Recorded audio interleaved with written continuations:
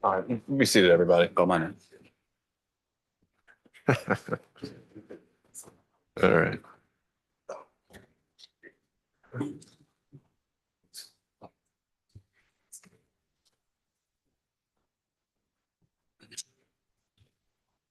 All right, while we're waiting, counsel, if you want to read a juror note we have, which I've tendered as Court's Exhibit 2. All right, thank you, Deputy. If we could have the defense call their next witness. You can take that back too.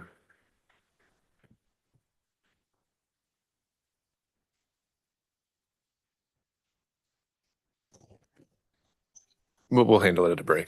If you could call your next witness. And you can take this to him.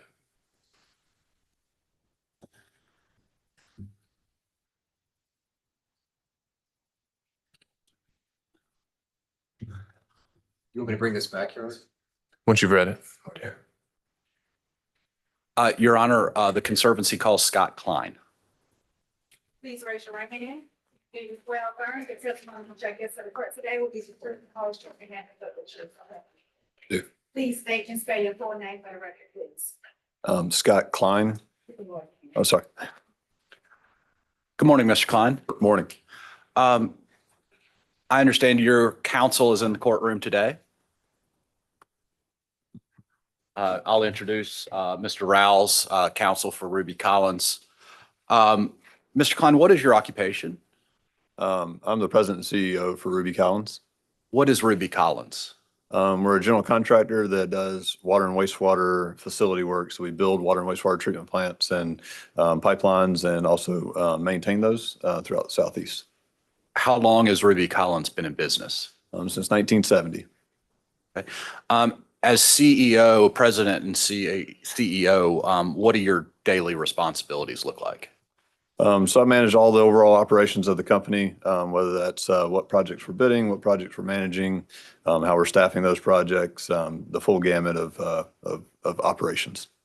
Does Ruby Collins regularly work with the city of Atlanta? Yes, we pretty much have always held a contract since I've been with Ruby Collins. We've done extensive work with the city of Atlanta.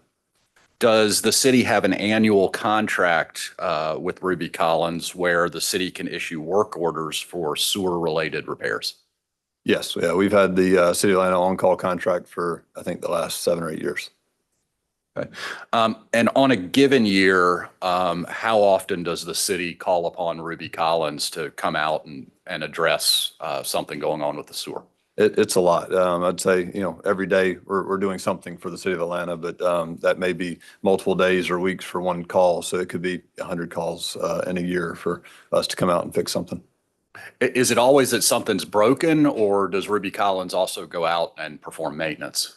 Yes, most of the time it's because there's a major issue that needs to be fixed or investigated to find out what the problem is. And maybe their crews weren't able to handle it and they call us in to come in and do that. How does the city let Ruby Collins know that a repair is needed? It's usually either a phone call or an email. Usually it's a phone call that says, hey, come meet us out on site and look at this problem. Okay. Are you familiar with a group within the Department of Watershed Management referred to as sewer ops? Yes. What is sewer ops? Sewer ops would be the people that work for the city of Atlanta that would have tried to investigate or tried to repair something prior to calling us in.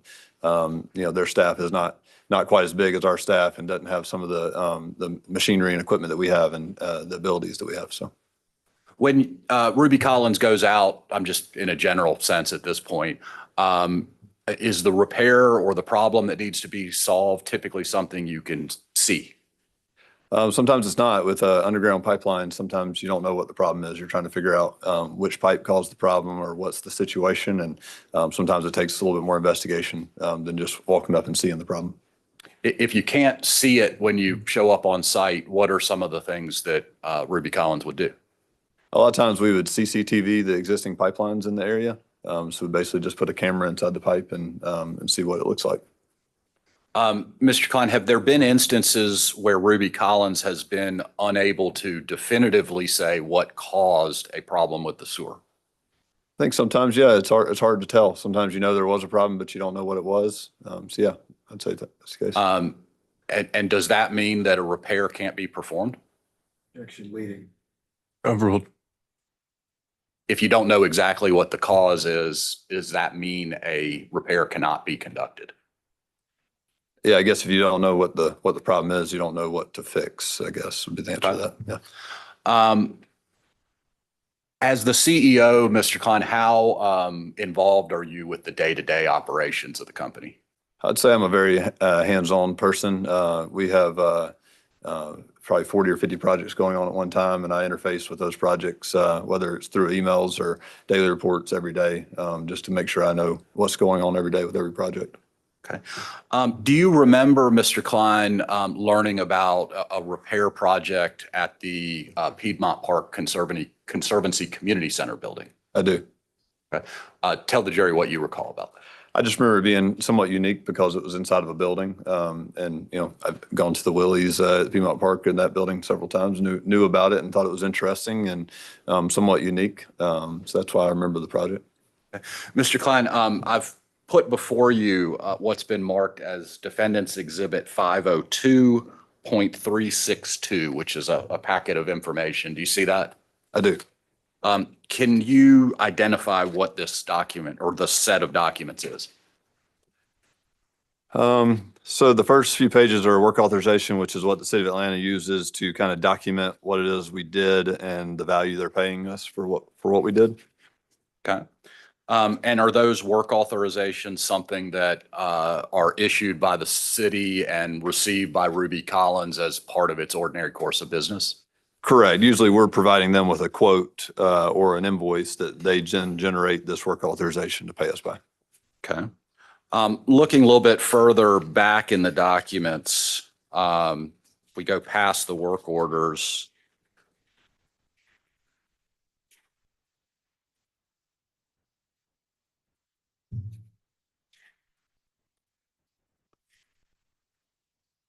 Looks like there's some information related to the cellular grout mix. Do you see that? Looking at page 19. It's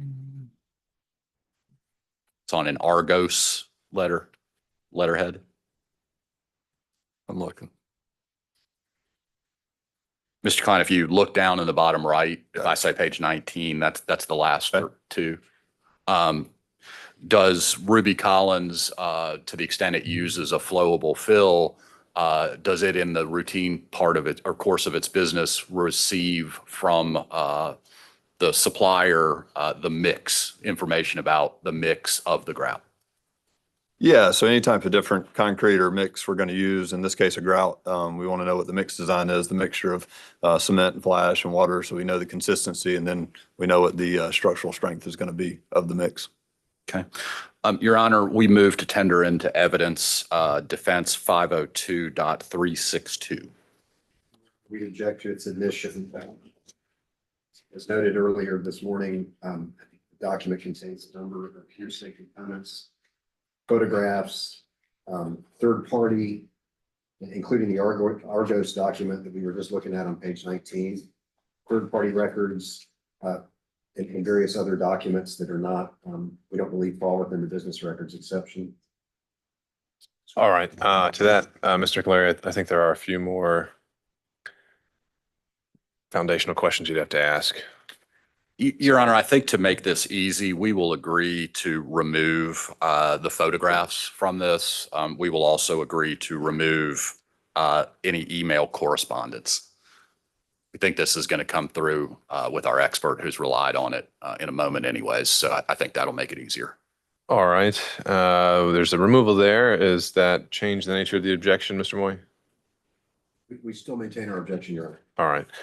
And so again, to that end, I know he has testified that he receives these records, but I think there's still some other things we have to, the thresholds we have to cross before I can tend to them. If you look on page 2 of the work authorization on the very front, Mr. Klein, Yes. this is signed by someone named Lance Thomas. His title's project engineer. Do you see that? Yes. Who's Lance Thomas? He's one of our guys that managed that contract. So he was kind of the project manager that interfaced with the city on a daily basis. And is Mr. Thomas, at least as of the date he signed, was he authorized to confirm and accept a work order from the city of Atlanta? Yes. Okay. And is that process, again, the receipt of a work order and the confirmation or acceptance of that work order, something that is done as part of Ruby Collins' ordinary business? Yes.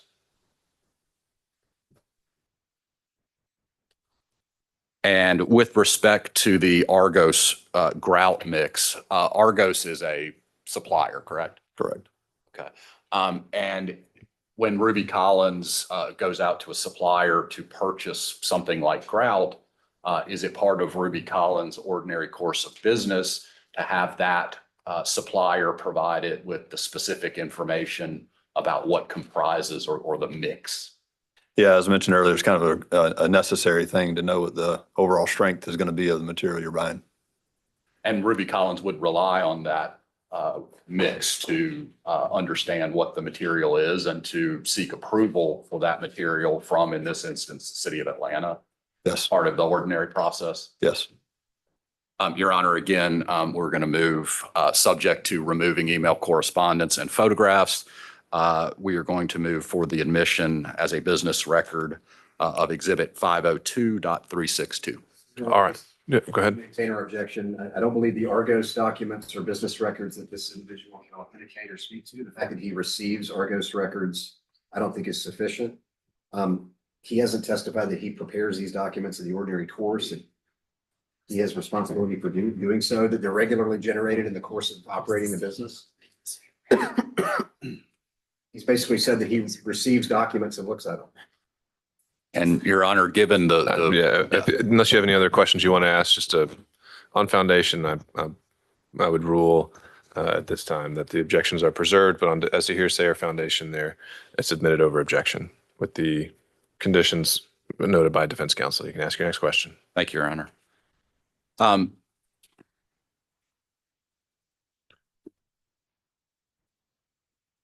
Mr. Klein, as CEO, you said you took an interest in this project. And can you describe generally what Ruby Collins did to investigate the void?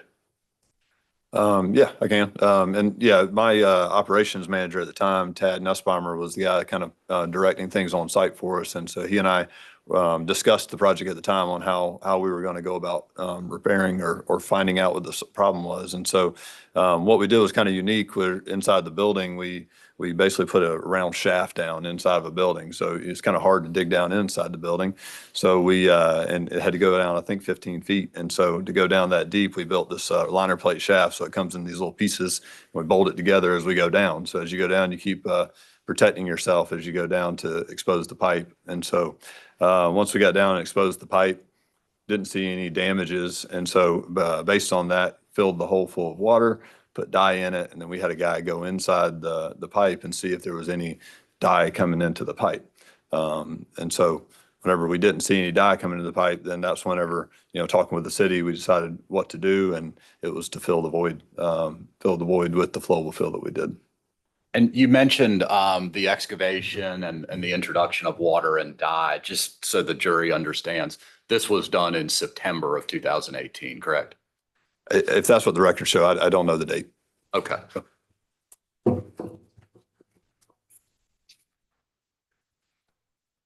let's look at the work authorization, Mr. Klein.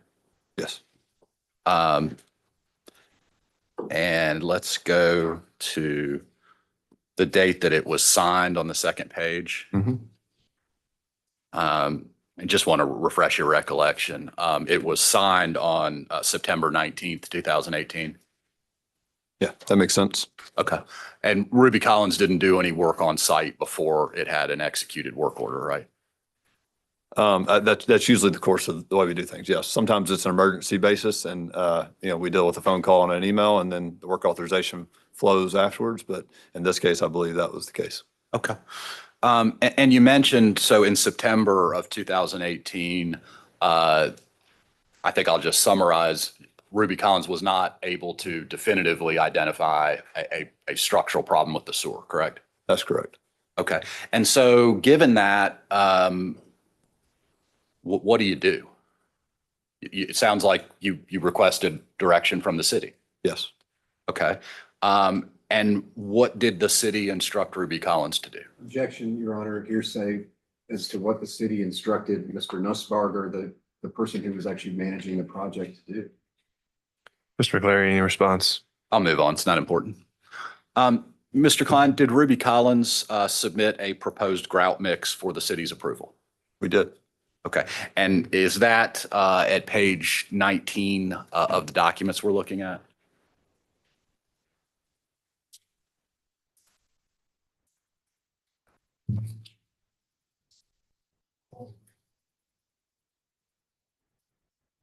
Yes. Okay. And it goes on. There's further information behind page 19 about the mix, correct? Yes. Okay. Yeah, and this was a mix design that we had used on a previous project to do something similar, to do a grout fill. Okay. Did the city approve the grout mix? Yes. Okay. Did Ruby Collins follow the city's directions? Yes. Were people from the city present on site when Ruby Collins was doing its work? They typically are, at least during the course of when we're doing our work there. They may not be there the entire time, but they're there in and out, verifying what it is we're doing and helping direct us. You mentioned, Mr. Klein, that your crews were digging down to access the top of the sewer. The jury's heard a little bit about Badger hydrovac. Can you tell them a little more about what that is and how it works? Yeah, so trying to get the dirt out of the inside of the building, it's kind of hard to do that unless you want to just use wheelbarrows the whole time to get it all out. So the hydrovac basically it's a big truck that sits on the outside of the building. It has a big vacuum cleaner essentially that vacuums out the dirt into the truck, and that way you're not having to manually move it. Okay. And so once you get down to the top of the rock sewer, the fact that there is not dye or a visual inspection, does that mean that rock sewer is watertight? No, I wouldn't say that necessarily. I mean, inside these rocks, these old sewers, I mean, there's a lot of leaking that you see when you're inside of them. It's all cobbled together, and the joints are just kind of like brick joints, so it's not, I wouldn't say watertight. Okay. Why did Ruby Collins select the type of flowable fill mix? You said you'd used it on a prior project. Why was it determined it was appropriate here? This mix it's like really flowable. So it's like almost like a watery paste, and it really flows really well. And so that's why they use it for void fill, to make sure that it kind of fills in all the crevices and places. And it ends up creating something stronger than what dirt is. It's not super strong. It's not like concrete, because if you dump concrete in there, it wouldn't go into all those places. But this one flows into those areas. The juries might have heard some testimony about the consistency of this flowable fill. They may have heard it described as like a milkshake. Is that fair? It'd be a thin milkshake, but yes. Okay. So the grout is put in, you've described the cylinder, the shoring. It's injected from the surface up to approximately 15 feet. Was that what happened here? Yeah, I mean, they basically filled all the way from the pipe up to kind of like right under where the slab level was, to make sure that void was filled. Okay, and so that weight or head would put quite a bit of pressure on the grout.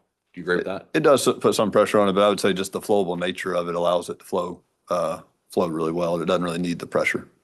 Okay. Mr. Klein, do you feel comfortable with what Ruby Collins did here to repair the void? I do. Okay. Ruby Collins could have replaced the span of sewer underneath the community center, right? Yes. Probably would have been in Ruby Collins' interest to do that, right? That's what I thought was going to happen when we first got the call. But yeah, we would have, if we would have found a collapse, when we would have gone down and seen it, we would have been, tasked by the city to replace it. Okay. And can you approximate, based on your experience, if the city would have said, we need you to replace this span of the old rock sewer, what kind of dollars are we talking about in terms of cost? I wouldn't want to speculate it. You know, you just, there's no telling. It could go all the way from tunneling around the existing pipe and replacing it in place or rerouting it around the building. It could have been a number of different avenues we would have recommended, and I don't know what that cost would have been. Fair to say a rerouting, if that would have been the direction, could easily be into the millions? It would have been expensive. Okay. Mr. Klein, overall, based upon, you know, what Ruby Collins is out doing every day for the city, fair to describe what was done at the community center as a fairly routine repair by Ruby Collins? What we did there is fairly routine for us, probably not for most people, but to dig down and put a shaft inside of a building, that's probably not something we do every day, but we do put a lot of shafts in. We do put a lot of flowable fill in. We do, you know, do stuff like that. But this one was a little bit unique being inside of a building. And I want to come back, Mr. Klein, to this issue about causation and repair. Would you agree with me that even though we don't know exactly what caused this void, you would agree it could have been caused over a long period of time? That's what we usually see is these things happen for a long period of time and then ultimately are exposed by, one event makes it to where it's exposed, but the void has been going on for a while. And you're comfortable that the use of this flowable fill that went down and flowed, you're comfortable that that stabilized the soils surrounding the subsurface of the community center? Objection, Your Honor. He's not a soils expert or qualified to render that opinion. All right, sustained. Mr. Klein, why, again, do you use flowable fill in this type of situation? I don't know if we need to hear it again. Maybe if there's some new question or different clarification to drill in on some new material. Sure. Mr. Klein, to the extent there was a small abrasion or something that could have shot water up during heavy rains over the past 100 years, do you believe, did the flowable fill arrest that mechanism? Your Honor, he's being asked to speculate about an abrasion that may or may not have been there on a project that he wasn't attending. And was he noticed as an expert in this case? All right, then I would sustain that objection. Mr. Klein, were you comfortable that Ruby Collins left this in a acceptable situation? Yeah, I thought we did a good job filling the void of the space that we saw that there was an issue. Yes. Thank you. Cross-examination. Morning. We haven't met before, Mr. Klein. My name is John Moy, counsel for the plaintiff. Nice to meet you. Thanks for being here. I won't take much of your time, but I just have a couple of questions for you. And you understand this is part of my job to ask you questions, right? Yes, sir. You did not attend the work that you've been testifying about, right? You were not actually on site in September of 2018 when the work was performed, true? I was not on site. Okay. And you didn't actually visit the site, whether September 18 or some other time to view this sinkhole, did you? I did not. Okay. And the work authorizations that we looked at in Exhibit 502 that have Lance Thomas's signature, I didn't see your signature on any of them, right? No, sir. Obviously, as the CEO of the company, you're running a big operation. And I think you testified that you have to manage a lot of different projects throughout the city, right? Yes, sir. Okay. So the work that's being described here today is not work that you personally were involved in, right? I was involved to the aspect of dealing with our operations manager and deciding what course of action we were going to get. Okay. And that operations manager was his name, did I get it right? Nussbarger? It's Tad Nussbaumer. Nussbaumer. Yeah, sorry. I misheard you. Okay. And so a lot of what you've testified about today were things that Mr. Nussbaumer was telling you. Is that right? Either that or through the daily reports that I get every day that shows the progress on the project. Okay. But not actually by being there yourself. Say again? Not actually by being there yourself. That's correct. Yep. Okay. And so the pictures as well were not taken by you that were included. And That's correct. Yeah.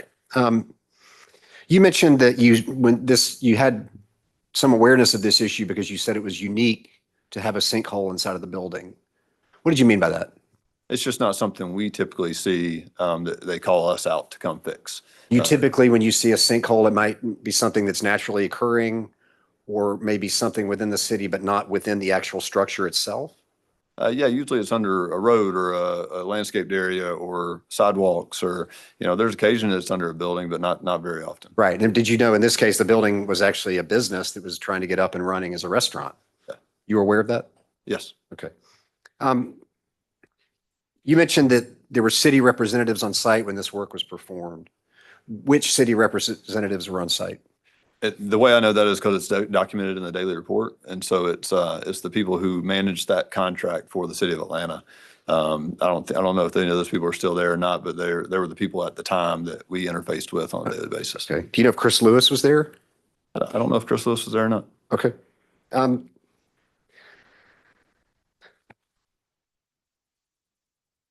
me ask you to look at Exhibit 502 just briefly. And I'm looking at the work authorization that was referenced earlier. It's dated September 19th, 2018. It's got Lance Thomas's signature on it. Do you see that? Yes, sir. And on the first page there, under services, do you see that just at the very top? Yes. It says contractors shall be properly compensated to assess the condition of the 48 by 60 inch sanitary sewer line located under the building at 1071 Piedmont, right? Yes. And so was that the scope of that was really what was being asked Ruby Collins to do, to assess the condition of the sanitary sewer line? I believe so. Yeah. That was the scope of the project.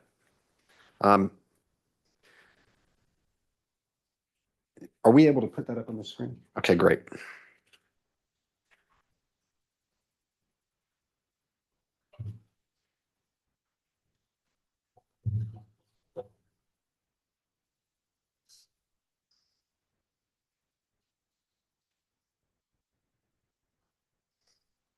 And let me ask you to look, I want to be brief here, but let's take a look if we can.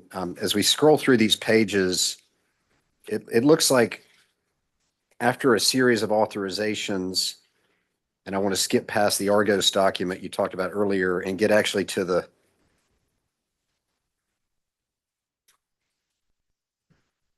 a section that starts around page 34.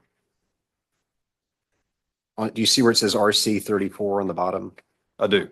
Okay, and it's got like a daily log. That's their daily log. Yep. Okay, explain to the jury what we're looking at there.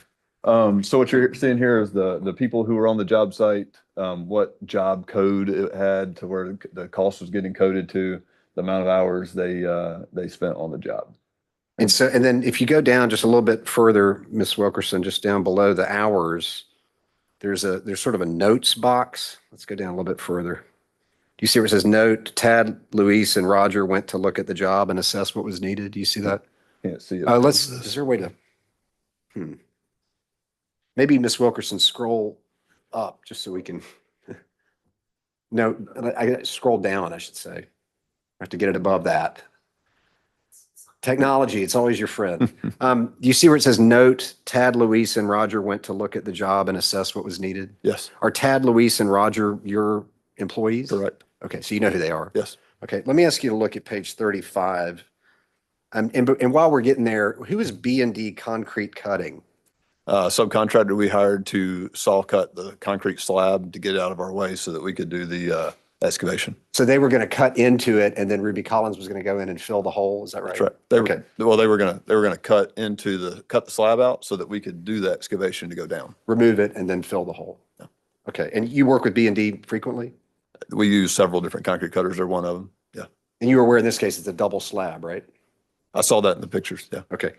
Let's go down to page 35 under that notes box. And again, Ms. Wilkerson, we're gonna have to put it above the security prompt there where it says notes. And this is on the 18th, which is the day of the actual work, right? Is that a yes? Yes. Okay. And you'll see there on the note, it says B&D Concrete Cutting on site and made one cut, would not continue working as they felt it was unsafe. Did I read that right? You did. Okay. You can take that down. You mentioned, you talked a little bit about a dye test, and my understanding is there was no positive dye test. Is that right? That's my understanding as well. Okay. And that's what your manager on site told you? That's what Tad told me whenever we decided that's how we were going to investigate it. Because, I obviously was interested because if there was going to be a sewer main replacement, that would be a bigger deal. And so I was curious about what the results of it were. Right. Okay. And we'll get to that. Did you actually review the city memorandum that was issued about a month after this work was done, summarizing their investigation, their independent work? No, I did not. Okay. But it sounds like from this work that Ruby Collins did, you were not able to determine that the sewer was the cause of this void. Is that That's fair? correct. Okay. And had it been the cause, you said it could have been replaced, right? Could have been, yes. But in this case, the sewer had not collapsed, and so there was nothing to replace. Is that fair? Fair. And also, when you talked about having it collapsed and that involving extensive work, I said you were asked during your direct exam that could cost over $1 million, I think, or millions. Sure. Is that if that had been the case, would that millions of dollars in additional work have been paid by the city? It would have, right? Yes, Okay. Not by the Conservancy. that's right. Okay. You said in your direct examination, if you don't know what the problem is, you don't know what to fix. I wrote that down. In this case, you weren't able to identify the cause, right? That's right. And so in this case, you didn't really know what to fix because it wasn't the sewer asset. Is that true? That's right. Yeah. Okay. As far as the document that we've been looking at in Exhibit 502, were you aware that this document was not provided to the tenant of the property until many, many years later?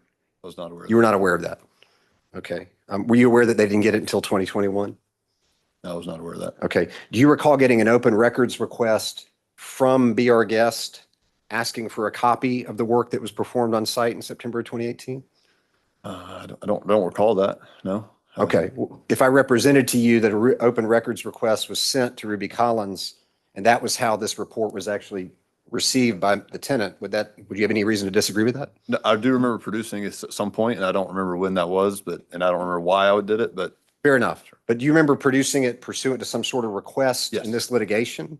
yes. Okay. Not at the time the work was performed. Correct. Yeah. Okay. And do you know whether the Conservancy ever provided a copy of this document to my client separate from the open records request you just described?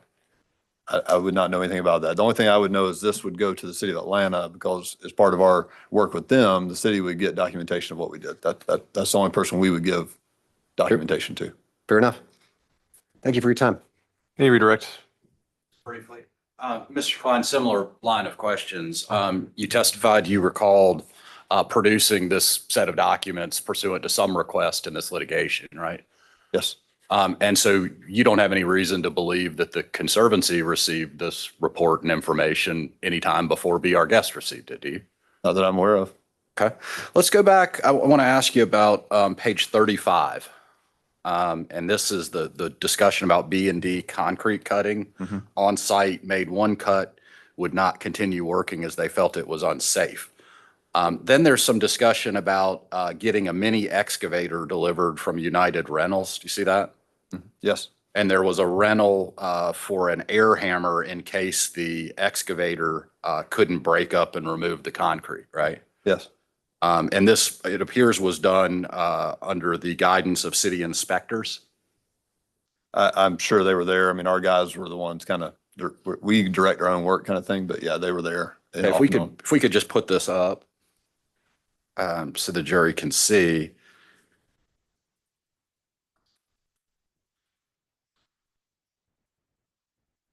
If we go to page 35, yeah. Okay, so they get they feel it's unsafe, then they get a mini excavator, they get an air hammer, and then they bust up the concrete and removed it from the hole. Is that your understanding of what this is indicating? Yeah. And the saw cutting, the saw cutter is a massive, big saw, and it's heavy. And if you're trying to saw cut on top of a void area, then that would be unsafe. And so I understand why they wouldn't want to do that. The excavator can reach over and not sit on top of the void and pull off the concrete. So.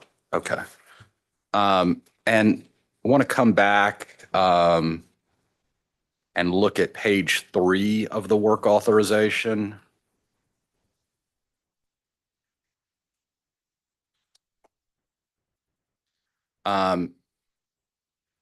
And this is a pricing document, indicates $59,520. That's the cost to remove the slab and perform the excavation and some of the inspection work, correct? Yes, sir. And if we go to the next page, there's another work authorization. And this is for $7,750. Is that right?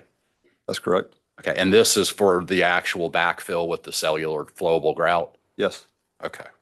And if we can come back to page 2, just want to make sure I understand this. It says the price shall include mobilization to the job site, transportation, bypass pumping, all materials and tools necessary to complete the work as per City of Atlanta specifications and standards and to the satisfactory, I think it means satisfaction, of the engineer.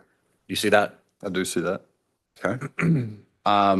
And to your knowledge, was the work that was performed to stabilize the soil after the void was formed conducted to the satisfaction of the city's engineer?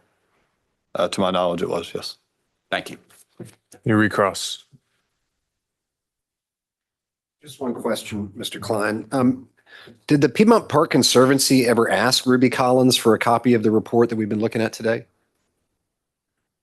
I don't recall. Okay, nothing further. All right, can this witness be excused? Okay. Thank you, sir. You can step down. Let's call the next witness. Bringing it in, Conservancy will call Mitchell King.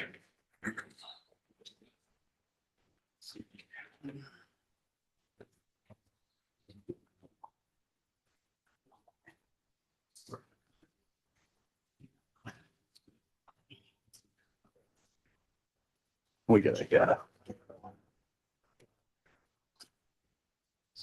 John, you're good.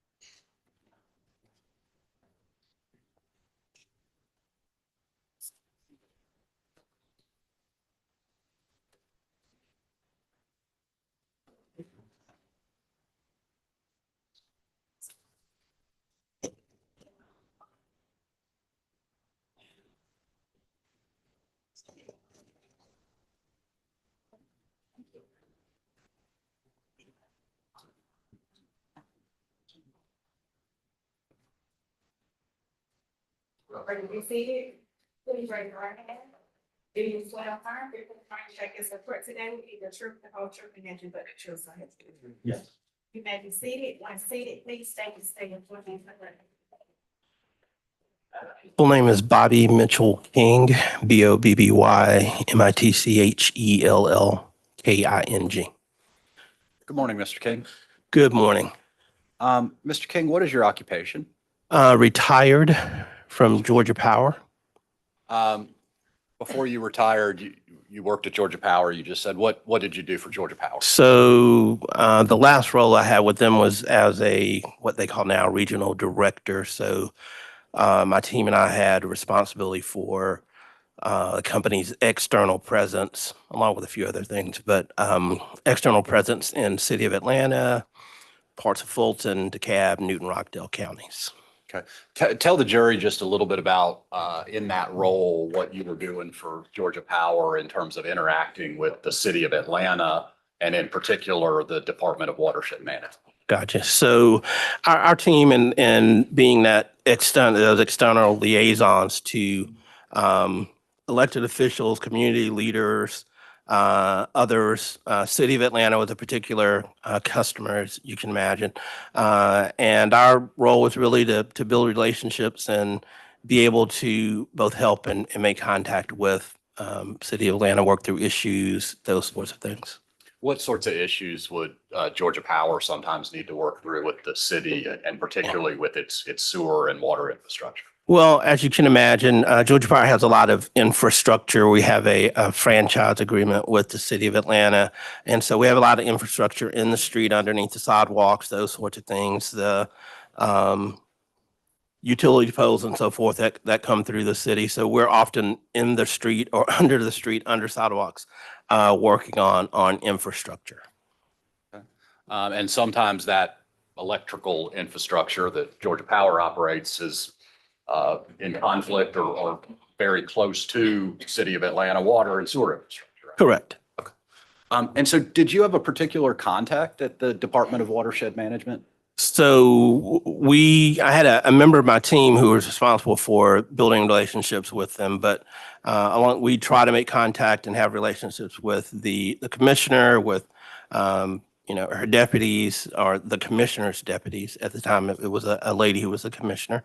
So we try to have those sorts of roles, so we'd be able to, again, get calls from them, make calls to them if there were things that we needed. The lady commissioner you're referring to, is that Keisha Powell? Correct. And Mr. King, what is your connection to the Piedmont Park Conservancy? So I've spent, I think, about 10 years on the board. Spent 2018 and 2019 as the chair of the board, and currently still hold an emeritus role on the board. What were your responsibilities in, I think you said 2018, 19, when you were the chairperson of the Conservancy board? So leading the board, facilitating them through our meetings, helping to make sure that we've keeping the board informed of things that are going on, working with staff, directly working with the president and CEO, but working with staff to ensure that the things that need to happen that we've agreed to are happening and we're on budget, those sorts of things. Did the board have something called an executive committee? Correct. What was that? So the executive committee were all the officers of the board. So a treasurer, president, incoming chair. We normally had an incoming chair serving. Those sorts of roles, along with one or two other members of the board who were at-large members of the executive committee. So you personally were part of the executive committee in 18, 19? Yes, and again, I'd be responsible for leading those meetings, leading that role as the chair of the board. During the 2018-19 time period, who was the president of the Conservancy? Mark Banta. What was your experience working with Mark Banta? I take it you worked with him for several years. I did, yes. Mark was the president for all of maybe about a year to year and a half of my time that was there. And being the chair of the board, him being the president and being responsible for staff, I mean, we had to have a very close relationship, worked regularly, spoke regularly, dealt with each other, working through whatever needed to be worked through, laying out the plans for how we execute, how we stay on budget, how we do those things that we've talked about as a board and as a staff. Mr. King, were you aware in the spring of 2017, the Conservancy was looking for a tenant for 2 retail spaces at the community center? Yes. Okay. Do you know who that tenant ended up being? Be Our Guest is the name that I'm familiar with. What did that tenant selection process look like? So I wasn't a member of the committee that worked on it, but the report back to the board was that they did a search, do a search, but put out an RFP for folks interested, had a number of entities that were interested, some national, some local, those sorts of fields to them. And what was brought back as a recommendation was that we work with Be Our Guest. They had a local presence, and there was a lot of interest in sort of trying to do this with a local entity. Okay. I'd like to show you, Mr. King, what's behind tab 2 in your binder. This is a document marked Defendants 444. It's already been admitted. So if we could publish that. I have it. Okay. What is this document, Mr. King? So these are minutes from an executive committee dated Thursday, April 19, 2018. Okay. And I want to go all the way down to the bottom. I mean, I guess as we're doing that, fair to say the board is managing a lot of issues beyond just the community center and the tenant in that space, correct? Absolutely. Okay. So do you see the heading vacant restaurant space at community center? Yes. Okay. It says the tenants who have signed the lease for the vacant properties have not started the construction process for the 2 restaurants they plan to operate. Was the board interested in what was going on in terms of when construction was going to start under this lease? Yes, from the standpoint of one, the Conservancy has limited opportunities for generating income outside of direct fundraising, and the rental space, restaurant rental, would generate ongoing income. So it is certainly something that we would be interested in as we try to meet and grow budgets. Okay. It goes on to say they are working through permitting for the on-site cooler and evaluating construction costs, which are 1.5 times more than budgeted. Do you recall that being reported to the executive committee? I remember things being reported that as things came in and work started being done, that things were coming in higher than expected. I can't say that I remember this 1.5. Sure. It says, according to the lease they signed, they will be in default in October, but additional negotiations are underway to resolve these issues. Do you see that? Yes. Do you recall any negotiations or requests from Mr. Banta to approve negotiations the Conservancy was having to try and help be our guest associated with costs coming in higher? Yes, our understanding was, or the request from Mr. Banta was really to look at, we would extend the amount of time before the tenant would be responsible for paying rent to us, is the way that I remember. Yeah.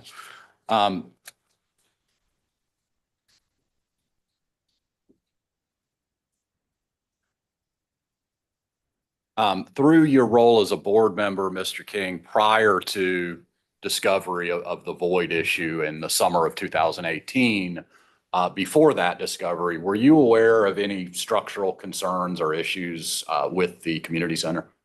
I don't recall any, no. Okay.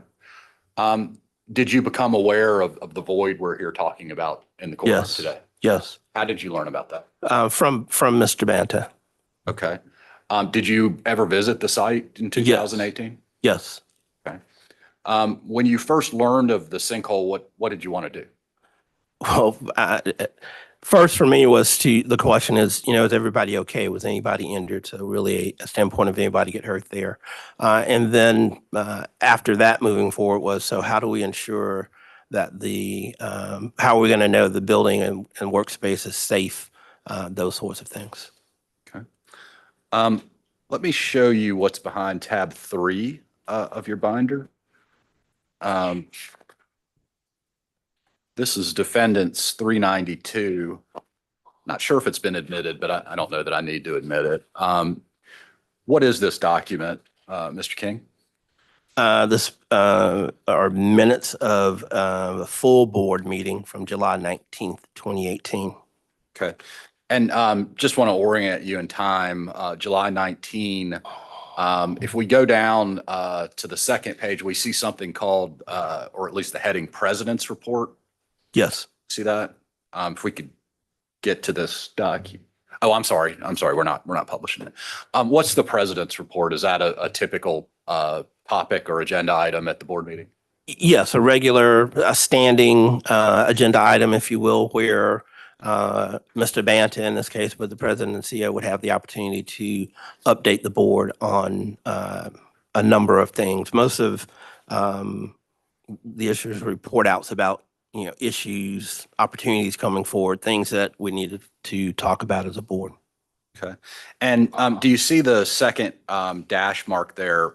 Mr. Banta's reporting that construction began on the build out of these restaurants. However, complications arose when work on the floor resulted in our discovering a sinkhole that we believe was caused by an old broken City of Atlanta sewer line. Yes.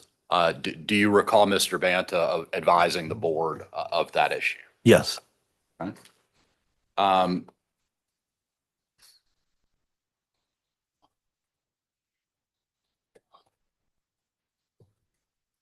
If you could look behind tab 4 of your binder, Mr. King. This is an email from Mr. Banta to Keisha Powell. It's already in evidence as defendants 417. If we could pull this up. And you're copied on this email, is that correct? Yes, It's dated September 13, 2018. yes. Okay. And it's referencing or following up on a call between yourself and Keisha Powell, Commissioner Powell. Do you recall having a telephone call with Ms. Powell sometime in September of 2018? I do remember reaching out to Commissioner, yes. Okay. What was your purpose in reaching out to Commissioner Powell? So the request to me was to reach out to Commissioner. Mr. Banta had been working with staff from the Watershed Department working on this issue and had hit a couple of what I would describe as situations where maybe he didn't get responses back from them or follow up from them in a time that he might have expected, and asked me to reach out to the commissioner to just help make sure she knew that this was an important issue for us to deal with, And and make sure her staff knew that as well. Did that reach out to the commissioner result in the city re-engaging and bringing crews out to address the void? Yes. If you could look behind tab 5 of your binder, you'll see a document marked Defendants 382. Yes. And I want to focus on the email that you sent on September 19th. It says, Keisha and Chris, I understand that the slab was removed from the building yesterday and just wanted to say thanks to the city team in general, but to the two of you specifically for helping to get this done. Appreciate the partnership. Did I read that correctly? Yes. Okay. So this is really just a thank you email, right? Correct. Okay.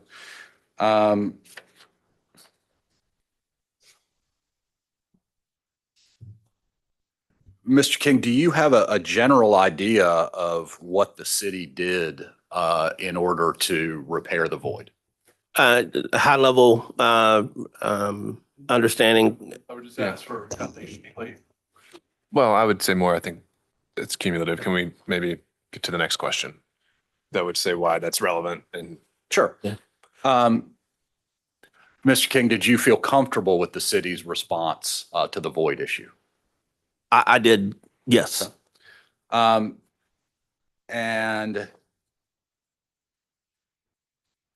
do you recall receiving a written memorandum from the city of Atlanta in October of 2018? I think it may have been copied or included on a memo that came through.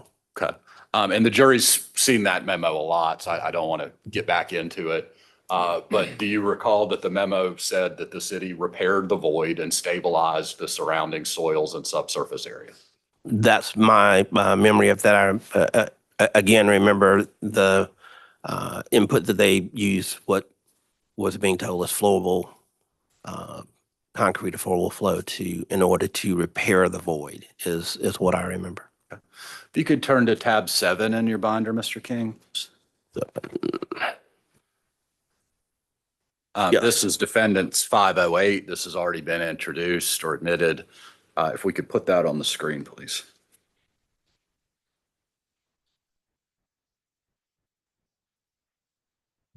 Mr. King, as the chair of the board at the time of this termination of the lease, were you involved in the decision ultimately to terminate the BR guest lease?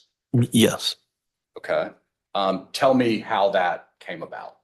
So we actually have been discussing from the time the void happened, trying to work through the issues.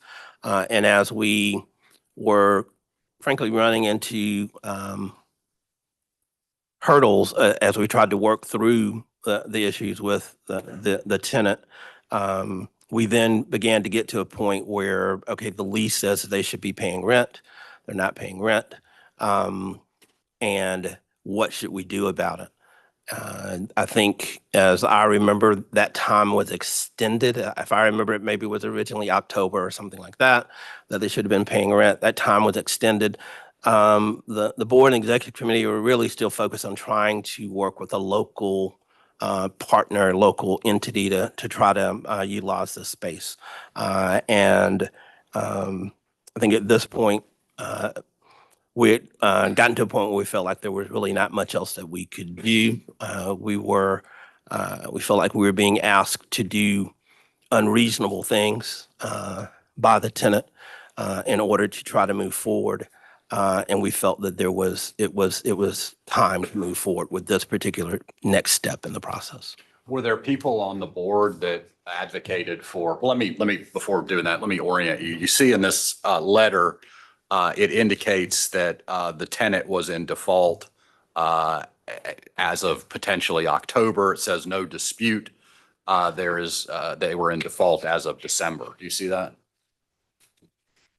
Yes. Okay. And so the termination decision was made, this is the end of May, call it 6 months after the Conservancy is stating it had a right to terminate. Were there folks on the board who were advocating for terminating this lease before the end of May? Yes. And did Mr. Banta have a say about that? His recommendation was that we continue to try to work through the issues with the tenant, try to address what we could with them, and hopefully be able to get the space moved forward as a restaurant, rented. Again, it was something we wanted to be able to see rental income coming from that space. Okay. And so I think you've alluded to it, but just so we're clear, what changed between October, December, when there was a right to terminate and the decision to actually exercise that right 6-8 months later at the end of May? I think over the course of the months, there just became more and more strain in the relationship, if you will. Some of the things that the tenant did, some of the statements they made going to the press with things that we did not feel were completely not complete statements in terms of what they were saying, things that they accused us of in terms of operating an unsafe building with children and those sorts of things. And even the sorts of things that we were being asked to, what we're hearing from them in terms of money they'd like to see coming from us to cover expenditures for them. But the request seemed to include, projected numbers that we didn't see back up for why they were real numbers, those sorts of things, just put us in a position where we felt like this isn't a situation that appears to be recoverable or with this tenant at this point. Mr. King, the jury's heard a little bit about security cameras throughout Piedmont Park. Can you tell me, does the Piedmont Park Conservancy have any role in terms of maintaining or operating those security cameras? Yeah, to my knowledge, the cameras would be owned, maintained by the city. There's maybe an APD function in there with that Atlanta Police Department function but that would not be something that the Conservancy would own or maintain in my memory. Mr. King, did you or to your knowledge, anyone else on the board ever reach out to the media in terms of wanting to get the Conservancy's position out into the news? I certainly did not. I honestly don't remember whether there was a particular piece. I know that there were a few times when Mr. Bannon needed to respond to questions coming from reporters, but I don't honestly remember whether we did something proactively. I just don't remember. Mr. King, during your time as chairman of the board of Piedmont Park Conservancy, would it have been acceptable to you for the Conservancy to favor money over safety of park patrons? No. Thank you. Cross-examination.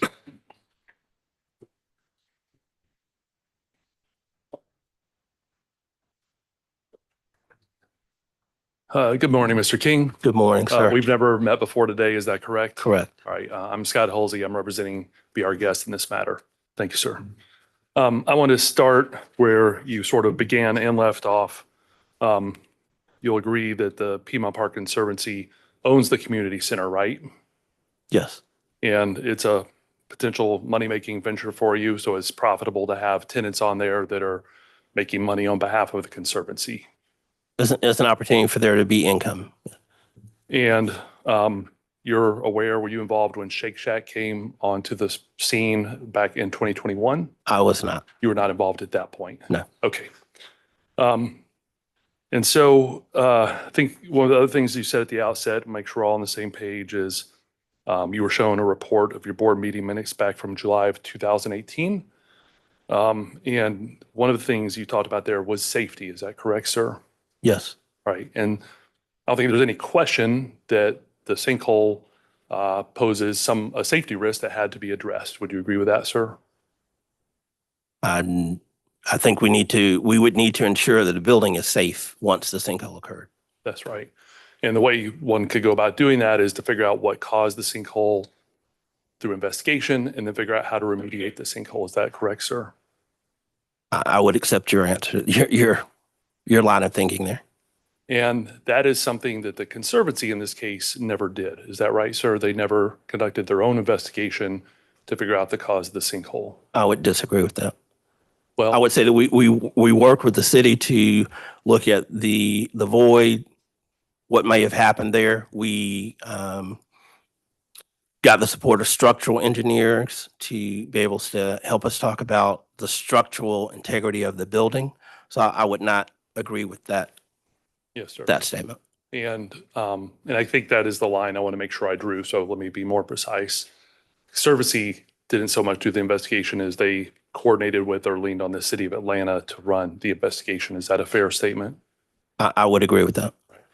And then I can't recall, did you say that you had seen the ultimate report generated by the city of Atlanta on October 10th that formalized their findings? I do believe I remember seeing a memo or something to that effect. Again, it's been a minute, so I don't have great recall on everything there.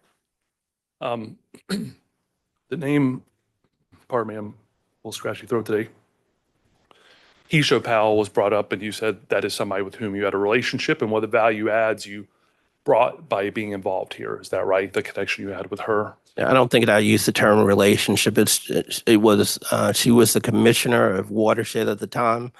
My team and I were responsible for having the ability to contact and work with key people in the city. And she was one of the people I had met along the way. I think I went over to meet, get introduced to her when she came in. I think the next time I had an interaction with her was several months later when there was an outage at one of their pumping stations while there was a broad electrical outage going on in the city. We had a phone call. Yes, sir. And you've testified about at least some of the early conversations you had with her. Do you recall being made aware in April of 2019 of conversations with the Conservancy and Ms. Powell about the scope or the limits to the work that the city had done on the void or the sinkhole? Objection. Hearsay. Halsey? Well, did you have, let me just, without saying what was said, were you made aware of conversations between the Conservancy and Ms. Powell as of April 2019 about the sinkhole? That's pretty broad. I would have to say yes, since I know that we were working with the city of Atlanta on addressing that, working with Watershed to address that. So I would have to say yes, that we had made her aware that there was an issue. And you've indicated already that Ms. Powell was at least part of the process and how you were making decisions about the sinkhole. Is that correct? I did not. Okay. Well, let me maybe ask the question another way. You were consulting with Ms. Powell early on. What was the purpose of your communications with Ms. Powell as it relates? Let me be clear. When you say me, are you talking about me personally or Piedmont Park Conservancy? Either you or the Conservancy. So my understanding, I can say clearly first, I was not working directly on any issues regarding to solving this. We talked earlier about a reach out I made to the commission when there seemed to be some delay in staff continuing and following up with Mr. Banta's calls. We've already talked about that. That was really my involvement there. My understanding of the Conservancy broadly, working with Watershed to address it. I don't know that there was direct interaction with the commissioner to do that, if that is your question to me. Okay. Thank you. Thank you for helping with that explanation. And that's one of the points I guess I wanted to address. So you said you were yourself not directly involved in this, but you were heavily reliant on Mr. Banta and the work that he was doing on this. Is that a fair statement? Mr. Banta was the president and for the PBC. It makes him responsible for operational issues, running staff, dealing with operational piece. It was not my role as the chair, not the role of the board to manage and operate and deal with operation issues on a daily basis. And I guess with that in mind, then the information you had about what was happening in regards to the sinkhole, by and large, was as good as the information you were being provided by Mr. Banta. Is that a fair statement? He was my primary point of contact. I don't know how I would give you an answer different than that. Yes, sir. And as your primary point of contact on this, would you have expected Mr. Banta to alert you to communications he was having with the city that called into question whether they had repaired the sinkhole or the void? I mean, he would give me update summaries of interactions, of discussions, of calls, of notes. I don't know that I would describe it the way you described it, but certainly we spoke about the issue on a regular basis. Did you have an understanding any point throughout this process, through your communications with Mr. Banta or otherwise, as you were making decisions, did you have any understanding that the city of Atlanta had not repaired the sinkhole or the void? No. Okay.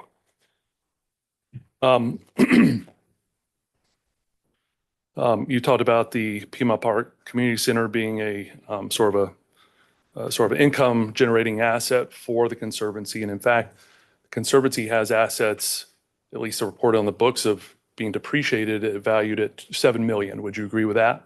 I don't know that number. Okay.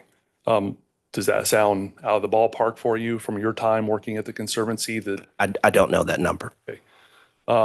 What about operating income, $4 to $5 million a year for the Conservancy? Does that sound about right from the time that you were working at the Conservancy, sir? So I didn't work for the Conservancy. I was on the board. Well, on the board of the Conservancy. Yeah. Sir. It felt like it on certain days, but I didn't work there. As I remember, our budgets ranged during the time that I was on the board. I remember them being in the $2 to $2.5 million range when I came on, and by the time I left, I remember them being in the $4 to $4.5 million range as far as what we approved as budgets for the year. If that is your question to me, I don't remember enough to break it down into operating revenue number for you, but that is what I remember us approving as our sort of budgets, if you will. Yes, sir. And you were asked about the tenant being brought on board, be our guest. You were not involved yourself, or let me rephrase the question, sorry. The lease itself is not a lease that you reviewed in this case, is that right? The lease between the Conservancy and Be Our Guest? You mean prior to it being signed or something like that? Is that what you're asking? No. Okay.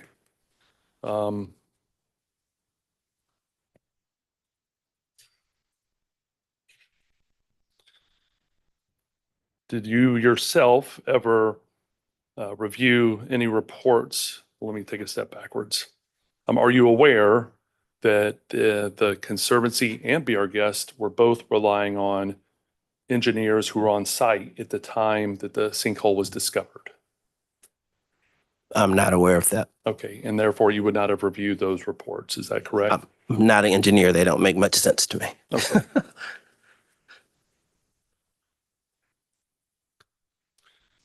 You are aware, sir, I think you indicated that the city ultimately came and added backfill to the hole, the void? That's what I recall. Okay. And you yourself, though, never either went to observe it or get some sort of confirmation that the void that the backfill had repaired the void, did you, sir? That's not correct. Okay, can you tell? I did go into the space after that fill that, again, I remember the term flowable fill or something being used, was in the void. I know that I saw that physically. Okay. And did the Conservancy ever, if you know, require engineers to go determine if that backfill had in fact repaired the sinkhole or the void? I don't recall on that. I don't know. By this point, I'm sure you're aware that there's a dispute about a press release that was put on the Conservancy's website, are you not, sir? I'll ask the question a different way. Do you recall, were you aware that the city of Atlanta at some point had reached out to the Conservancy to ask that a press release that was placed on their website about the void or the sinkhole was incorrect and needed to be changed? I recall that. Okay. And you don't dispute that that press release was changed in response to that request, sir? I honestly don't know if it was changed. I recall that there was a conversation about something that was in what was put on the website. I wasn't part of writing or approving it or reviewing it, so I can't tell you what may have happened to it.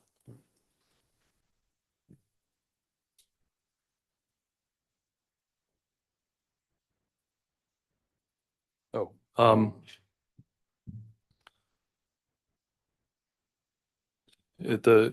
toward the tail end of Mr. McClary's questioning, he had asked about, and I'm going to sort of summarize how I heard it, requests for unexpected monies having to be paid in connection with this matter. Do you recall that? Specifically things like fixing roof trusses, grease lines, things like that those have been unexpected and came up and had to be addressed. No, I don't remember having that discussion with Mr. McClary earlier. Let me see if one of my colleagues better remembers how it was described.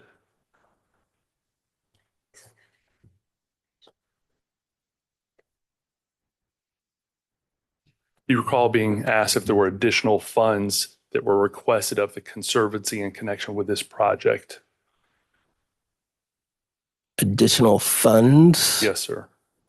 So what I recall is there being discussion about a request for the Conservancy to have more rent. I don't know if it's called abatement or whatever. That's basically extending out when they would need to be be required to do rent. I don't recall any specific request to us to pay for anything. I do recall there was discussions back and forth about what sorts of things would the tenant be, what dollar amounts might the tenant be looking for in terms of us as we work through trying to resolve this issue. I do remember there were those numbers seemed to include things that were beyond what we could verify as being construction costs that had been put in. I recall that. Okay. Do you recall that those numbers were not very high, but even whoever was responsible, do you recall those numbers being pretty low? I don't recall the numbers. Okay. And you're not saying today that you had any reason to believe that our client was unable to pay for the construction as they went along, are you, sir? I'm sorry, I missed part of the question. You're not testifying today that our client had any inability to pay for the construction as they move forward, are you, sir? I would have no basis to know anything about that.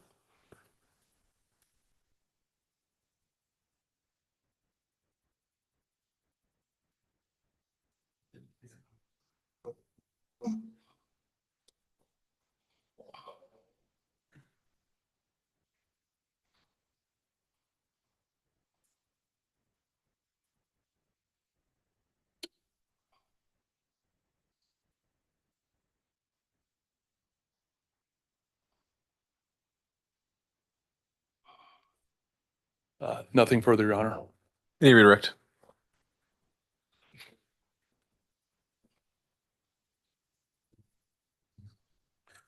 Mr. King, do you recall ever being reported to you during a board meeting or otherwise that Be Our Guest was demanding that the Conservancy fund a $2 million escrow account before it would continue work. Hearsay, Your Honor. I'm asking if he has knowledge of that. All right. Well, I mean, I do. objection. Sorry, go ahead and answer the question. Thank you. I remember I couldn't put a number on it, but I remember at some point that there was some discussion about an escrow account being created and funded as we were going back and forth trying to work through these issues. There was a request to fund an escrow account. I would not be able to recall the number. Okay. Mr. King, I'm going to read to you the last two sentences from the city memorandum that has been talked about and the jury has seen probably more than they would like. It says, to repair the void, the contractor backfilled the sinkhole utilizing a cellular grout to fill the excavation and stabilize the surrounding soils and subsurface conditions. Second sentence says, the results of the investigation did not indicate any of our sewer assets as the cause for the sinkhole formation. Mr. King, were you surprised that the city said that the investigations did not conclusively prove any of its sewer assets caused the sinkhole? I would say a little surprised. Okay. Why is that? Well, what I remember from the void is that you had a hole, you had a void, there was a sewer at the bottom of it. I'm not sure where something that came out of that void would go other than into that infrastructure. Again, I'm not an engineer, just thinking where would this have gone? So it was I would use the term, it would have been interesting to read the statement that it wouldn't have been that asset. In your experience over the years working with the city of Atlanta, did you come to understand that it was the city's process or the city's method of operating to readily admit that their assets cause problems? That was not what I normally saw from the city. It would normally be more likely for them to state things in a way that would avoid responsibility or risk for them, was my experience with the city. After reading to repair the void, the contractor backfilled the sinkhole utilizing a cellular grout to fill the excavation. We've just heard that, and we can just ask the question. After reading that, now After ask the reading question. that, did you have any concern that the city, through its contractor, had not adequately addressed the situation? I did not. It was my understanding that that was the accepted way to address that sort of void above a sewer infrastructure. Thank you, Mr. King. Recross on those points.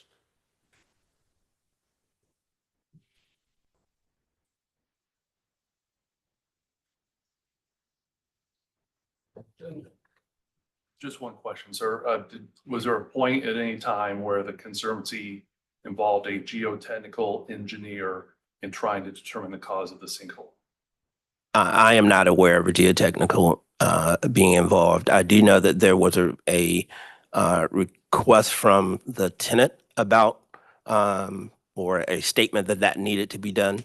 And my understanding was if the tenant wanted to do that, they had every right to do that based on the lease. If they wanted to do something beyond what the Conservancy felt was adequate to be able to talk about the safety of that building going forward, the tenant had every right to be able to do additional inspection, if you will, was my understanding. That understanding, like other matters, came primarily from your discussions with Mr. Banta, is that correct? Well, there were additional folks, like we had board members who were real estate lawyers or other folks who were helping us understand the lease and what the responsibilities, opportunities, what those things were.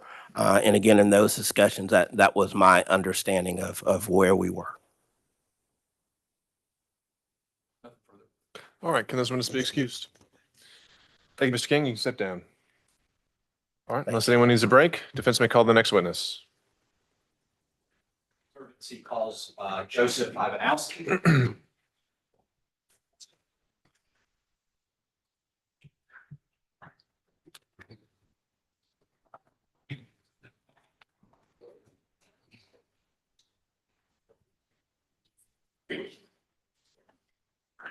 Before you be seated, please raise your right hand. Do you swear or affirm the testimony you shall give to the court today will be the truth, the whole truth, and nothing but the truth?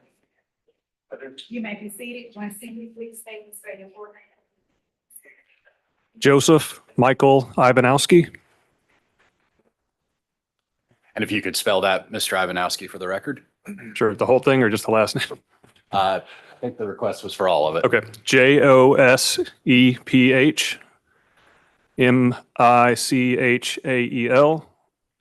Ivanowski. Thank you, sir. What is your occupation? I'm a hydrogeologist. How long have you been doing that? With my current firm, about 15 years, and then I worked for a previous firm before I got my graduate degree. Okay. What degree did you receive? A master's in hydrogeology, master's of science, From what institution? Georgia State University. Okay. What year did you receive your master's? 2009. Mr. Ivanowski, do you have knowledge about the geological makeup of the state of Georgia? Yes, I do. How about the city of Atlanta? Yes, I do. Okay. And you mentioned you're a hydrogeologist. Can you tell the jury a little bit about what you do in that role? Sure. So a hydrogeologist is sort of a specialty subfield of geology. We basically study groundwater. It's probably the simplest way to describe it. The interactions of groundwater with fractured bedrock and with soil. Sir, do you hold any professional licenses? Yes, I'm a licensed professional geologist in the state of Georgia and a few other states. Okay. And similar to licensed professional engineers, do you have a stamp that you can affix to reports or drawings that you issue, things like that? Yes, I do. Okay, what does that mean when a professional geologist affixes a stamp to something? I mean, it just it vouches that the work that you've done was done under the appropriate amount of care. Do you do any work, Mr. Ivanowski, investigating or remediating subsurface issues? Yes, I do quite a bit of that kind of work. Tell the jury a little bit about generally that type of work. So, I mean, I work for a consulting firm, so I have a number of clients and project types, but a large part of what I do is investigating what we would call karst geology, which is areas that are underlain by limestone bedrock that is easily dissolved by acidic groundwater. It's prone to causing things like sinkholes, caverns, things like that. We support and design a lot of major civil infrastructure like dams, embankments, landfills, things like that. And so I work closely with on teams of engineers to evaluate the risk of sinkholes related to infrastructure. You mentioned you work for a consulting firm, Mr. Ivanowski. What firm do you work for? Geosyntech Consultants. Where's your office? We have an office in Kennesaw, Georgia, and we just opened a new office here in downtown Atlanta. And you mentioned work in karst geology. Do you do any of that work in the city of Atlanta? Not necessarily. The city of Atlanta is not underlain by limestone bedrock. It's underlain by crystalline metamorphic rock like gneiss and granite. So a very different type of rock. It does not dissolve easily the way that limestone does, and so you don't tend to have naturally forming sinkhole features. It's my understanding that you do have those naturally forming sinkholes in northwest Georgia. Correct. Yeah, there's the corner of northwest Georgia, sort of northwest of Rome, and then also anything kind of to the southeast of Macon, that whole southern part of the state. Those areas are prone to karst feature formation, but the area that we would call the Piedmont portion of Georgia, which Atlanta is square in the middle of, sinkholes are not a common concern. And whether formed by a man-made issue or a natural occurrence, can you give the jury just a brief overview of how a sinkhole forms? Sure. So there's basically two mechanisms that are needed.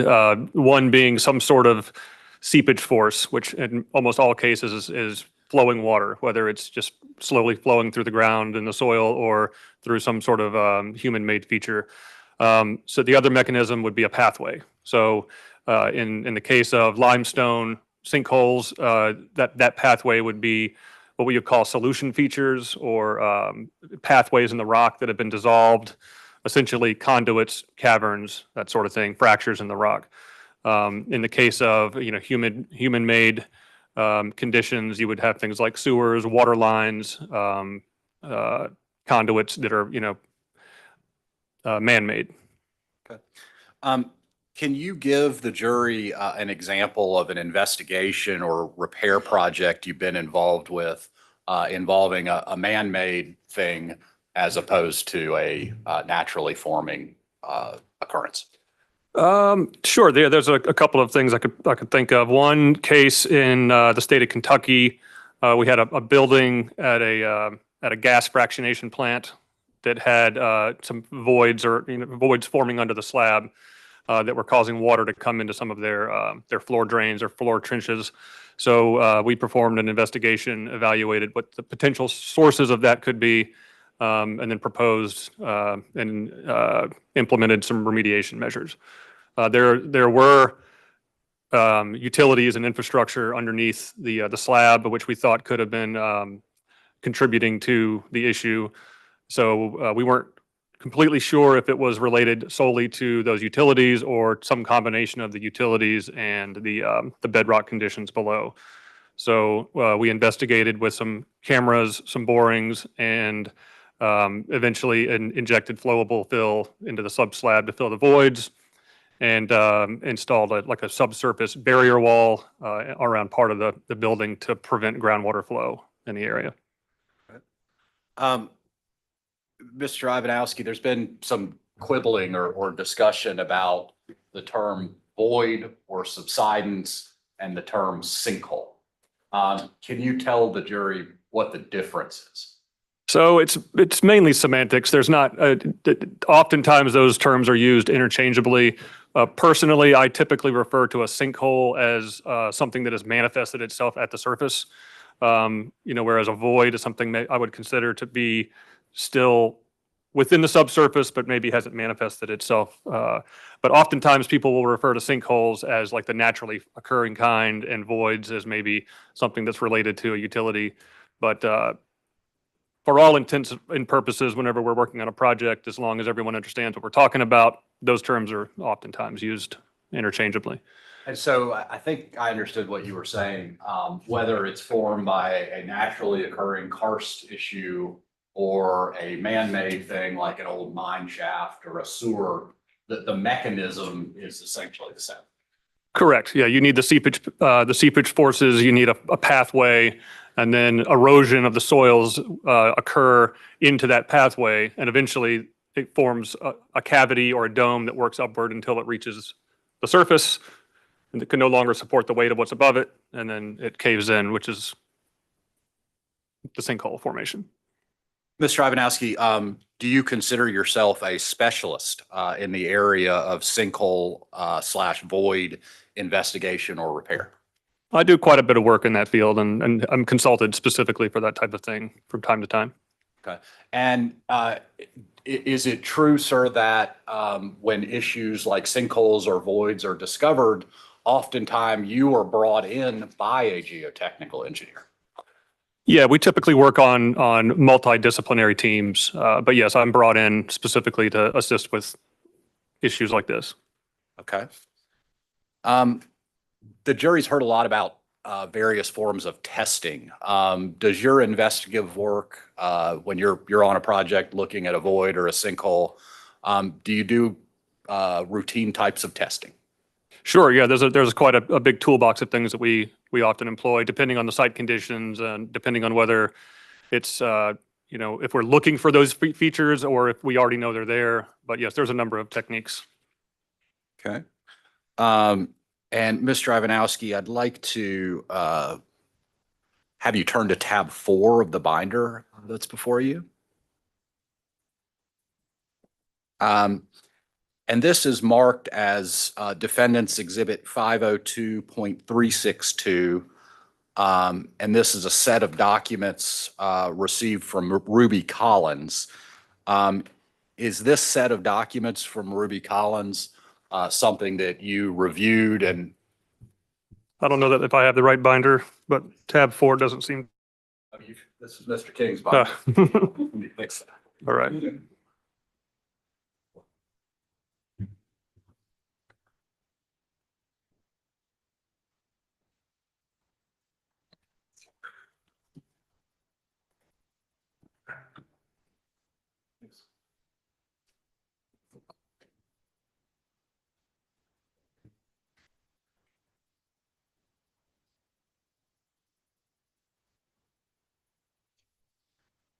All right, this will probably work better.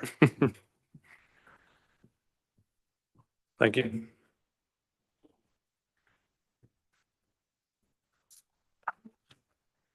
Okay, if we could turn to tab 4, Mr. Ivanowski, this is, at least the first page says work authorization. This contains a number of photographs, daily reports from Ruby Collins's work, grout fill mix information. Is this one of the documents that you relied on informing your opinions? Yes, I did review this document. Okay. And Your Honor, just to be clear, we maintain our objection to the photographs since they weren't admitted into evidence. Understood. It's fine. And Mr. Ivanowski, in your review of this packet of information, did you see reference to dye testing and smoke testing and CCTV testing?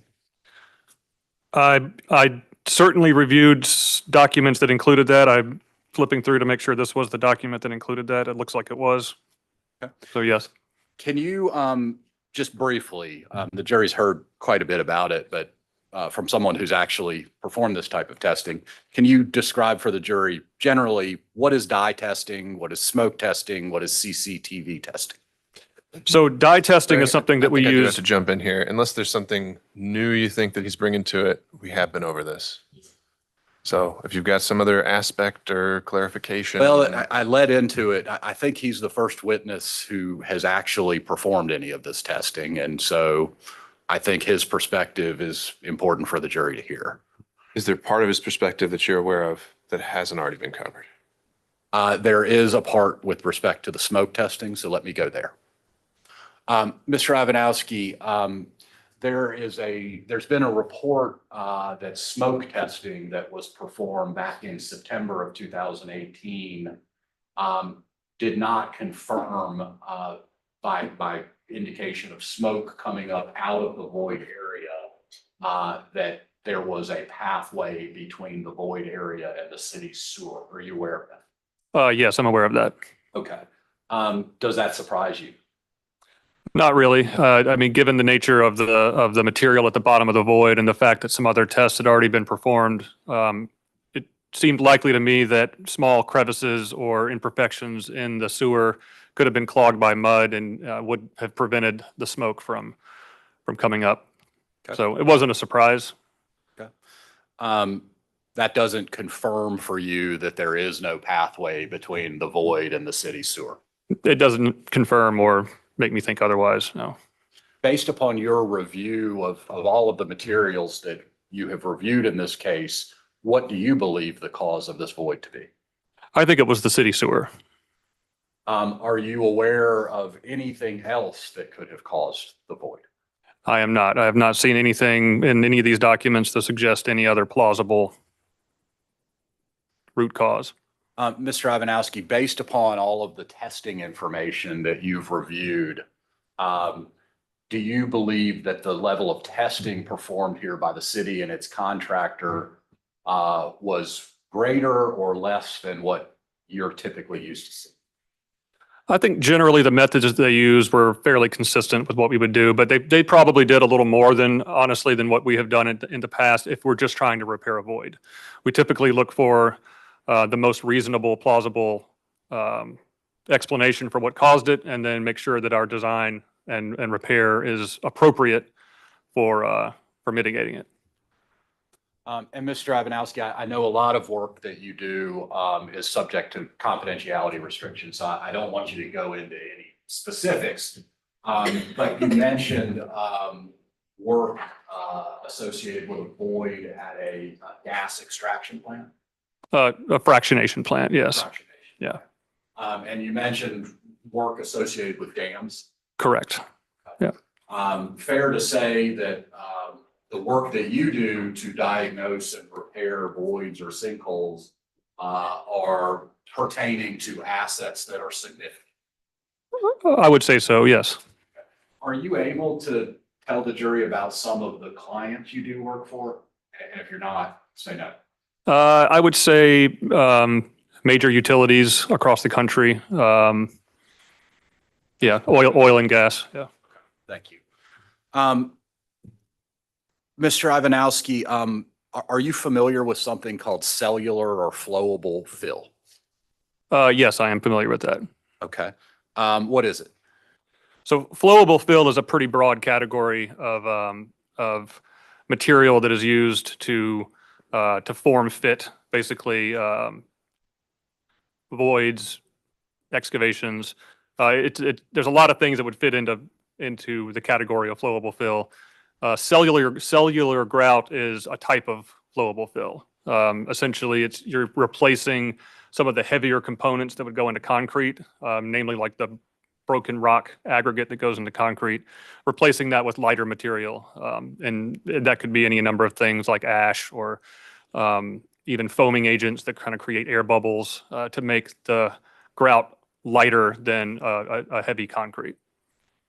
And Mr. Ivanowski, is this flowable fill something that you commonly use in your work? Yes, quite commonly. Okay. Is it something that is commonly used to repair a void or a sinkhole? I have used it, yes. I think it's pretty common. And when you're doing your work in the northwest part of the state or below Macon, are you able to always identify exactly what and when and how a sinkhole was caused? I think in the natural world, we deal with a lot of uncertainty. I think 100% certainty is something we rarely would ever expect. So we try to make our best informed decision based on the observations and the data that we have available to us. And if you're not able to know exactly how, when, with specificity, a sinkhole was caused, how can you ever be comfortable that you've repaired it?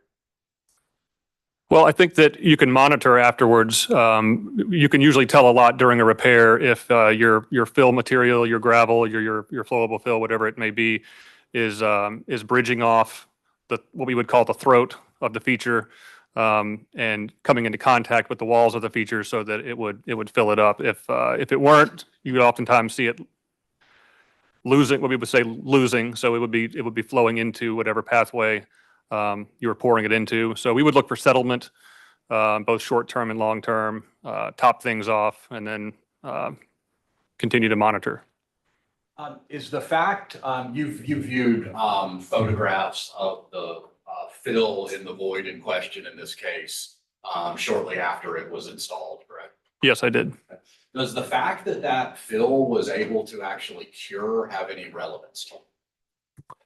I think it shows that the fill did not escape into whatever pathway. So it bridged off whatever pathway was at the bottom of the excavation and sat long enough for it to set up and gain strength. And have you seen instances where you keep dumping fill in and it just keeps accepting? Unfortunately, yes.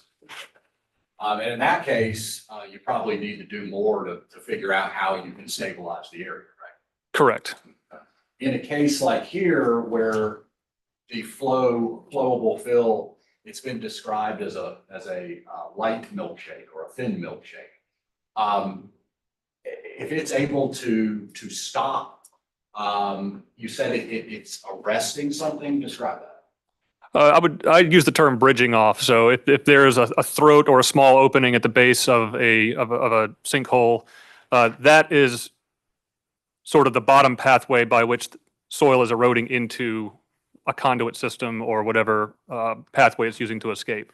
So we try to choke that off or bridge off that with graded rock filter or with grout in this case. And if it's bridging off, then that material will not escape down into that throat.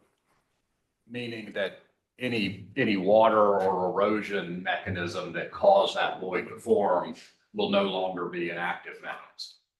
In the case of the use of grout, yes. Sometimes we would use graded rock filter to intentionally allow water to flow through if the site conditions were such that that's what we were trying to achieve. But yeah, with grout, the water is not going to flow through the grout.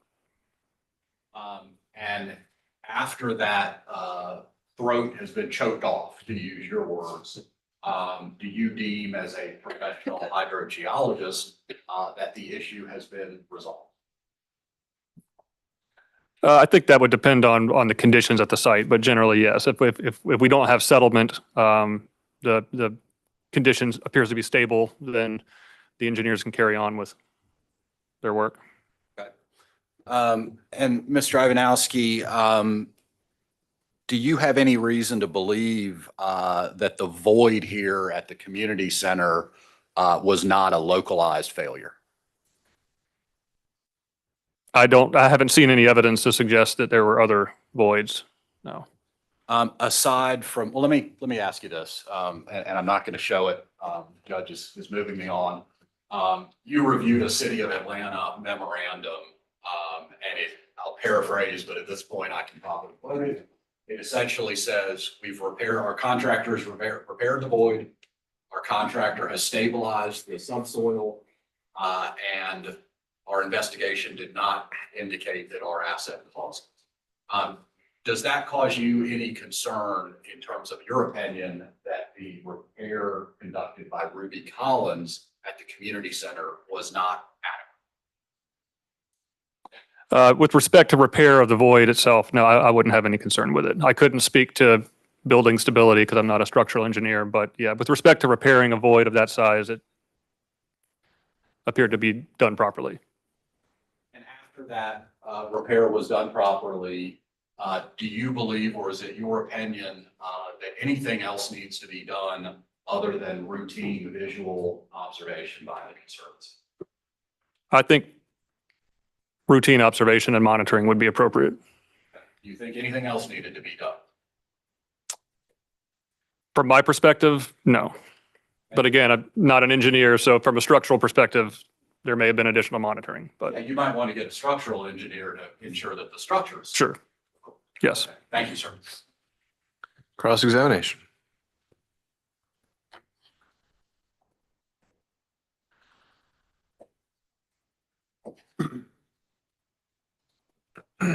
Morning. Morning. How are you? My name's John Moy. I think we've met before. Thanks for Yes. being here. Hi. Just want to ask you a couple of questions. You understand that I'm part of my job to ask you a few questions, but I want to be mindful of your time. Understood. Mr. Ivanowski, you just said you're not a structural engineer, right? Correct. And so you can't speak to the building's stability, right? That's correct. Okay. And you're also not a geotechnical engineer, correct? Also correct. Okay. In fact, you're not an engineer at all. Is that right? That is correct. Okay. You're a geologist? Yes. Hydrogeologist. Yes. Hydrogeologist. Okay. And I think you testified that typically in your role at your company, you would be brought in or be working with a geotechnical engineer who would be making recommendations as far as the work to be performed. Is that right? Yeah, I think that's fair to say. I mean, yes, the project teams that I work on range in size, but sometimes it's just a couple of us. Oftentimes it's 10 or 12 people of different backgrounds. Fair enough. And just to be clear, when were you engaged in this particular matter? Sometime in the last few months. Okay. Is it, if I said maybe fourth quarter of 2024, would that sound right? That sounds about right. Okay. Maybe So- third or fourth. I don't recall exactly. Fair enough. Yeah. Third or fourth quarter of last year. And who engaged you? Troutman Sanders, or Troutman Pepper. Someone from Pepper. Troutman Pepper. Okay, Yes. Mr. McCleary's firm. Yes. Right. And I assume that as part of your engagement, you were paid to prepare your opinions and also to review the materials you reviewed. Is that right? That's correct. You bill by the hour for that work? I do. Okay. And are you also being paid for your testimony here today? Yes. Okay. And so by the time you were hired in 2024, the sinkhole had long been filled, right? Yes. Okay. And we talk about the sinkhole or the void. I may use those interchangeably. I hope that doesn't offend you as a geologist. That's fine. You never actually have been to the sinkhole we've been talking about, have you? That's correct. I did not. And you never went to the community center building to conduct any sort of investigation, right? Nope. It was repaired before I was involved.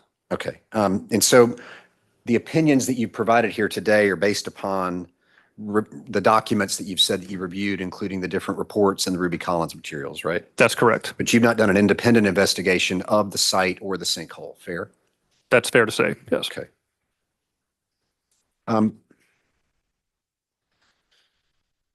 You said that it was a reasonable inference or a reasonable conclusion in your opinion that the city sewer caused the sinkhole, right? Correct. And you're aware the city memorandum reflects otherwise, says it didn't cause it, right? I did read that, yes. Okay, so I assume you just disagree with that? I do, Okay. yes. You don't have any conclusive evidence as to your opinion that the sewer was the cause, is that right? There was some correspondence that I reviewed in the document package that did indicate a positive dye test that would have connected the sewer. Also, some discussion about water loss from the excavation losing down into whatever was below it, which is the sewer. Okay, but my question was, you don't have conclusive evidence that the sewer was the cause, correct? Conclusive evidence? No, I don't. Right. And you also don't know how many other sewer lines are underneath the building that we're talking about, do you? Based on the drawings that I saw, there was only the one combined sewer. And the drawings you saw was just one sewer running under the building? Is that I your think there testimony? were some utility lines, maybe some small sanitary sewer lines coming from the building, but yeah, the combined storm sewer. Okay, and whatever you're recalling, it's based upon the documents you reviewed, is that right? That's correct. And so is it fair to say that you would not personally know if further investigation or repairs are necessary at this particular site? I suppose that's fair to say. Okay. Yeah. You did testify, I think, in typical your experience after a sinkhole or a void is filled with this grout that we've been talking about, that you would typically recommend monitoring the site afterwards, or that's something that could be done, right? Yes, visual observations of the grout just to observe for settlement or loss altogether of the grout. Well, not just visual observations, but also what about more prolonged monitoring of the site to ensure that it's stable and that the soil is stable?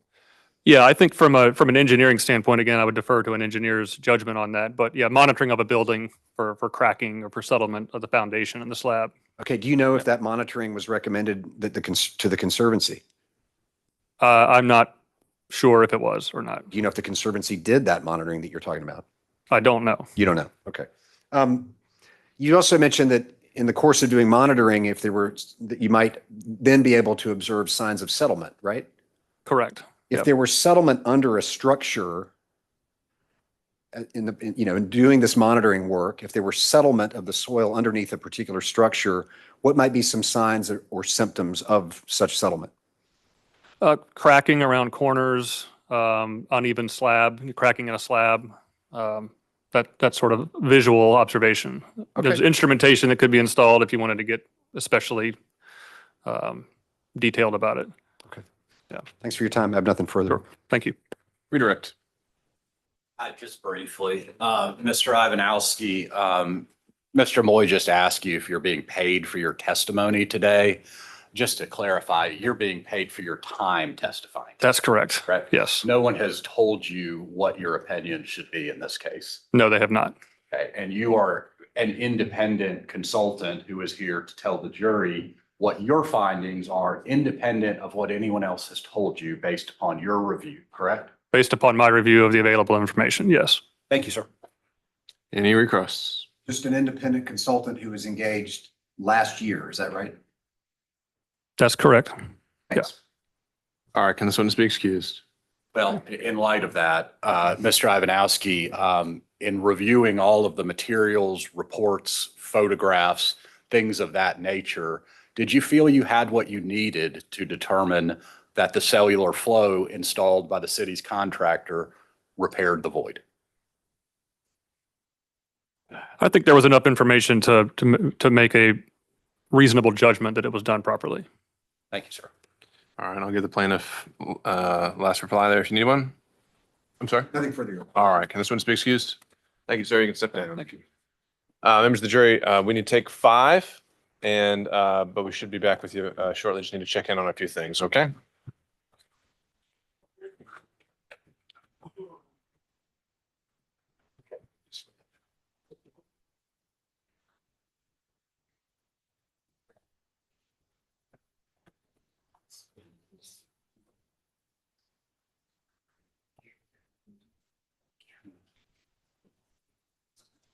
man.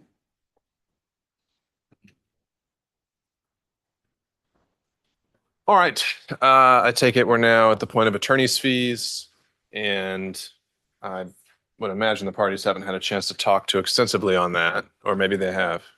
90 seconds to talk to my colleague. I may have an update on that. All right, we'll hold in place.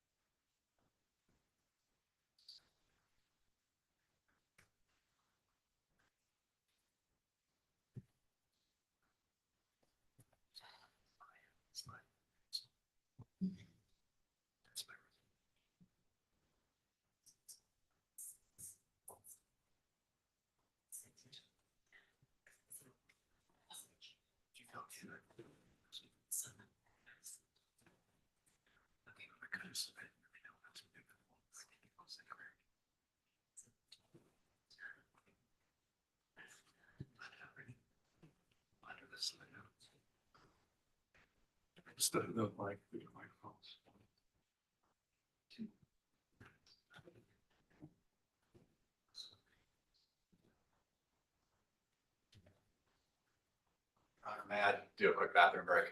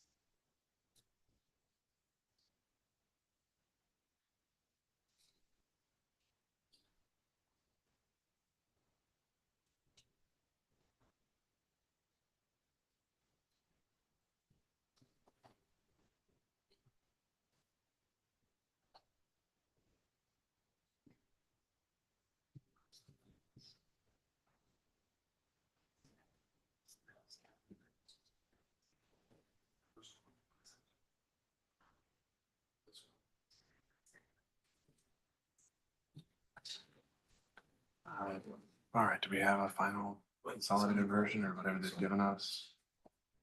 Did they ever send over a spoliation? All right. Well, can you just take whatever you have, like the most recent editions, and print me off 2 copies? I'll get one for the record and then one for me to work off of.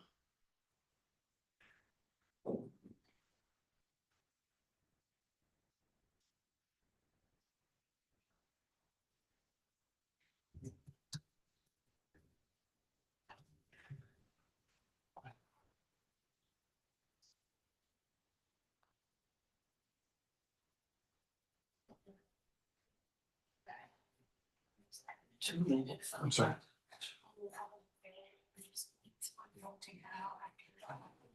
Let's do it. Keep it in there. We'll talk about it during the charge conference.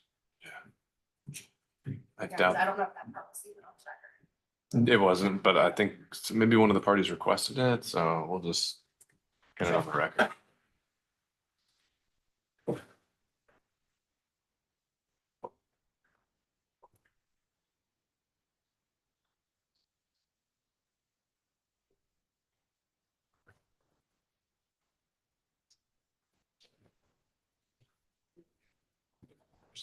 It's fine. Right. You emailed it to him.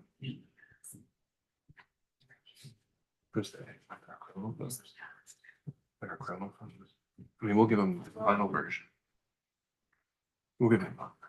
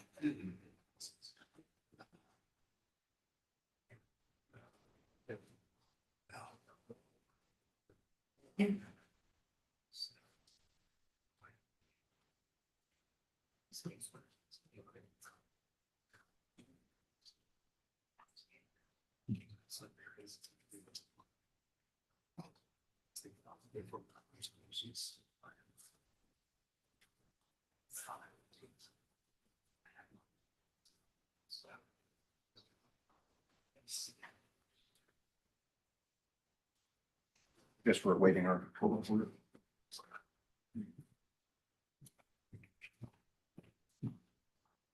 The hardest working person here.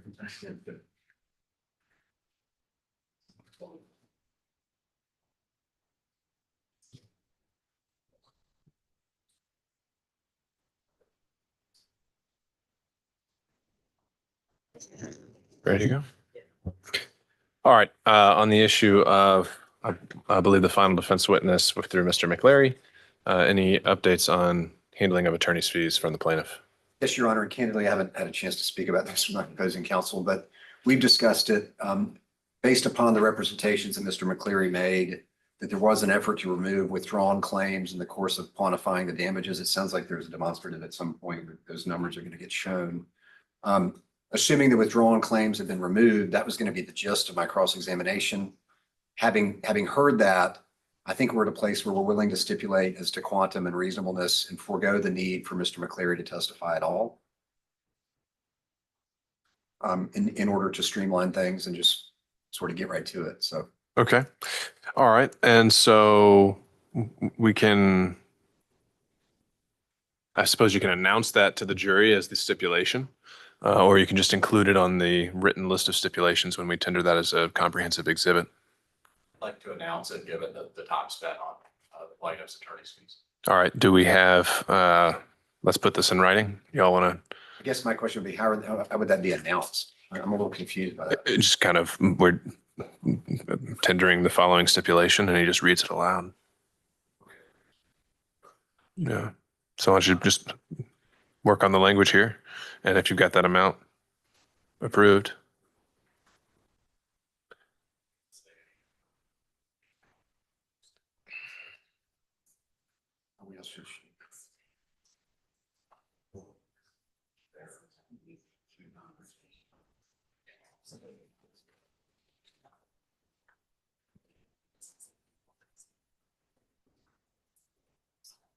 We also have this note. I don't know if anything. Oh, yeah.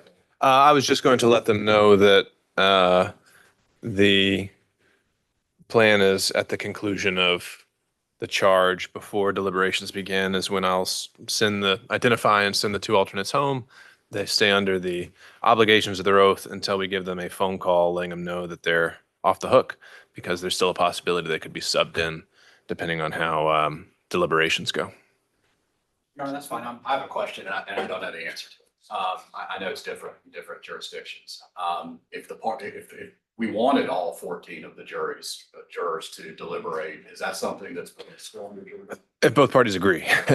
Generally, anything's permissible if you both agree. But no, the alternates are supposed to be kept separate and outside because it's just the verdict of the 12. And if they're not going to be part of the 12, then their opinions and influences generally, unless everyone wants it to be a group effort, shouldn't be influencing the remainder of the jury.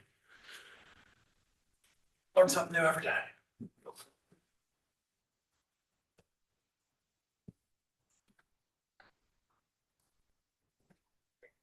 Thanks, John. Please.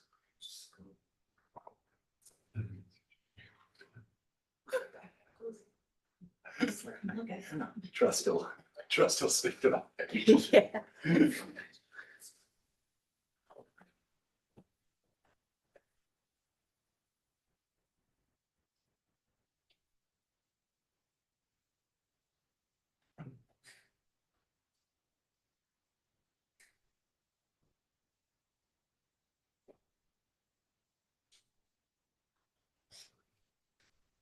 Yeah. You okay with this? So,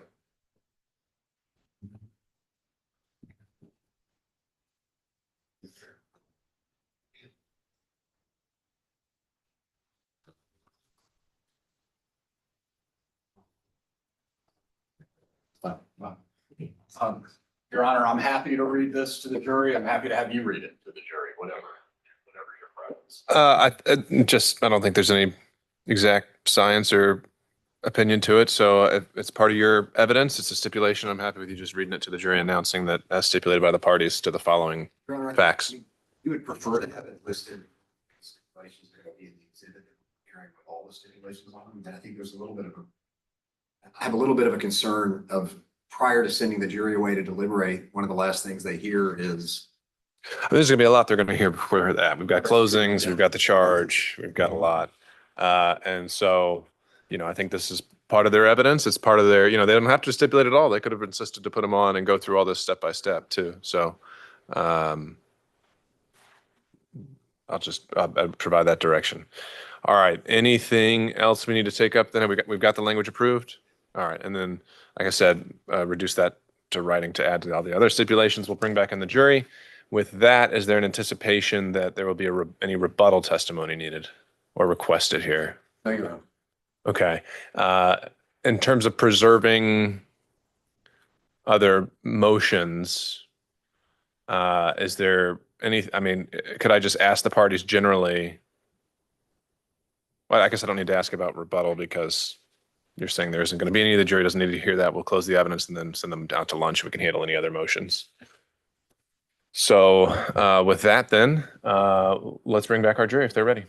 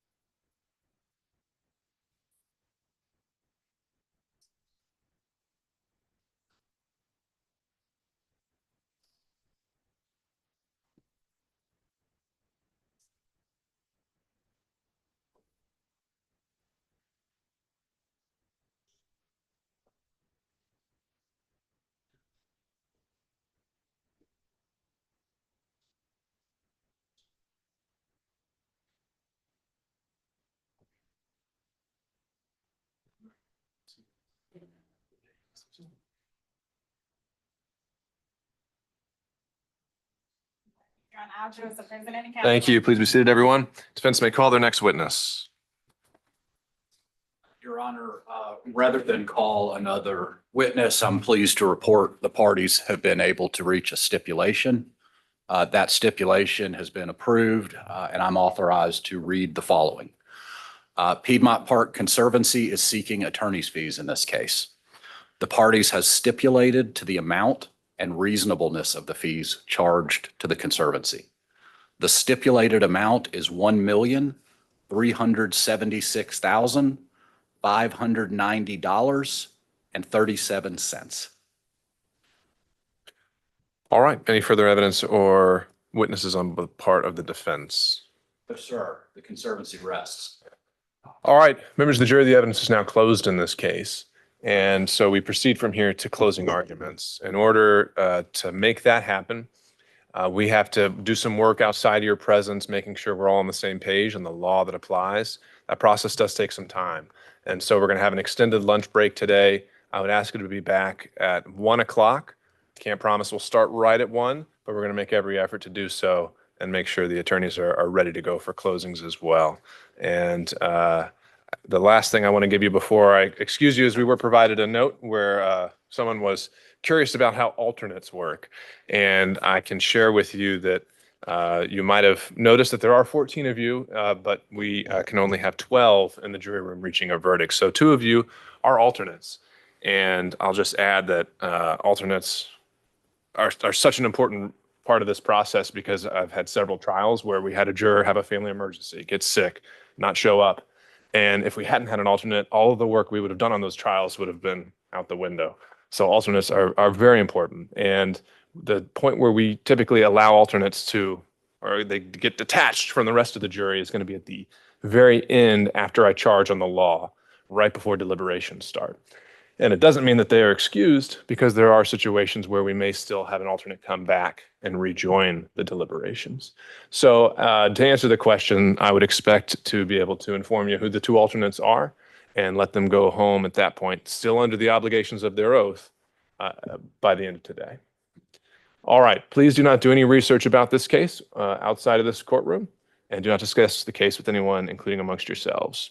We'll see you back at 1 o'clock.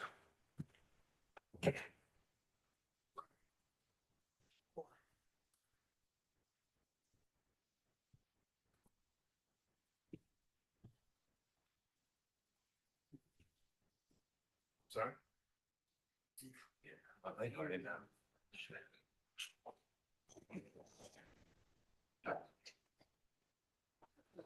All right, starting with the plaintiff, renewing the motions previously raised, any other legal things that need to be supplemented or clarified, or are you resting on the same arguments and contentions? As for breach, we rest on the same argument we made previously, Your Honor. Don't think any of the witnesses have come up and shed light on that issue in either direction. With respect to damages, and again, we're trying to take this in real time, and so I may have missed this. But one of the damages I understand that opposing parties asking for is lost rent or failure to pay rent. And I didn't hear any numbers put in evidence about the rent that was not paid by our client. And so I'll ask on that front. There's just no evidence to send back to the jury unless I missed it. And so the only thing I think they're left with from a damages perspective is rehabilitation. And I would just, if that is appropriate damages in the sense that anybody, if another tenant, if they had left years later, eventually that the property still got to be rehabilitated for whoever the next tenant is. So I think those are sort of naturally occurring. The final argument I would make, Your Honor, is on their request for attorney's fees. We listened intently to all, I think it was 4 witnesses that they put up. Didn't hear showing a bad faith, or at least the sort of bad faith that we think is contemplated by 13611. I understand that there's arguments that our client went and became a press conference that they would describe as probably being hyperbolic, that our clients undertook actions like sending packets to the board. But from my perspective, those reflect a exercise of First Amendment rights, whether good judgment, not good judgment. I'm not sure that that's the kind of thing that 13611 contemplates. My understanding is 13611 contemplates attorney's fees that arise very directly from the transaction or the dispute in question. In other words, around the contracting process. And I would say those are extraneous or outside of the contracting process. So on those grounds also, we would argue that attorney's fees are not warranted here. We preserve the arguments we made earlier, Your Honor. All right, let me clarify that on the defense side. Is the defense seeking lost rents as a measure of damages in this case? We are, Your Honor, and it's a fairly minimal amount. We have admitted and discussed with 2 witnesses the May 31st, 2019 termination letter.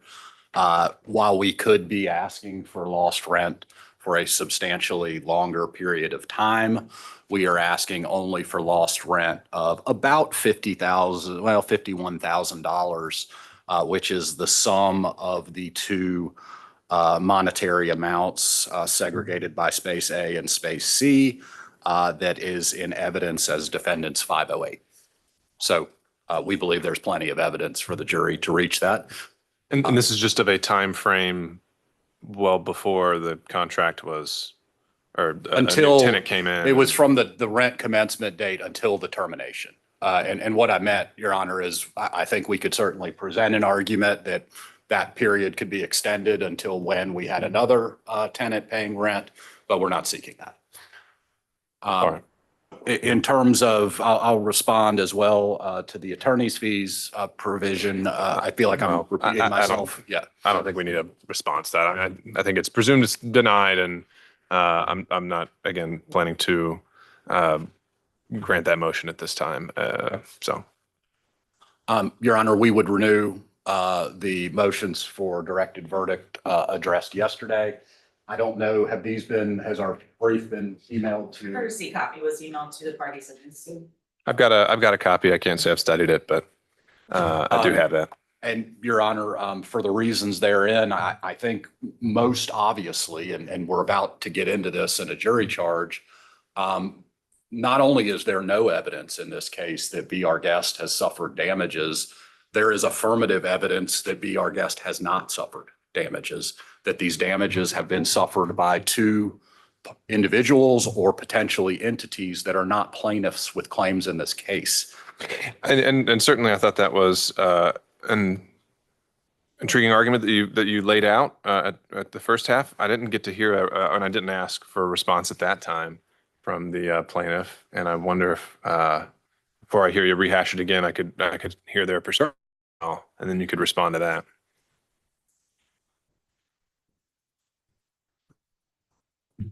So I've not had the benefit, Your Honor, first of all, of reading their motion, just so the court is aware of that fact.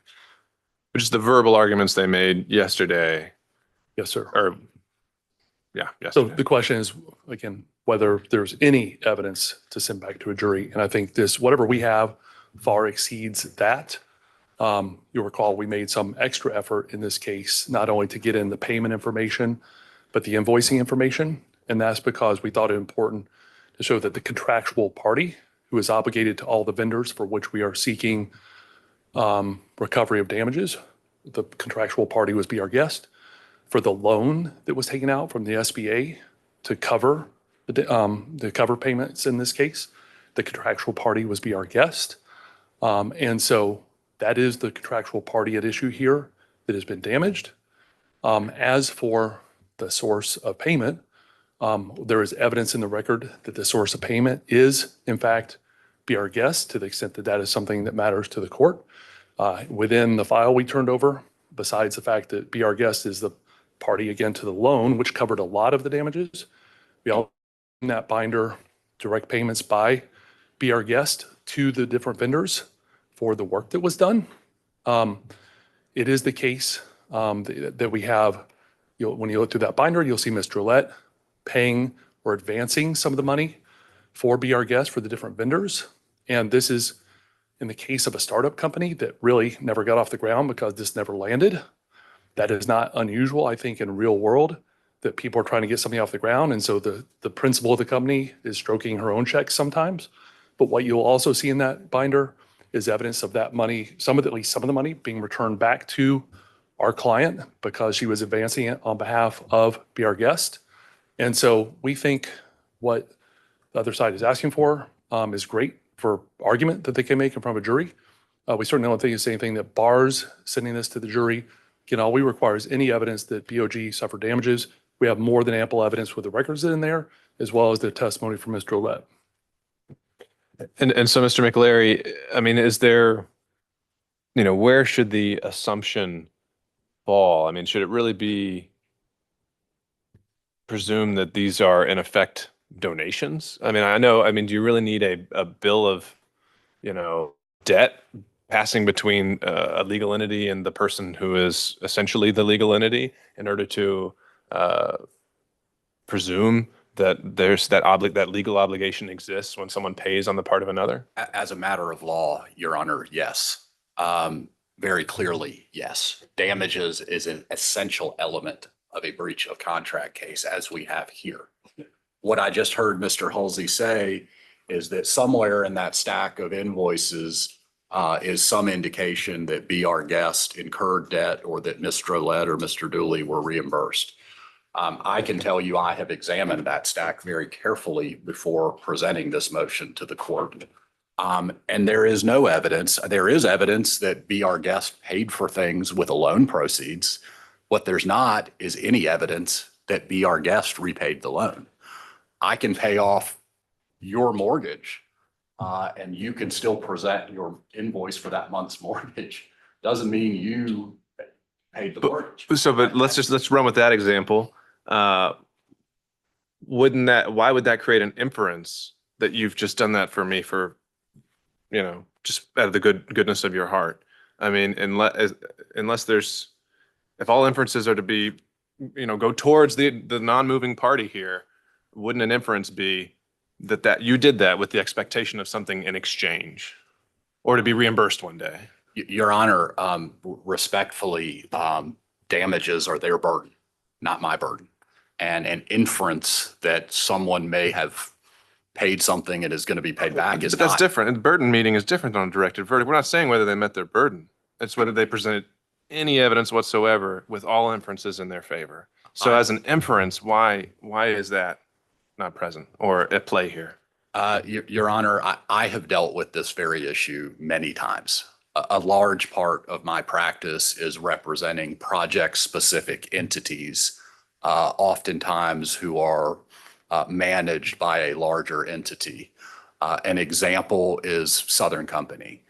Southern Company has dozens of entities that operate specific facilities, oftentimes with partners in those entities. If Southern Company, if that entity is making a claim, some part on a power plant is defective. If the project company, as the owner of that plant, is making a claim in court that whoever, the supplier, is responsible for that defective part, and Southern Company has bought the replacement part, and there's no evidence of an intercompany agreement by which the project company has to reimburse the party, that is absolutely grounds for a directed verdict. Ask me how I know. Well, you have a case cited in the brief you gave us that's outlining this? We do. We have All right, several. and just if you can give it to me offhand if you know it. Ms. Tarver may be able to do that. All right.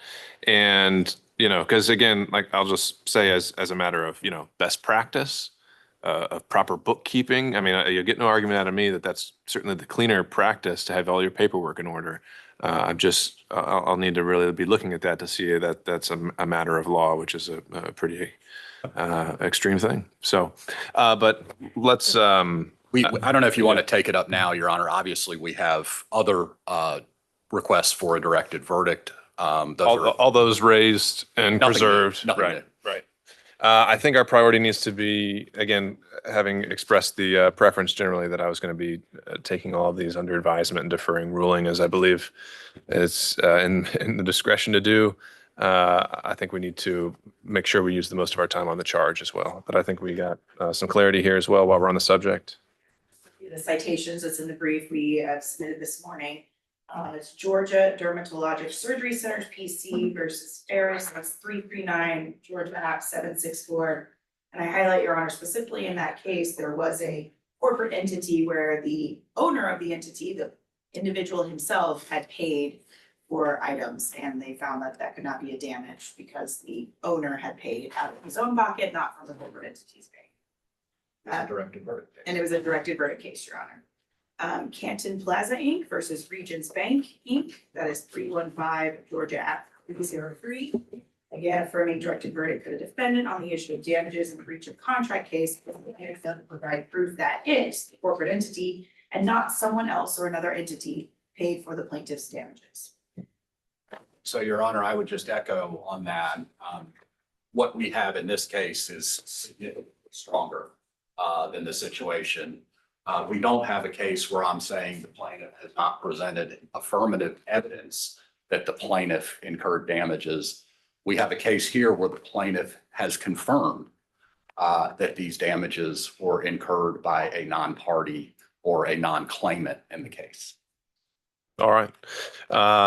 Again, depending on where things go from here, I certainly could see that something needing to be addressed in, post-verdict briefing if it comes to that. And I think it would be benefit at that stage from being able to really parse the record and make sure I have exactly what I have and be able to study these cases. But I believe all the motions raised have been preserved. And I think with that, we move on to our charge conference. And so what I've done is we've printed out that's fine. I've printed out the compilation of all the requests, all the patterns, all the variations in kind of an omnibus packet, which I've marked as Courts Exhibit 3 and I'll tender, just so it's easier to follow along with a transcript if need be one day. generally how I've done this is instead of, there may be each one of these merits a discussion, but in order to move things efficiently is I'll just kind of move through them, and at any point anyone has an issue they want to raise, feel free to be heard and object or anything else like that. So, but some of these, if they're just the patterns, I'm just going to move right through them and reference a page number for you. And Your Honor, you're working off the version that Ms. Sue sent us yesterday, I believe. I think there's one where we incorporated, there's another one that incorporated a supplemental request that y'all had. So it should be a 45-page document that we sent to you by email today. Yeah. Are you comfortable with it?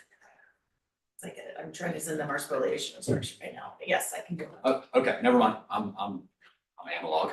Okay. My co-counsel can handle it on the screen. Can we get another one up on the other screen here? We've got another laptop here, perhaps. Ms. Mason's gonna mostly handle this. I'll jump in as needed. Okay. All right. Then with that, I'll start off with page 1, pattern charge on the pleadings, which has been filled in with the parties. And what I might suggest, just in terms of not repeating ourselves too much, is anything after the first sentence about which claims are going to be brought, we cover those later in the charge as well. So I would propose striking the second sentence, since we're going to say that again later. And I'll also point out at this point that I wasn't planning on sending the pleadings back. So any references to pleadings have been taken out of here, and it would just be this charge, written form, and our verdict form. So unless there's any input or thoughts on that, and we can always come back to it if things occur later. That's the plan on page 1.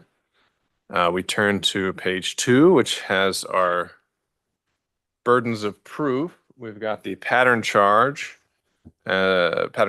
rather, as well as the defendant's kind of compilation of the pattern charge. And I think in working through these, the plan would be to use the pattern charge as the starting point, and we can plug in clarifications or additions that the parties raise. So to that extent,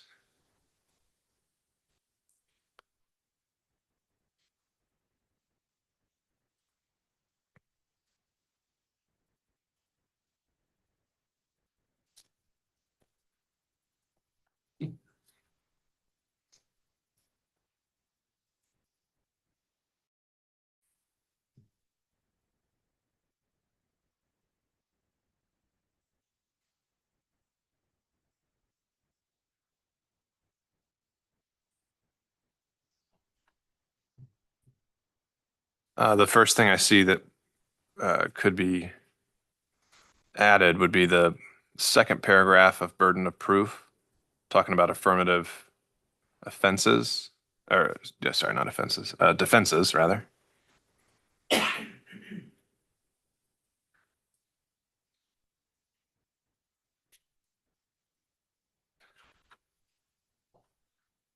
And I would move that up into the pattern charge in between when more than one claim is involved, and then the next paragraph in deciding whether any fact has been proved. That's where I would move the paragraph on affirmative defenses. Looking at the middle under 040. That's right. That language on affirmative defenses, moving it up inside the pattern charge on burden of proof. Move all 3, Your Honor, including the plaintiff, be our guest, has the burden of. No, just the middle paragraph about affirmative defenses, because those other 2 paragraphs are already covered in the pattern charge. Well, it doesn't call out be our guest specifically, Your Honor, so I'm confused about why we would call out Piedmont Park Conservancy specifically as to the affirmative defenses in our burden when the pattern charge is just generic. I agree. I just want to make sure if we have identified the affirmative defenses that the plaintiff is bringing here, if any, would you want to affirmative defenses on your part? No. So that's why. Yeah. So there being no affirmative defenses on the part of the plaintiff, that's all we need, right? I guess I'm just confused about what you're suggesting, Your Honor. I'm trying to follow, but I'm confused. Just as written, the paragraph that starts, the defendant, Piedmont Park Conservancy, has filed what are known as affirmative defenses. And because PBC is the only one that has affirmative defenses, I would take that paragraph as proposed and plug it into the middle of the pattern charge on burden of proof.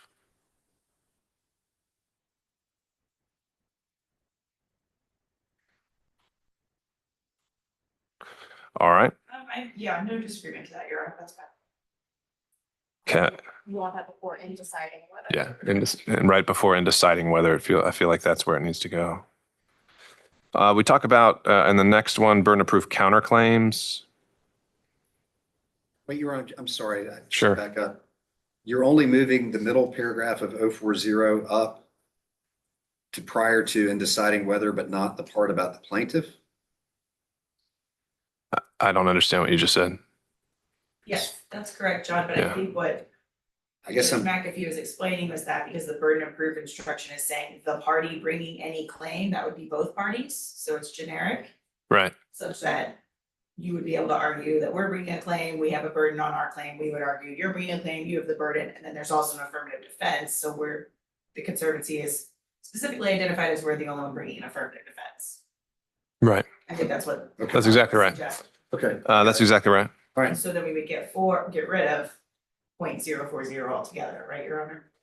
Yeah, I don't know if there's really a need to highlight that counterclaims are governed the same because a counterclaim is a claim. I was just gonna agree with you, So- Your Honor. Says any claim, It yeah. could all be Yeah. captured under. Exactly. Thanks. I'm with you, Your Honor. All right. So we strike everything listed here as 2.030 on page 2. And then on the page 3, again, there's some language that some overlay and maybe goes a little bit more into some details on preponderance taken from perhaps what is this? I don't think this was the 11th Circuit one, but it seems duplicative to me. So I would say we'd strike page 3. Your Honor, we All right. preserve kind of the more specific language we have there, but just for the record, we'll preserve that, but we understand you will. The language about how it applies exactly to this Correct. case. Okay. We would want that stricken, so. Just for the- All right. Okay. And so unless you can highlight like a specific clarification, I know it's more particular additional clarification, then I'll move on, but all the issues are preserved. Page 4 and 5 are defendant's non-pattern requests where it really zooms in and highlights exactly what the theory is of how the breach occurred. And I think as I indicated previously, I generally try to keep the patterns more high level, and I would be inclined to strike 4 and 5 unless you want to walk me through why those are necessary here. For requested charges, Your Honor, so I'll start us off. I think at the end of the day, this jury, it goes hand in hand with our conversations we've been having about the verdict form and how specific we're going to be in those questions. Just having kind of the wide open breach question lends to what is material and what, all of those types of questions. So what we tried to do in these instructions, Your Honor, was to really narrow down on what the parties have put in the pretrial order as to what we think the breach is. And my understanding and what we contend is that BRGS has breached the lease by failing to start paying rent and commence rent payment on the dates that they were obligated to do so, and to conduct their business in the spaces. And then for the next instruction, which was our requested charge number 14, our understanding is that plaintiff's going to say we breached the lease by failing to keep the building in good and tenable repair. So just to guide the jury as to the grounds of the parties' arguments as to breach of the lease and the lease language itself, we thought that this would be better guidance for the jury to understand exactly what the parties are contending the breaches were. And Your Honor, if I may briefly respond to that. I think part of the issue we have, in addition to your preference to keep it more general, is I think if anything, this invites more confusion. I think the parties, well, first of all, the jury charge as proposed doesn't actually conform to the evidence. There's been conflicting evidence and testimony in the course of the trial about when the breach occurred, when, for example, the rent commencement date actually was, because it was never actually written out anywhere. There was a demand letter from Mr. McCleary that took the position that rent commencement was on October 2nd, but then in a subsequent termination letter that was sent in May of 2019, They noticed the default saying that it would have occurred as of December of 2018. So, and again, Mr. Gillette has testified that she calculated the rent commencement date different than the defendants did. If anything, I think having the specificity invites the jury to be confused about, well, when did it occur? You know, if anything, these can be raised in closing arguments. I expect they will. But to the extent it's part of a jury instruction, we don't think a pattern charge for breach is necessary, and we tend to prefer the general. To be a non-pattern charge. I'm sorry, let me restate. We don't think a non-pattern charge is necessary. Extent it matters, my letter said no later. Said October 2nd or no later than December. So I just think it's confusing, and I think the jury's gonna have questions about what that even means. All right. I mean, I certainly don't disagree with the intent behind them and the desire to kind of give them some guardrails in a case that's been that I'm in. But I am just very wary of making the explicit language of exactly here's what you should be looking at and here are the terms. And so with that, I would say that there's going to be charges later on in the packet that talk about just very at a high level that a breach is when you fail to follow it. The jury's going to have the lease. They've heard all the evidence, and counsel's going to be able to guide their deliberations through closing arguments. So it's preserved for the record, but I'll strike page 4 and 5 from the proposed omnibus packet, and I'll move on to page 6, which is evidence generally. I'll include the parenthetical here, which talks about stipulations, since we have those. And I'll just include all the other parentheticals. Those all seem applicable in brackets and that sort of thing. I don't see anything really to tailor in this pattern charge. So not hearing any objections, I'll move on to page 7, which is the pattern charge on direct or circumstantial. Not seeing anything to tailor there, and so I'll give it as written. On page 8, we then enter our stipulations. And as I indicated, if I can get that put into a written format, if you can give me an exhibit number, or I can just say it's going to be a court's exhibit. Mr. John, we're preparing that exhibit as we speak. All right, so I've entered court's exhibit 3. I'll just say this is going to be court's exhibit 4. Is putting it together. Yeah. So y'all hand me that when you have it. I'm going to write that as court's exhibit 4, and then I'll delete everything that's been highlighted in the omnibus packet. And that takes us now to page 10. I don't believe I took judicial notice of anything, so I would strike page 10. We agree, Your Honor. All right, I move on to page 11. We did have some limiting instructions, and I don't see anything to tailor in the pattern charge, and so I'll give it as written there. 12 is the pattern charge on expert witnesses. Don't see anything to tailor there. I'll give it as written. I move to credibility on page 13. I'll flag that the bracket that is usually there about all the different things of examples that you can consider on credibility. The one that lists their intelligence has been very much out of favor lately, and I think we've just proposed eliminating that from the pattern, but that won't be effective until August. But I'll leave it up to the parties if they have a preference. I would say on the floor to strike their intelligence from page 13 is one of the delineated factors of a witness's credibility. You have no objection to striking it? No. All right, then I'll do that. Otherwise, I see it as the pattern charge, not requiring any additional tailoring. Turning to page 14, we have witness attacked, old impeached. And this is talking, if someone had formally opened the door to character, talking about reputation or, their opinion of them in the community.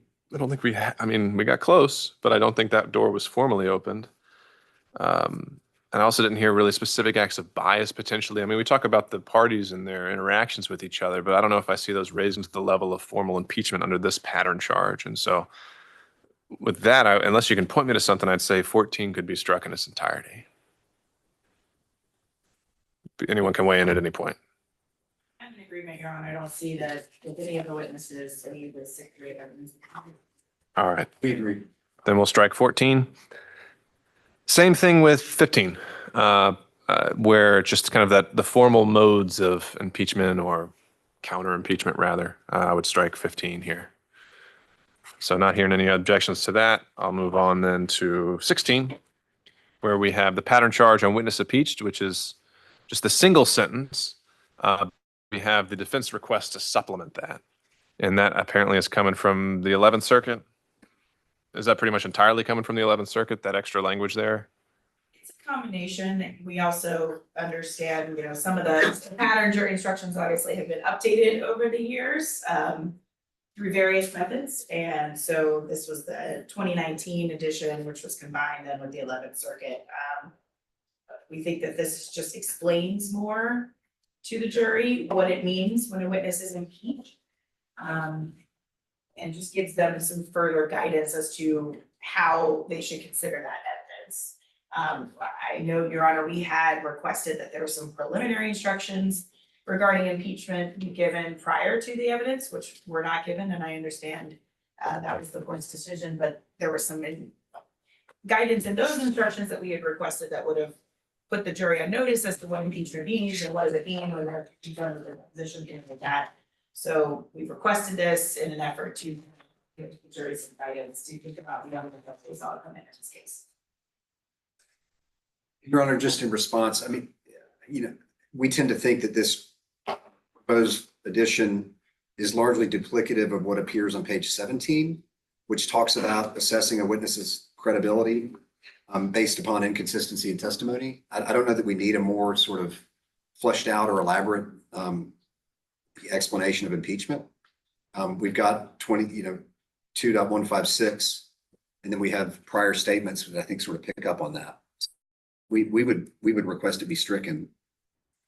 I certainly don't think it's an accurate statement of law. I think some of the 11th pattern instructions I've seen, along the way can be more kind of plain spoken, illustrative. I like some of them. And, this is a situation where, it's kind of a real world application of it. That being said, I do have to try and stick with the principle we're not supposed to dwell or overemphasize certain principles of law over the, especially if the parties aren't agreeing to it. So your position, Mr. Moy, then is that the defense requested charge 7 should not be, any form of that should not be taken or adapted or Yes, Your Honor. adopted rather? I don't know that we feel very strongly about it, but I think we believe that the statement on page 16 and the instruction on page 17 are sufficient. And as I pointed out, I think 17 contains some of the gist of what's trying to be captured with the proposed addition. All right. Well, certainly I think all the nuances and the phrasing of the 11 is fair game for closing, but it is captured in the Georgia prior statements pattern charge where you're to decide whether there's a reasonable explanation and that covers it. So the plan would be, I would give 16 and 17, the pattern charges as written here, and not the defense requested charge, but the request is preserved for the record. So we move to 18 and 19, and we preliminarily discussed some of this. I know I think we're still working on getting me a spoliation request, but sorry, it's okay. We'll look at that last thing. But otherwise, do we think failure to produce evidence is even applicable here? We do, Your Honor. You do. Okay. Okay. Yeah. All right. I'm going to have a few, we're moving quickly this morning. I had not read and have some edits proposed to the spoliation charge. I'm going to go make sure I can do those right now. Okay. We'll save that to the end and go from there. Okay. So we'll include the parenthetical when a party has evidence that rejects or disproves a claim, and then give the rest of it as written. Similarly, with failure to produce witnesses, do we also think that's at play from both parties' perspectives? Yeah. All right. So I'll give that as written. 20, as now we get to our causes of actions. And this is here where I think let's broaden this to say that, I mean, essentially we could say both parties have asserted a cause of action against the other based upon breach of contract.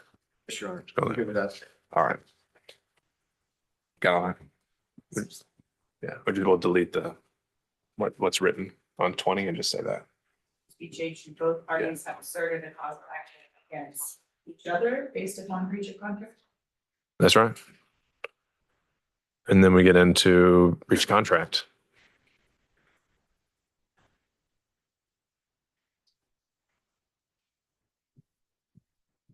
All right, so then we get into our contract charges. We have the pattern charge. Defense has proposed a second sentence kind of focusing in on the lease agreement. I mean, I think I don't really have an issue with that. I don't think it's going into the level of particularity that the other ones had. Is there any objection to this addition from the defendants? Objection, Your Honor. All right, so we'll give the defendant's request to charge 10 in lieu of the, or in addition to the, in lieu of the pattern. We move on to page 22.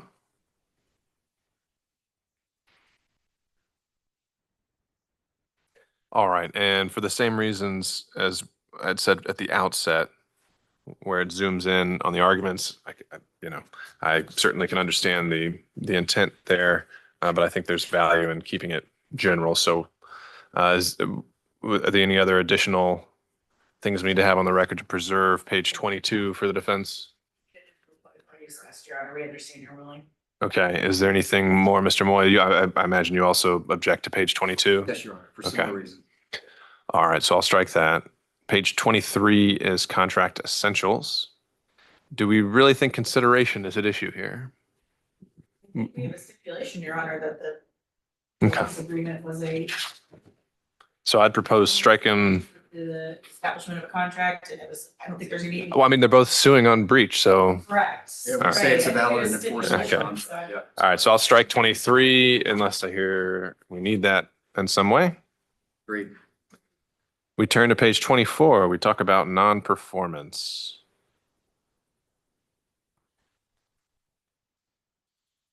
This being the affirmative defense that we were referencing earlier. Mr. Moy had said that the guest was not bringing any affirmative defenses, so I guess they're saying here that there was non-performance on the part of Piedmont Park, but pretty sure that was not affirmative defense, that was in the pleadings. I think this can be, it wasn't intended to refer to an affirmative defense, Your Honor. It was speaking to the issue we talked about yesterday, which is a breach that excuses the other party to the extent it's material. So maybe it needs to be reworked, but that was the. I mean, we don't have a pattern charge on excuse for non-performance. I don't believe we do. We sent these over to the defendants and they had initially said that they thought this was a helpful charge to add, but we can certainly, I don't recall ever responding to that. Discussed the jury instructions here. Yeah. sorry, it was actually in court, my mistake.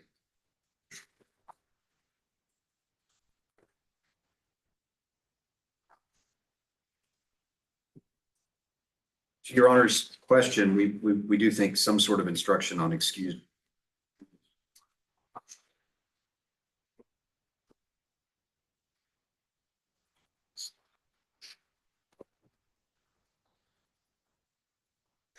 As I, shooting from the hip here, it wouldn't, the principle of law you're trying to capture is not an affirmative defense.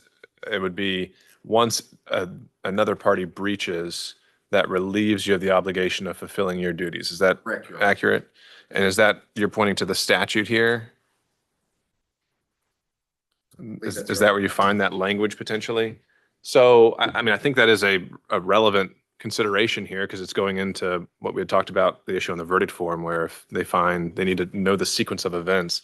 In terms of phrasing, though, we'd need to work on phrasing. I'd want to say just the general principle of law and not really confining it to be our guest. Yes, Your Honor, the statute says if the non-performance of a party to a contract is caused by the conduct of the opposite party, such conduct shall excuse the other party from performance. I wouldn't object if we just have that language and then both sides can argue that they were excused from performance by non-performance of the other party. I think if it's worded this way, this calls for affirmative defense that isn't being pled. We're good with that. Okay, so we're going to take that statutory language and plug it in. But I do think we should be clear, though, whether this is an affirmative defense or not, because if it is, and the plaintiff's going to be arguing it that way, then we need to note that at the outset where we talked about burdens of proof. And so, Grab a copy of the pretrial order. Okay. I don't recall our guests, including in that pretrial order, the legal issue decided by the jury as to their any affirmative defenses that our guest They need may have raised. a minute or two on that. yeah.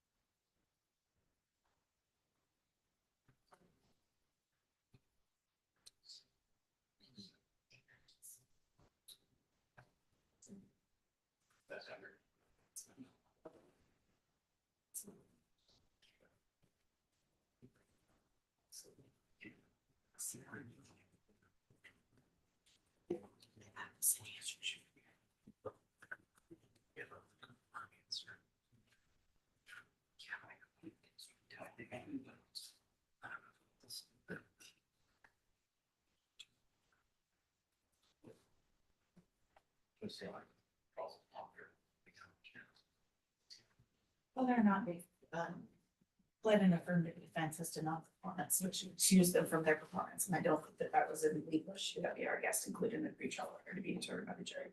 So we argue against fighting for our breach, their breach, but it's not an affirmative defense. You understand? We can argue non-performance as to your alleged breach claim. As to, I mean, I'm scrambling, Your Honor, because this wasn't the pretrial order. I wasn't prepared to defend against a affirmative defense by being a guest on this. I mean, at the outset, I think that's the bigger issue here is whether this statute, excuse for non-performance, is an affirmative defense, meaning they have the burden of proof of proving it. I think it would be. So they're all affirmative defenses.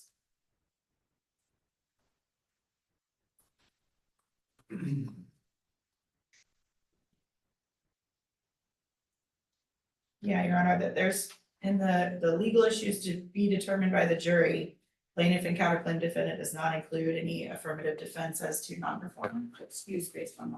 Oh, well, that's explicitly said in there. All right. Well, in that case, We have put our affirmative defenses in, Your Honor, but Yeah. there's I think it's explicitly said. I think she's just saying that it's not there, right? no, I think she's saying you explicitly foreclosed the ability to pursue affirmative defenses in the pretrial order. Can you show me the page? yes. Your So I'm Honor. looking at it. Page 11 in the pretrial. I've got a copy. I just need the page number. So you see, we have some issues that are agreed upon by the parties, and then there's plaintiff and counterclaim defendant issues.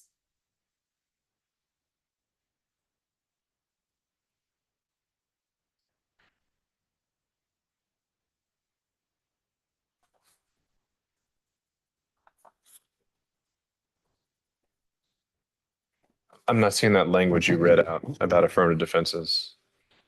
No, I mean, there aren't any listed Ah. here as to an issue that they claim that sort of the jury needs to. Okay. All right. So with that, if the principle behind 13-4-23, excuse for non-performance, is in the nature of a affirmative defense. Right, and that's the issue I'm having, is I'm just not seeing that it is. And it sounds like each side wants to argue non-performance as to the other, and that's what I'm struggling with.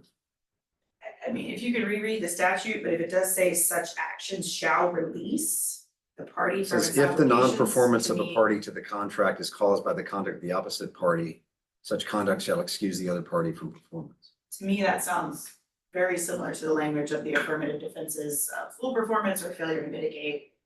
Failure to mitigate being one of the affirmative defenses that Piedmont Park is asserting in this case. So I would say, Your Honor, just from the basis of the language of the statute, it reads as an affirmative defense, which BRGS has not included in their issues in the control room.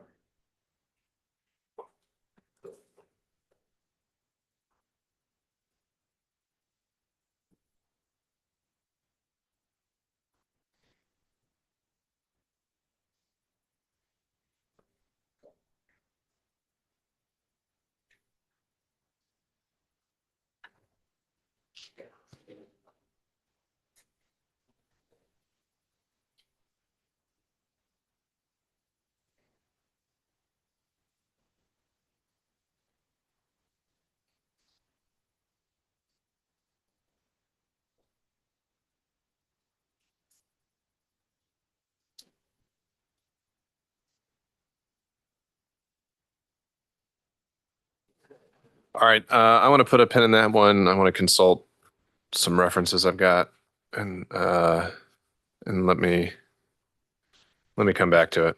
You know, I would just note, I don't believe, I mean, just to get to the, sort of the core principles, it's not identified as a required affirmative defense under the pleadings standards.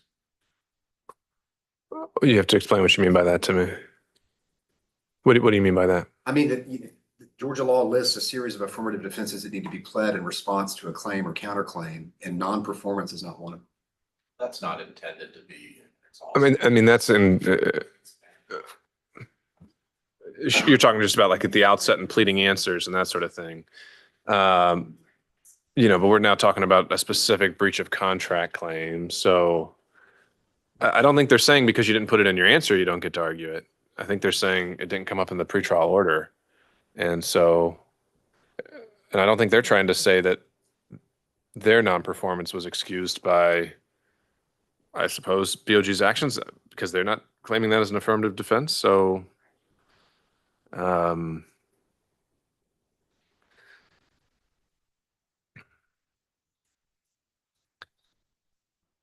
going to take a closer look at that in the time we have. I want to see where the other hot spots may be. Your Honor, and we have a couple more instructions after this, but I think there is also instruction that was requested by BRGS as regards to constructive eviction, which is also an affirmative defense that they've not included in the pretrial order. Yeah, I mean, all the requests coming up later on landlord tenant, I've got some questions on those, and we'll get there. I got it as a similar issue. Page 25, we have good faith of contracts as a pattern charge. Is any issues with including that? I don't see anything that would potentially need to be tailored. Is it needed here? Is it on point? Okay. All right. 25 will be given. We have then our pattern charge on contract damages, which I'll give as written. I suppose now we're on page 27 about damages by agreement. We have the issue of attorney's fees, but I don't think we have liquidated damages in principle here. You're right. Okay, so I would strike 27 about liquidated damages. The only question would be, perhaps we can handle this when we get to the attorney's fees instructions. Because again, we're seeking attorney's fees in two different methods, and I think the Right. instructions as they're set forth currently only really apply to the bad faith, 13-11 type of attorney's fees. And so to the extent we need to have some sort of. Well, I think maybe page 26 would cover that, because it says damages are recoverable as the parties contemplated when the contract was made, and you get to point to the contract and say, we contemplated attorney's fees. I agree. All right, let's turn to page 28. We've got nominal damages. Maybe I should add that as a line on the verdict form. Nominal compensatory for both parties. Any thoughts?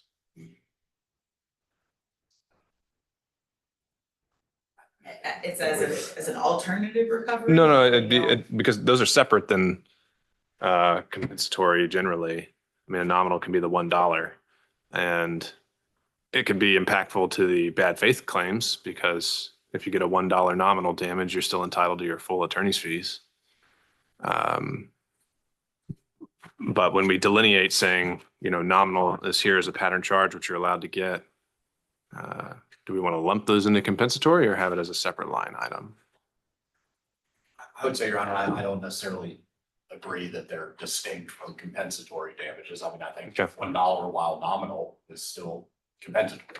Okay. So I don't see anything in this charge. Any thoughts, Mr. Moy? Like the charge, Your Honor. Well, I mean, the charge is definitely coming. Yeah. I'm just using that to say, oh, wait, should we do something with our verdict form to reflect that? We would be in favor of that, but We would be opposed to that, Your Honor. I think if they want to argue that there's a nominal amount, even if they have compensatory damages, argue that and ask the jury to put that into the line that's asking for compensatory damages. I would just note, I mean, to the extent we're going to be arguing about damages, it sounds like we are. I think it's appropriate under Georgia law, the jury can find nominal damages. Like you said, even if it's $1. And so in this case, if we're going to be quibbling about whether invoices were actually paid by Mr. Aled or some other entity, if it's going to the jury on that issue, Okay. the jury could find some nominal damage. I need to, because this came up in a trial we had last year, the definition of nominal, and I'll double check it and give you the site, but I do believe by definition it is actually in a separate box from compensatory. It's not saying it's to compensate, it's just to recognize a breaching party. I'll double check it and we'll see, and we'll come back to it. But Mr. Moy, they're saying just keep it lumped in compensatory. And do you have a position on that in terms of the verdict form? These are on the form. On the verdict form. We would like it separate, Your Honor. Okay.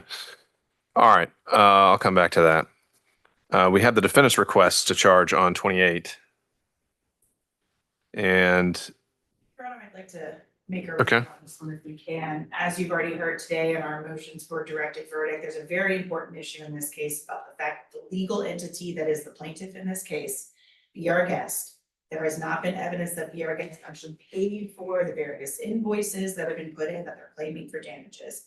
And the jury should be instructed as to that if there's no evidence that be our guest paid these invoices, they can't award those as damages. well, that's the argument I hear you making. In terms of the principle of law, you've said, let me start there. I don't see that as an incorrect statement of law. Mr. Moy, do you have anything in the language of this that says it's not a correct statement of law? No, Your Honor, I think, actually, we may come back to it, but I did have a comment on 28, on page 28. We can come back to that. Well, that's where we're at. We're on the defense request to charge 15. And if it's a correct statement of law, it's not covered by any of the other patterns. Yeah, It's that issue in this case, then I would be saying it needs to be in here somewhere. The one thing we would recommend, Your Honor, is if it be separated out. The second portion of that, this part, right, about piercing the corporate veil, I think is arguably confusing to have it all in one place. Is there somewhere else about piercing a veil? I believe there is. I believe there is.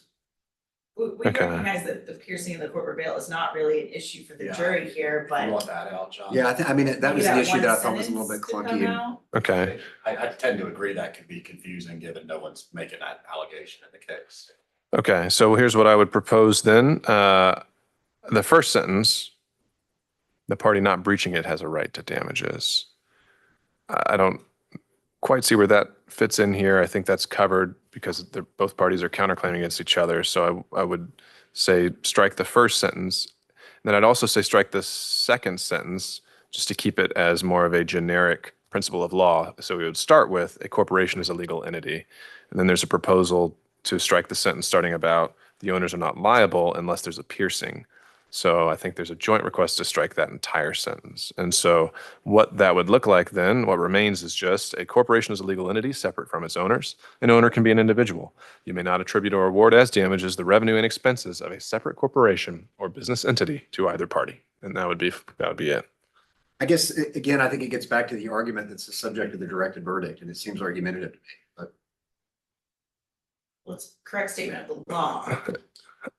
All right. I mean, certainly preserve the objection if you need to. I'm not seeing the argumentative nature of it. And so if there's something specific you can point to saying it's argumentative, then feel free to propose that. But otherwise, I would put this at the end of all the requests about damages. So we still got some stuff to come about lost profits, attorney's fees, and this principle would go at the end of those. Okay.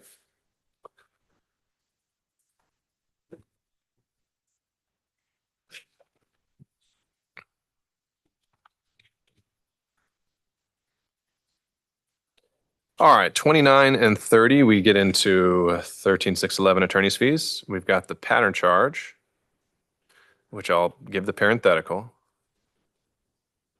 And then we've got, I guess, one plaintiff's request and two defendant's requests, maybe further expanding on that.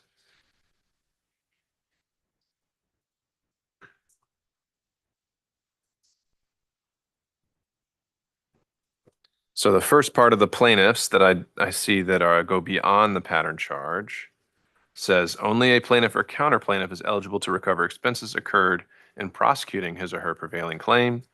A defendant's expenses of defending against the claim are not recoverable. So let's start there. Position of the defense on that, is that a correct statement of law? Is it duplicative?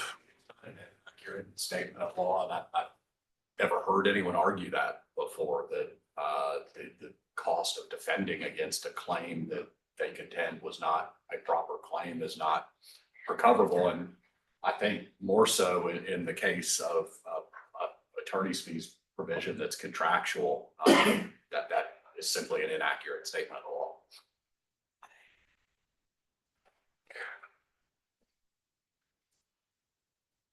So they cite to Emerson v. Brookmere.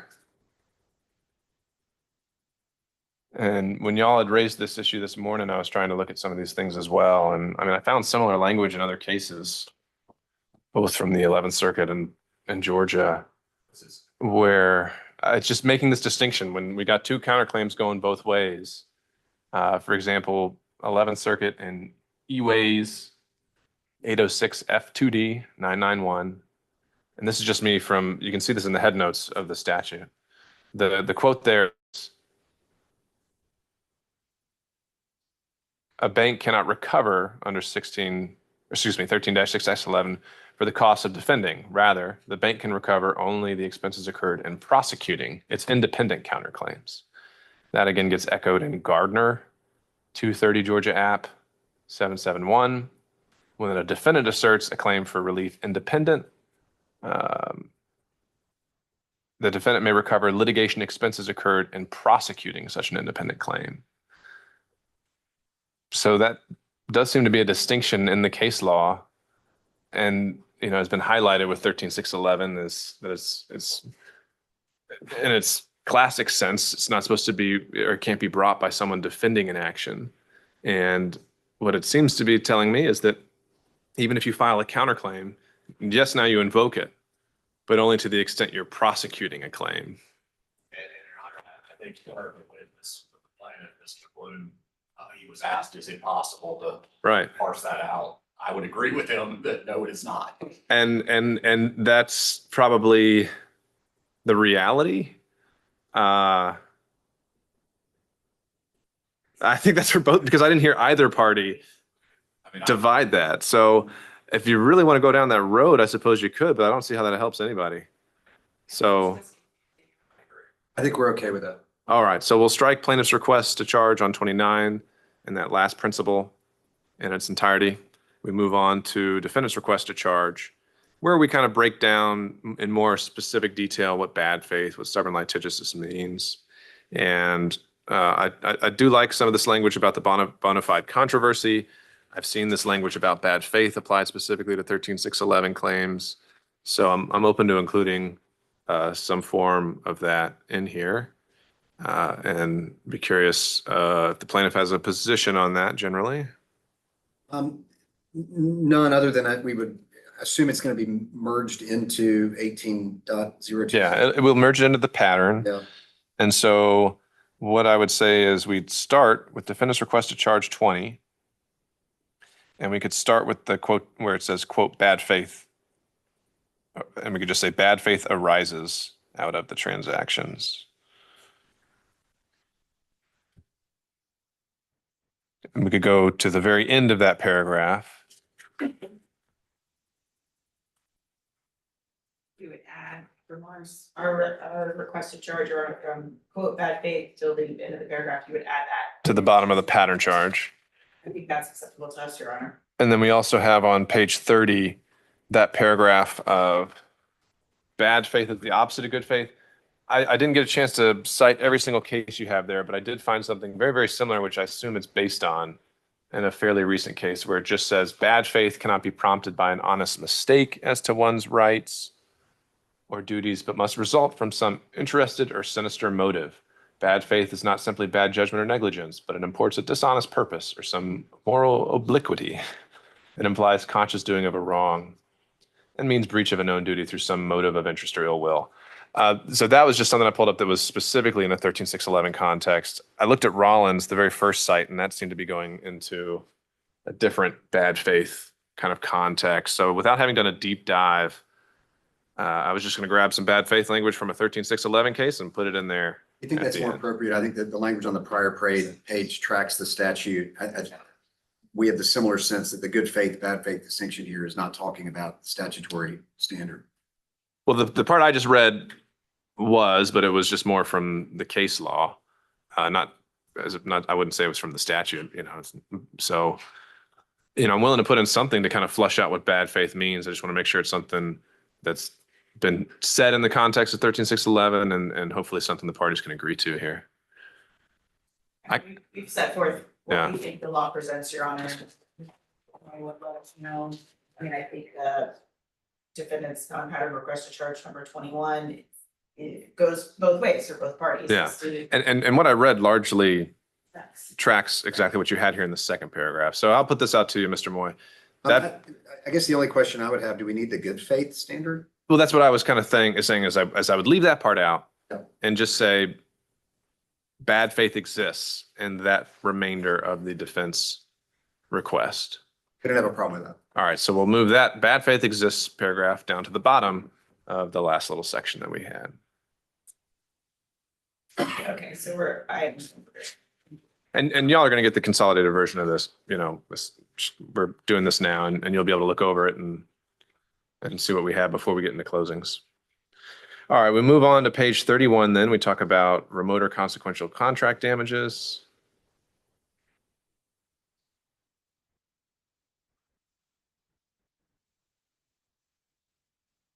I believe the pattern charge is covering this principle. I'm not seeing the defense request, other than some alternative phrasing, bring anything else to bear here. So I would be inclined to give the pattern charge on 31. we would preserve our request, Your Honor, but All right, noted for the record. Page 32, we've got interest, which is interesting. It talks about all liquidated demands, which we've agreed there aren't any here. And so do we think the jury is supposed to be back there calculating interest from the time of breach? Your Honor, I could present an argument, but we're not seeking it. Nor are we. Then in that case, I'll strike 32. We've got page 33, necessary expenses incurred in complying may be recovered as damages. It's a pattern charge, appears applicable, so I'd give it. 34. We've got duty to lessen. Pattern charge, I'll give it. 35. We get to lost profits. And I'll just go ahead and just put the defendant on the spot here. Do you think I should really be charging him that the business has been long established as a matter of law? That's what the case law says, Your Honor. I understand that. The law of this case? What the Court of Appeals asked this court to do when it returned this case and said there is no bright line rule is to really look at the facts. And they determined that there was no fact-based inquiry that was done prior to it being brought to them. So I do not see the law of the case, and the Court of Appeals did not say that the fact that a business has been long established is not something that should be considered and. Oh, no, wait. There's a distinction between considered and only awarded, which is what you've requested. Only awarded. Just to be clear, Your Honor, on the plaintiff's version of that instruction, that verbiage comes directly Right. from the court. So I just had to highlight that because I think that's directly contradicts what we had back. A new business may find it challenging, but under certain circumstances, it can provide credible evidence. All right, so for lost profits, I would take language from our appellate opinion here and simply say lost profits are only recoverable if proved to a reasonable degree of certainty. And this is just coming right from the opinion here. To recover lost profits, a party must show with great specificity the probable gain as well as the expenses incurred in realizing such gain.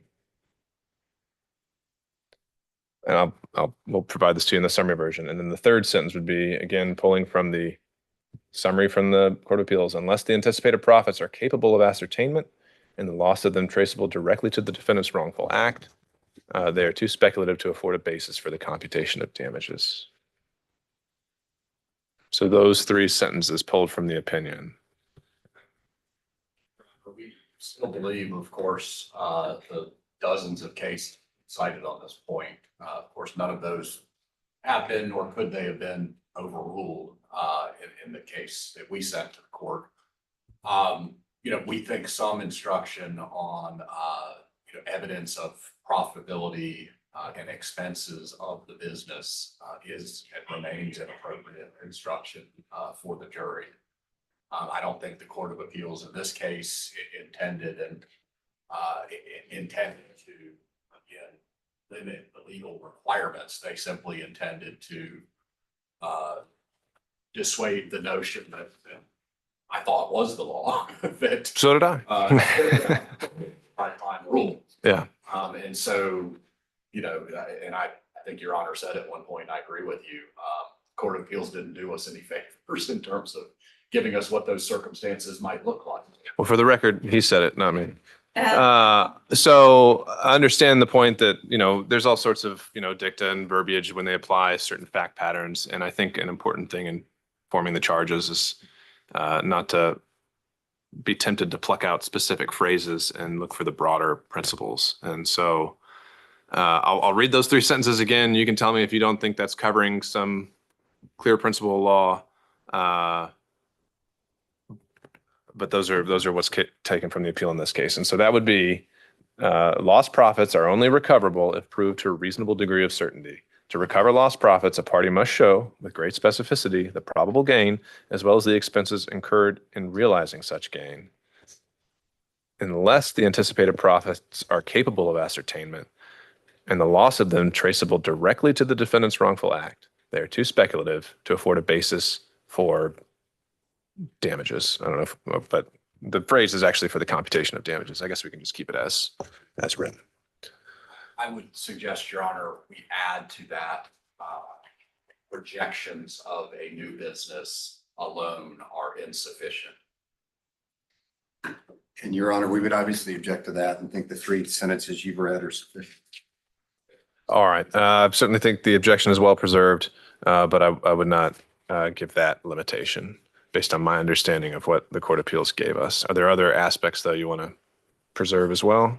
I would just note that that language comes specifically from the case versus tri-state and the tri-state systems. Brent, would you put that aside? Yes, and they're in the proposed things that we submitted in this case, but the Easy Green Associates LLC versus Georgia Pacific Corporation, 331 Georgia App 183. Tri-State Systems Inc. versus Village Outlet 135 Georgia App 51. And we know you're very familiar with these cases, Your Honor, considering all the briefing that we had on that. it's our record, we do think that several cases, in precedent that's binding, it's clear that projections of profitability is simply insufficient for a foundation of lost profits. And that's the basis of our directed verdict motion. We think that you're on that as well. All right. Well, I certainly think it's preserved, and it is a matter of record now. So with that, I'll give the sentences as I proposed, and we move on to 36. And from here on out, we get into kind of the pattern charges of landlord and tenant duties, just kind of generally. Let me just ask big picture here. Are these pattern charges 36, 37, and 38? I know there's a variety of plaintiff requests. I think there's a defense request. Is it the contention that just general common law duties of landlord tenant are at play here, or is it should just be bound specifically by the lease? So like, for example, I mean, plaintiff's request here says the landlord must keep exterior walls, including storefront. I mean, that's coming from the lease, I believe. I don't have any problem. Well, I think our response would be, Your Honor, if we're gonna do kind of general instructions about breach, we shouldn't then have these specific instructions regarding. I mean, I agree, and I don't even know if they're applicable here. I'm not sure that they are, considering the rulings on earlier language regarding the breach of the lease. If both parties are claiming breach, why are we getting specific? Yeah, I mean, language we're okay here? with that, Your Honor, frankly, because obviously we're going to talk about the lease. It's the contract that covers all, right? Yes, Your Honor. So with that understanding, then it sounds like I'd be striking everything on 36 without objection, everything on 37 without objection, and everything on 38 without objection, because we're not really in landlord tenant world here. This is breach of contract. 38 be the constructive eviction charge, Your Honor, is that? That's right. Yeah. And then there's also talking about affirmative defenses, which weren't preserved in the pretrial order. All right. Towards the end here, 39 is a pattern charge, but it's one that I think doesn't apply when we're providing them a verdict form. So I'd propose striking 39 in its entirety, and I'll just basically be telling them off the cuff, we've got a verdict form, fill it out, follow the instructions. All right. All right. Thank you. Page 40 is interesting. It's quotient. Parties both want this one. I haven't seen this one before, frankly. This is very confusing. Just someone really got mad about how they did it. They got to reach a verdict in a certain way, such that this became a pattern. Yeah. Okay, if the parties are in consent, I'll strike the pattern charge on 40. 41 is the pattern charge on in writing. Again, it talks about where I've prepared a verdict form. So I think they're going to be instructed on this, and I propose striking 41. That's fine. Yeah. All right, I've got no interest in the case pattern charge. Don't see anything to tailor. I'll give 42. 43 is sympathy. Pattern charge, I'll give it as written. 44, electronic technology. There's a Facebook reference. There's Facebook and MySpace. We still think that's applicable here? Probably not. We struck it out of our. I don't think it exists. All right. And I'm going to strike X, and I will be referring to it as Twitter. All right. 45, final instructions. Not seeing anything to tailor there, so I would write it as given. All right. And then, yeah, so that takes us to, we've got, 2 to come back to, but we also have, there was a final request for spoliation. So let me pull that up so I can actually read it. Does the plaintiff have a copy of this one? I don't believe we We do. just sent it. We just Well, let me just get it up. Yeah. Came from Rachel.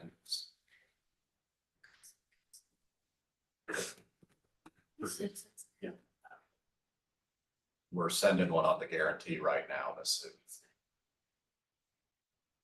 You're sending me something else, you said? Yes. On the guarantee instruction. I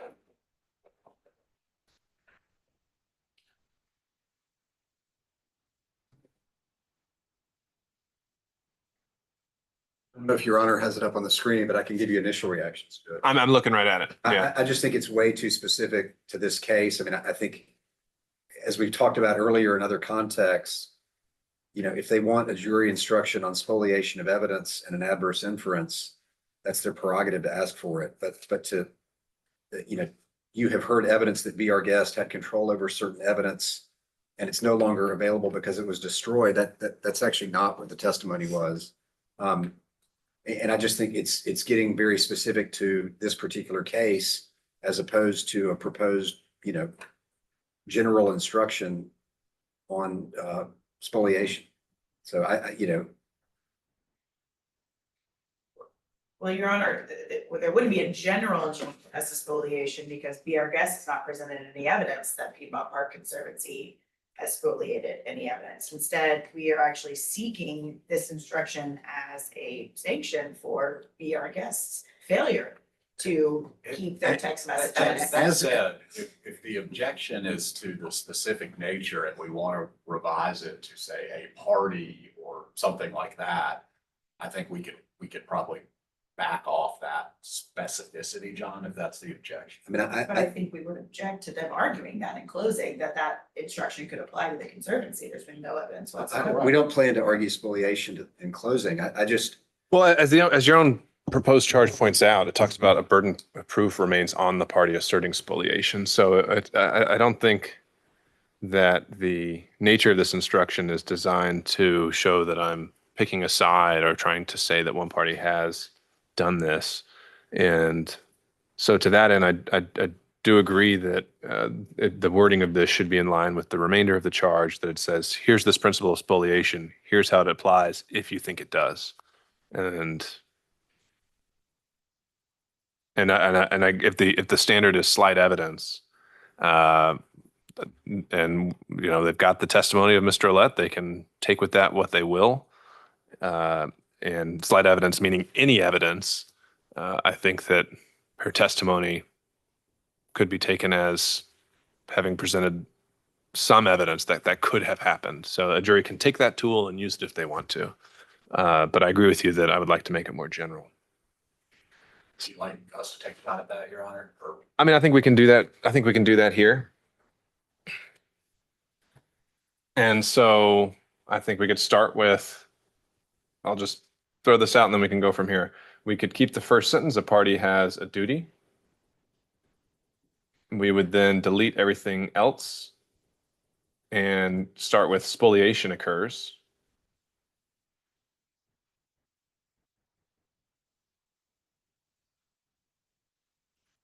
And I think we would go from there to say, if you find that a party engaged in spoliation of evidence, you may, but are not required to, draw an adverse inference against that party. We keep the next sentence explaining what an adverse inference is.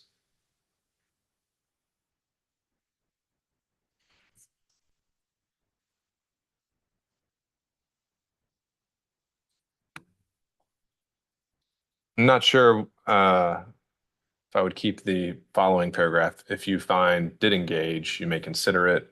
What weight, if any, you think that's covered by the paragraph or because it's saying you may infer. But I would add the second part. However, if you find that the evidence was lost or destroyed through no fault of a party, then you should not draw an adverse influence.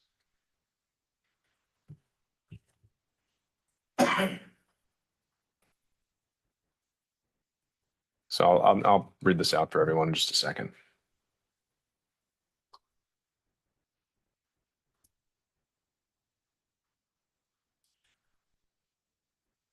Okay, and then I would just have that, the burden of proof remains. So I'll just read it out here, kind of as shortened. A party has the duty to preserve relevant evidence upon anticipating the potential for litigation. Spoliation of evidence occurs when a party fails to preserve evidence that is relevant to the issues in this case. If you find that a party engaged in spoliation of evidence, you may, but are not required to, draw an adverse inference against that party. An adverse inference means that you may infer that the destroyed or unavailable evidence would have been unfavorable to the party responsible for spoliation. However, if you find that the evidence was lost or destroyed through no fault of a party, then you should not draw an adverse inference. Burden of proof remains on the party asserting spoliation to prove that it occurred and that it was done in bad faith or with a culpable state of mind. Full stop. Okay with that, Your Honor. All right. I'm not sure, was that in our?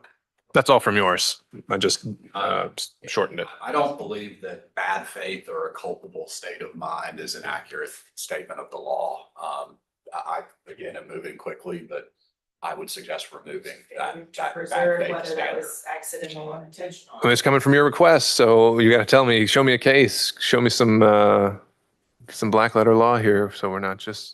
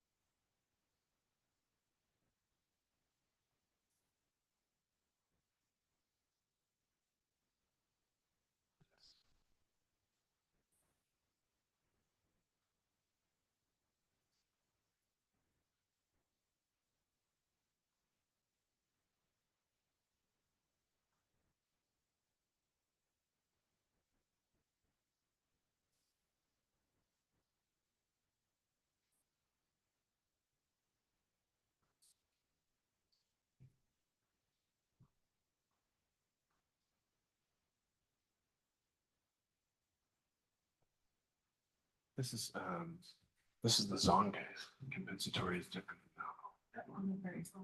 Yeah.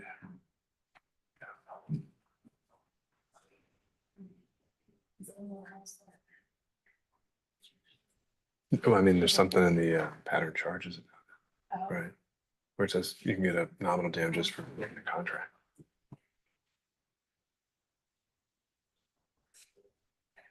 The intention plus construction material and stuff. It's a loss of those items due to negligence. Non-mission, something less pollution. Also, be negligence.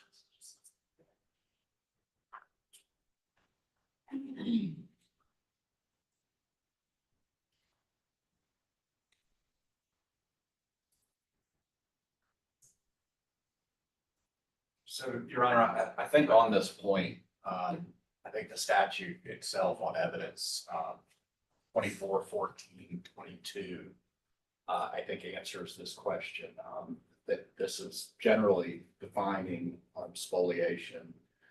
The title of the statute's presumption arising from failure to produce evidence. And there is no intentional, and certainly no bad faith type of standard that must be met for an adverse inference to be drawn.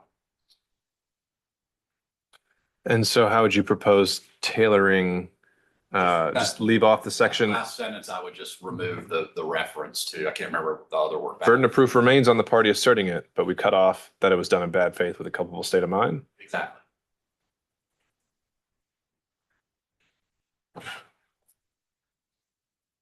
I mean, I see 2414.2 talking about change of burden. 22, Your Honor. Oh, 22, excuse me. 24, or sorry, 22 you said? 241422. Thank you. You would just say prove that it occurred, period? Or you would just, Believe so. We agree we have the burden of proof on it. I mean, you've got the prior statement that if it was through no fault of the party, then you should not draw an adverse inference. Sure. So there must be some intent, there must be some, Failure to preserve is different than bad faith or culpable Yeah, I mean, if destruction of somebody evidence, else, that's what we're somebody saying. else takes. so you just want to say Yeah. prove that it occurred, period? I mean, essentially, what I'm maybe reading into that is you take out bad faith or culpable state of mind, that still leaves the possibility that it was just negligence, in which case it's not triggered. Because spoliation is just to draw out that bad inference. Well, no. Right. The case law, I mean, this basically just read the case law about spoliation by negligence, being a lesser sanction than intentional spoliation. I believe the case was asking for a pleading to be struck. And so certainly spoliation can be by mere negligence. I think, again, the part about if you find that it's not, can't remember the exact language, but essentially it's not due to the act of the party. I think that has to do with, I mean, evidence becomes unavailable for lots of reasons all the time. Maybe the years have passed, maybe another party has, taken the evidence, but Okay, so the way it would read then, however, if you find the evidence was lost or destroyed through no fault of a party, then you should not draw an adverse inference. Burden of proof remains on the party asserting spoliation to prove that it occurred, period. We're okay with that, Your Honor. All right, if there's no objection, that's how it'll read. All right, I want to go back to one, I found the case I was referring to where there's a difference between compensatory and nominal damages. And I'll give you all a chance to take a look at that, but it's Zong 345 Georgia Appeals 135. And that was where a plaintiff survived summary judgment, even though they got their compensatory damages knocked out because the Court of Appeals said you can still get nominal damages by Judge McFadden. So take a look at that, but we mention it as a separate form of damages in the pattern charges. And if we're trying to divide it out and preserve certain aspects, or I could see a need for that, but I don't see a big issue here, Your Honor. If it's mutual and you want it, John, then we're okay with it. okay. All right. I just thought it might be more confusing to the jury. Okay, so turning to the verdict form, I know we're still, the only pin we still have left then is the affirmative defense on page 24, right? Your Honor, just submit a jury instruction on the guarantee and what the jury is. All right. I don't know if we've gotten that yet. Received it. No. Do you want to resend it? Maybe it was 10 minutes ago from Yeah. Rachel. Got it. 42 over 2. All right, well, I'll wait for it to come in and until it does, let's look at the verdict form. I've seen the requests to change some things from defense, so I'm looking at that. We'll just go page by page here.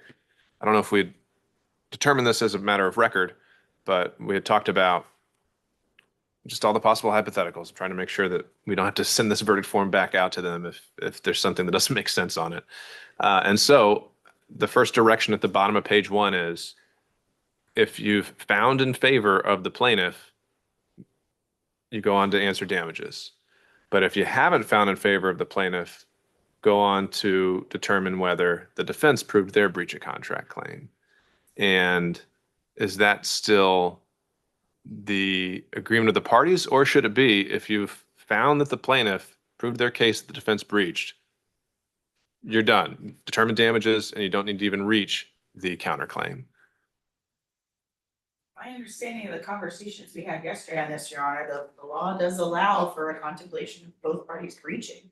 So Well, we talked about that, but then I thought the parties were saying, but we think that's so unlikely, we don't even want to let them think about that. I mean, I think we want them to consider our breach, our claims for breach. Under the law, I think we're entitled to that. Do it, whatever you feel. I'm just saying, let's make sure we.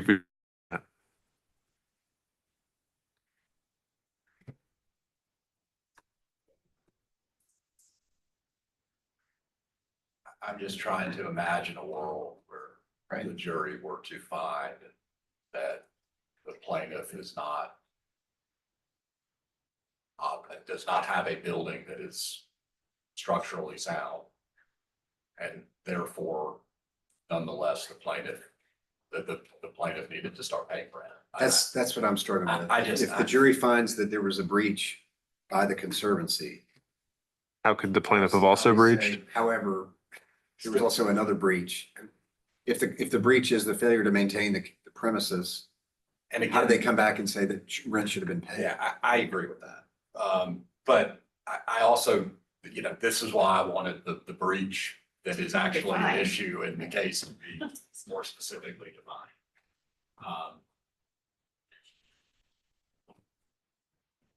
I mean, I will say it this way. If the jury finds that the Conservancy has not maintained the foundations in good and tenantable repair, then the plaintiff could not have breached by not. And that's down. If they find an undisclosed breach and there's no finding as to whether it's material, Aren't we all going to be arguing about the same? Well, That's- Y'all tell me. I'm willing to just do it. If the parties can come to an agreement, I'm willing to direct them so either way on the verdict form. So as it's written now, it says consider it all. Don't skip over I one. think if we don't define what the contentions of the breach are, then that's appropriate. I am happy to agree to define the breaches because I think it's very Yeah. clear what both parties are saying the breaches are. Yeah. But I can go either way, John, if whatever y'all want to do.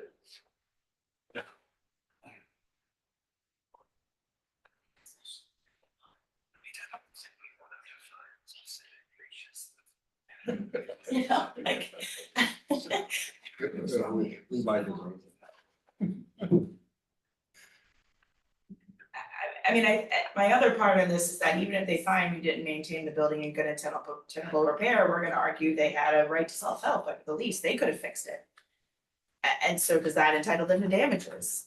Does that mean our claim isn't, we're gonna argue they should have continued on, Your Honor, and they should have done it themselves, or were obligated to pay rent. So I do think if it's going to be written in this way, both parties are entitled to argue breach, even if they Yeah. find that we didn't keep the building in good and tenable repair. That was my own personal thought, is that there are so many different possibilities that the jury could find. And I think we'd prefer to keep it, Keep it general and keep it Yeah. going. I realize it. all right. So to that end, the verdict form as it currently reads would be, as proposed, do you find in favor of BOG or PPC? And then the last language would be, and we'll give you a copy of this before we finalize anything. If you have found in favor of BOG, proceed to answer the questions on damages. Right now, I've got that as 1A and 1B. If not, proceed directly to the counterclaim on breach. So right now, we've got it. Do consider both breaches. So then we move on to the damages. If they have found in favor of BOG, I know this is where defense wanted to put in the finding on an affirmative defense. So if you want to be heard on that, feel free. I think there does need to be a finding on that affirmative. Well, Jason, it's really, we've suggested a specific question regarding their failure to mitigate. Both, and that would encompass both of the failure to use the self-help, or to mitigate the lost profits. How much? Is that? Yes, either we find that they failed to mitigate the entire amount, we find that they failed to mitigate to a certain amount, or we find that they didn't mitigate their damages.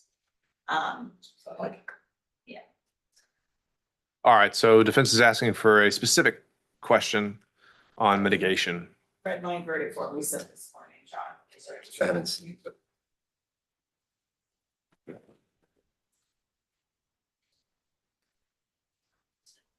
is there a mitigation? Is there mitigation solution? Where?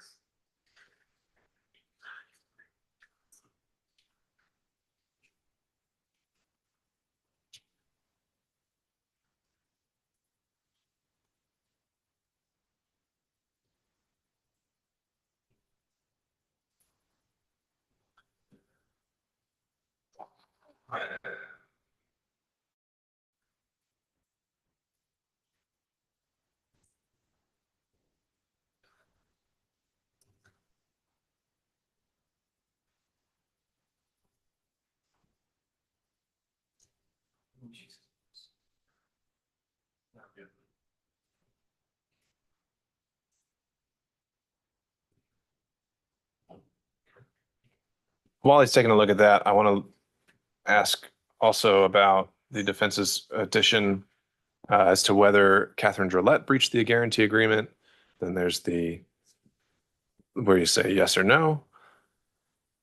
And the only thing I want to clarify is it then asks as well an award.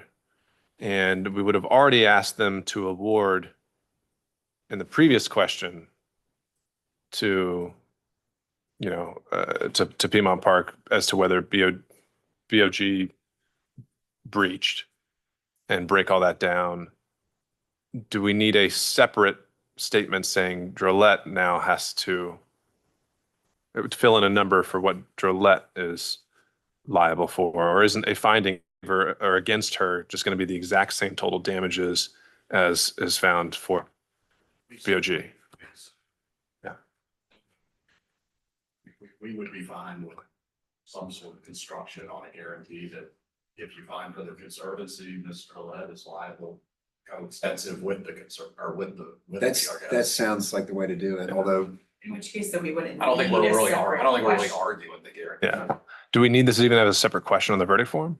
I don't believe so. Not if we get an instruction similar to what I just said, that the guarantee renders Mr. Led, jointly and severally liable for any default of the. Why do we need an instruction if they're not going to have to make any finding on that?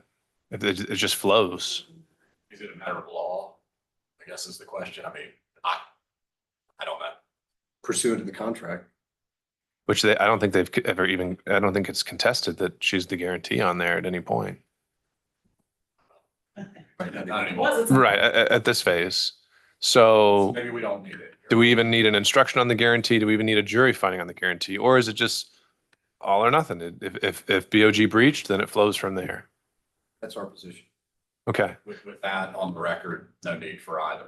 all right, so then instruction referencing the guarantee, and I'll remove this question from the verdict form. So all that's left then as a question for the verdict form for us to determine is whether mitigation is a separate standalone question. And I think we were waiting on plaintiff to be able to review that. I mean, we prefer to not have it as a separate question. If there needs to be an instruction on mitigation, I think we can add it, but Well, there is an instruction on mitigation. we have one. It's in here. It can be argued by counsel, and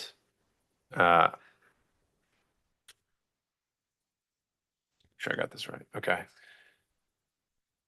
And that's where, I don't think they can make a, it's how they're being instructed. They should be told that when they're calculating the total amount, mitigation is part of that if they so find it. I think highlighting it on the verdict form, and it's the equivalent of saying if this was a tort claim, first negligence, then find proximate cause, then find damages, which I've seen it that way before. But in this case, I think we're going the other route. So the request is preserved for the record. I don't plan to include that on the verdict form. And Your Honor, one last change that we had put on the proposed verdict form this morning, I don't think it's come up, but we did add a line under 2A for Piedmont Park's damages. If they do find that PRGS has breached that, we ask for the award of Attorney's attorney's fees. fees. That's right. considering that part. Apostrophe, that's right.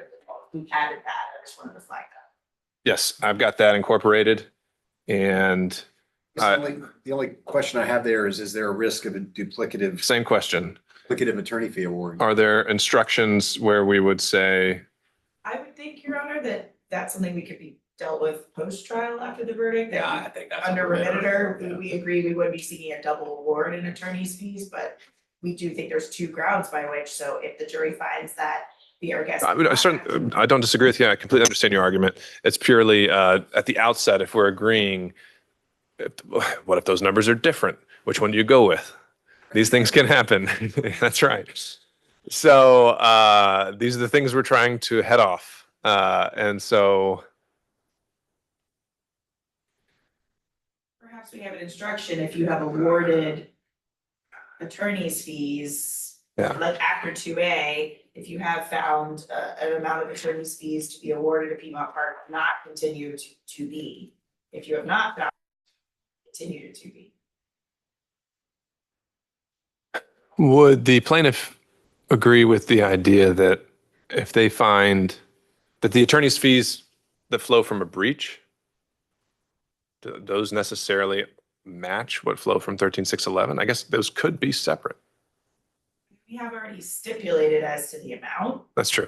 When they stipulated the amount and the reasonableness. Perhaps we don't Yeah. even need to ask them to give us an amount, we just need them to say yes or no. Actually, that's a fair point as We've already well. Stipulated as to the amount and reasonableness of our fees, such that the jury shouldn't even have to decide that number. If they decide we're entitled, the amount has already been stipulated. That is a great point. And so I would say then we would keep attorney's fees as a line item under damages for breach. And then as to 2B, it would just say, we, the jury, find in favor of PPC, full stop. They're only filling in the amount of attorney's fees for 1A. Or sorry, not 1A, 1B. Give us- Two. I was going back to the plaintiff's claim. They would only be filling in the amount of bad faith attorney's fees for the plaintiff's claim. Yes. And one, I have that as 1B now. Yeah. Do we? Or two, yeah, okay, right, you're saying remove it from 2A and 2B amount, because the amount has already been agreed to. If they. Actually, that's a good point. I could remove it from 2A as well if it's agreed to, because it flows from the breach. Asking the jury to find that amount, the amount has been stipulated. So if they say yes, I believe that would be accurate, Mr. Moy.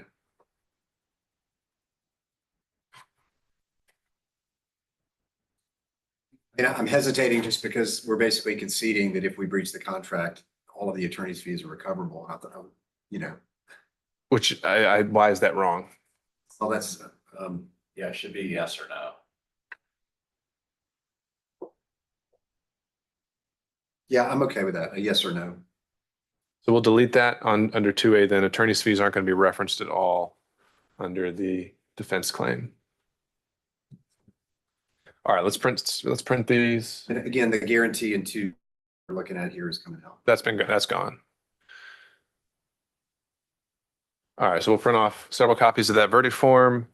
The only thing left then is the affirmative defense aspect. I'll also note, while we're sitting here during closings, we still got kind of the exhibit stack. The idea would be at the end of the charge, I can say, here you go, get to work. hoping to have a little bit of a break between Yeah. the charge conference and beginning of closings. Yeah, well, I mean, I'm not going to make you go, I'm not bringing them in right now. I warned them. So we'll break for 30 minutes if that's what I'm sure we need to eat. Yeah. Fall down. I would say, Your Honor, Yeah. Ms. Wilkinson, would be our guest and one of our associates. They've been. That's what I'm hoping on. Yes, Great. they have been doing that while we've Great. been in here, so I hope we have an answer. Okay. Any final thoughts on page 24 of the omnibus packet? This is the last thing we just need to make a decision here on. This is excuse for non-performance. If it's an affirmative defense, is that waived essentially because it was not included in the pretrial order? If it's not an affirmative defense, is it just a general statement of law that the parties have no objection to being in the charge packet? We don't believe it's an affirmative defense and think it's a general statement of law. Is there case law? To me, I mean, I can repeat what I've said, that it certainly reads in the nature of an affirmative defense, but. Right. If it is going to remain, then we would request that it be revised to the generic such that both parties can argue the instructions that we. I mean, that's all it would be. It would literally just be quoting the statute. That's fine. We'd be great with that. We'd have, No objection. we would allow that. No objection. All right, then we'll just quote 13-4-23 in there. And that, I believe, takes us through everything. Is there anything else that we think I've missed or skipped over that we need to revisit? No, Your Honor. Okay. All right, I'm going to have the deputies tell them we'll be starting closings at 1:45. And let's have, any visuals or everything ready to go. And we'll be printing off copies and leaving them on your tables if you're out of the room. Great, thank you, Your Honor. All right, we're in recess.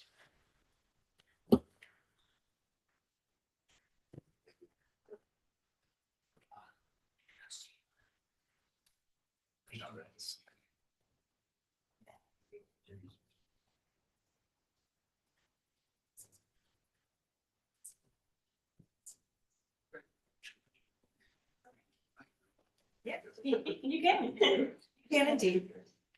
No problem. Do you mind letting them know that we just stopped? Okay. Attorneys need to have a minute and we'll be picking up 1:45 on the dot. Sounds Okay? good. If they still need to leave or whatever they can. Okay, sounds good. Thank you, yeah. All right, I'll run my laptop. Sure. Been arguing about the law. I just like set up. Oh, ma'am, let me give you this.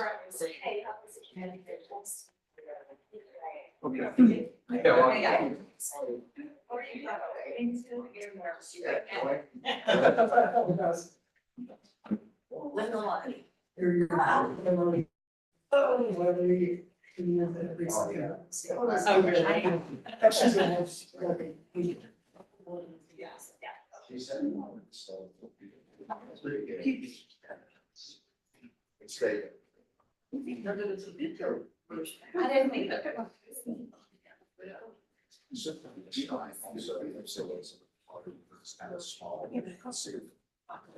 It's like, just, we'll just do it. That's. I see. Like most of the. Because it's so soon format. It's then translated to use it. Yeah. But I think it's good.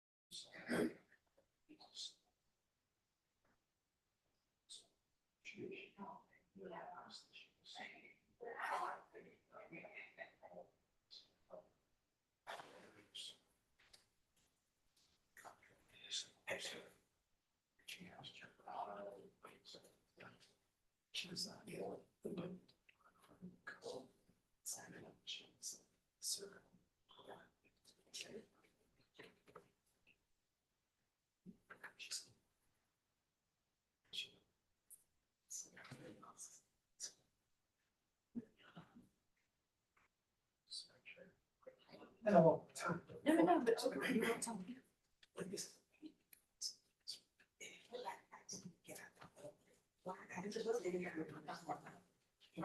Yes.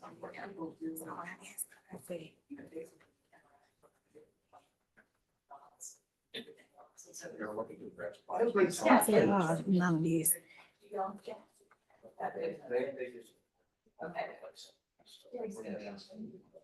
Yeah, that is better than.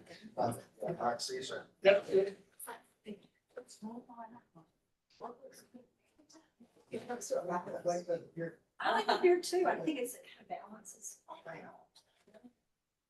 That's just something in here. It's tied back. My son is.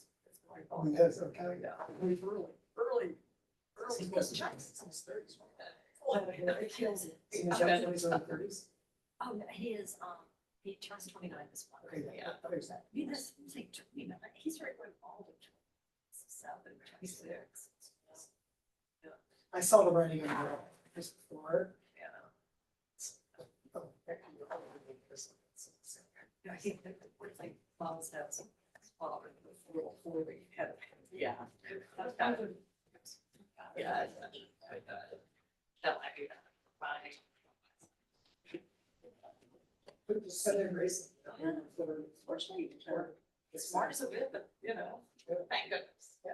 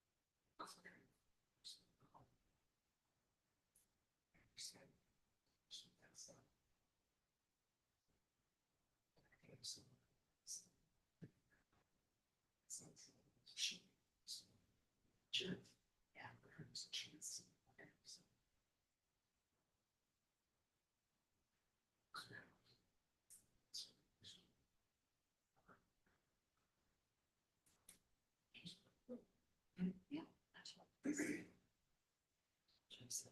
was the information I gave to Jason. So this was like.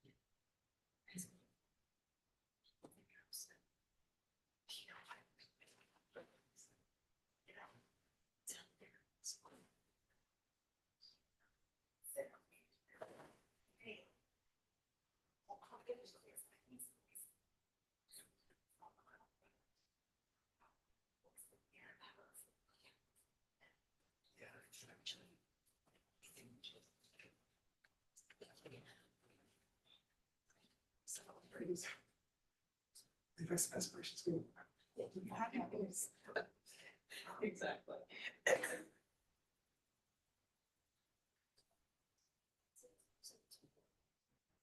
Yeah. Exactly.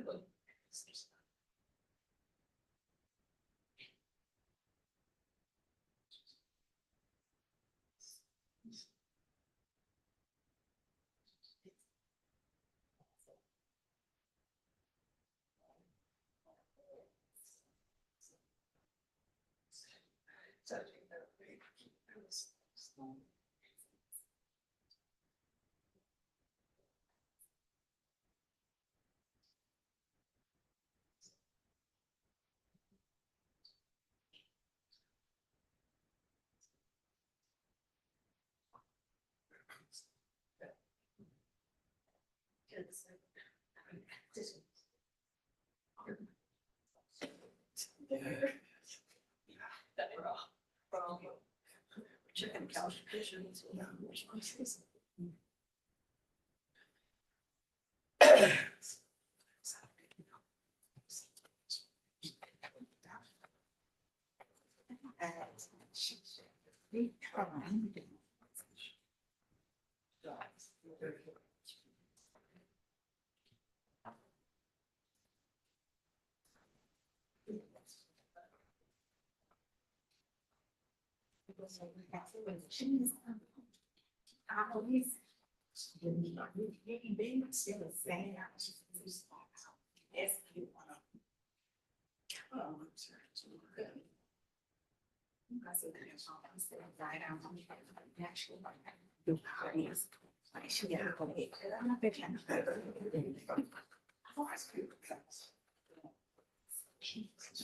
What's new?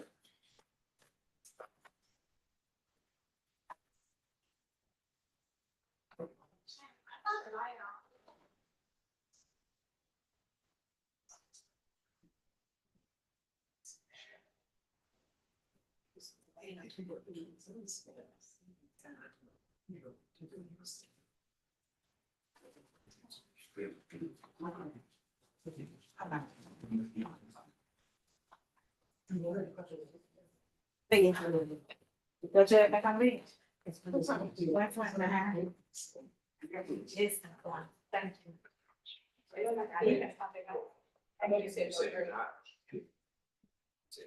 No, he didn't. He said back. He did back.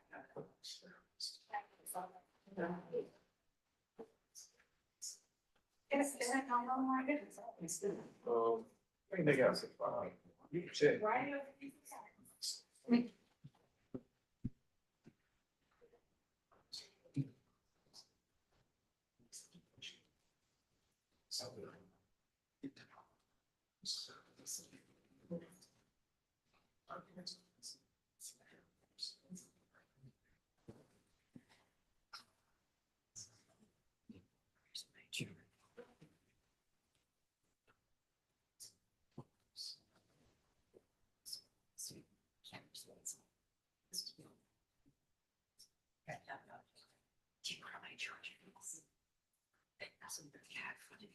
I brought it in back into the.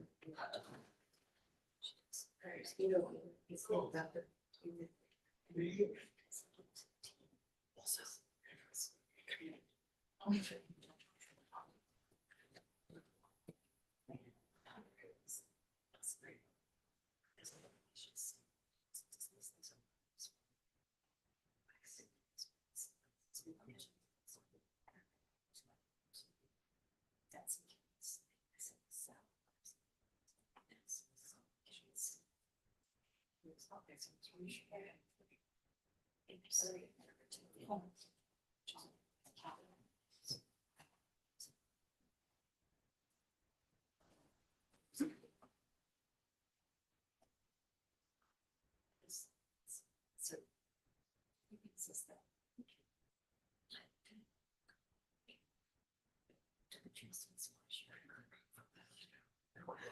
As we say this.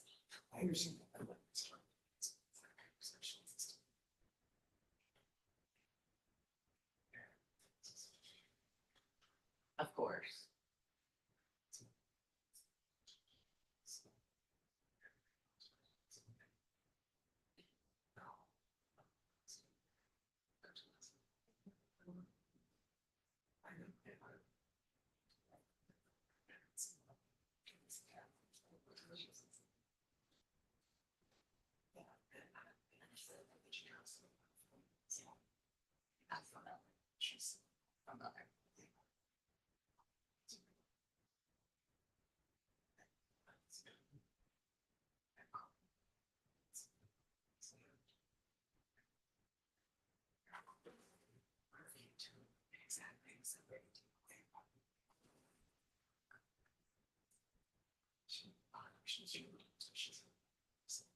Should I sit back here? Where you guys sit where you need to sit. You need to sit at the table. Yes, is the answer. Yes is the answer.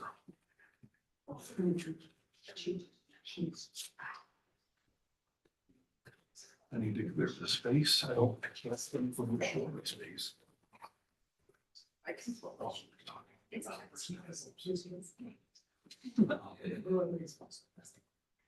If you had a picture. then the binders where those go. He's gonna. She brought them in here. She goes to the table.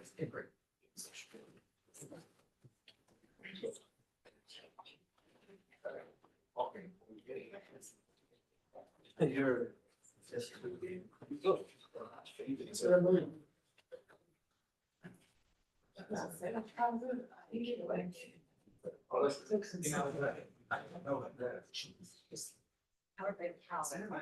Yeah.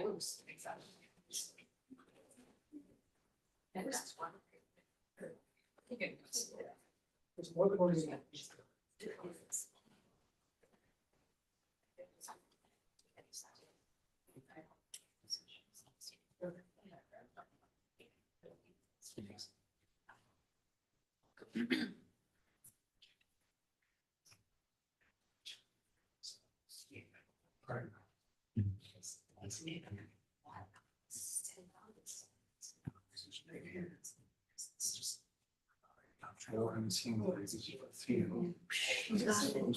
You got it. You're gonna kill it.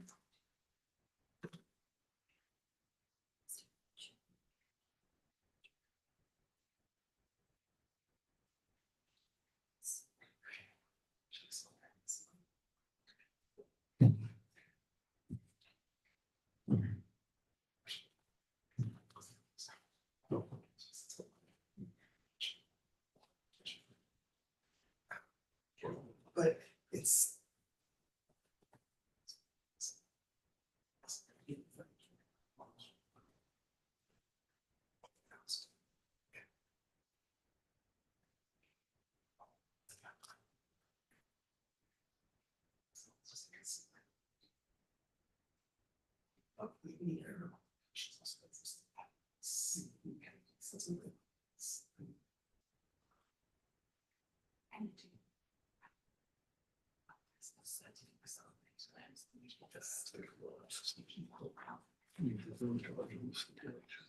Mm.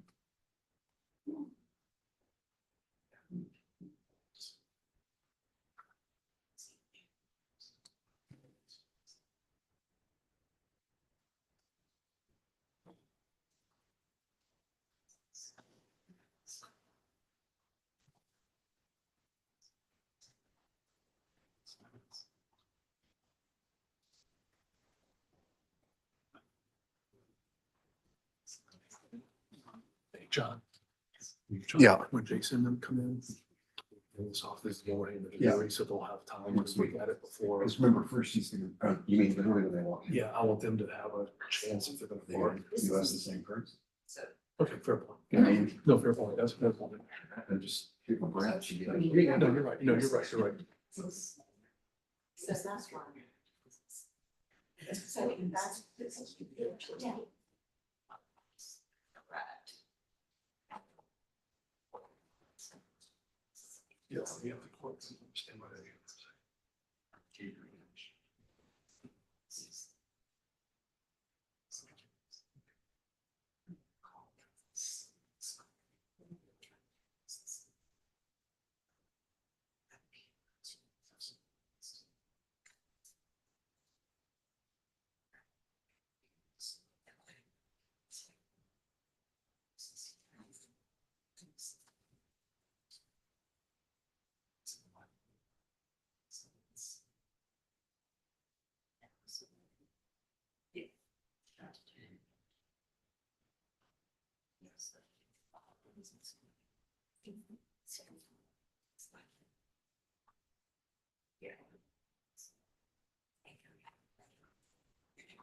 Yeah.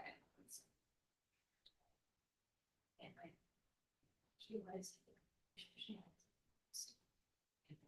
Perception. It's like. So that's what we do basically.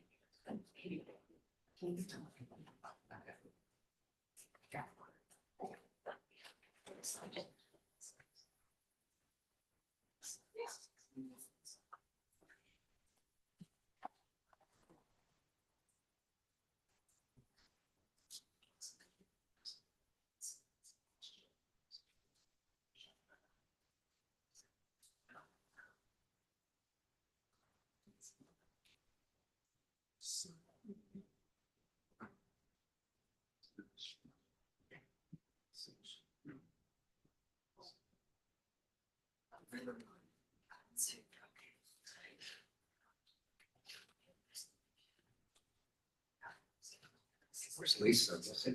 She's. down the hall working on exhibit. Just check. Hey, thank you for that. Sure. Rapid fire. That's right.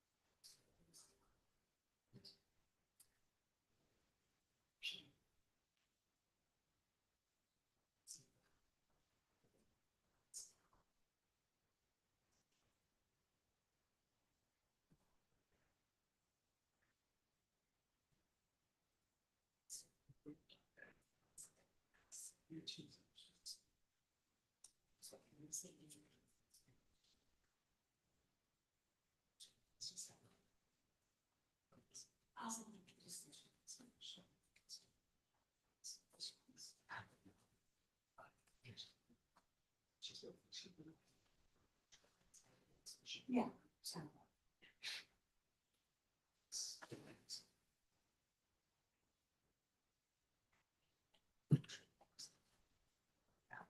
Exactly.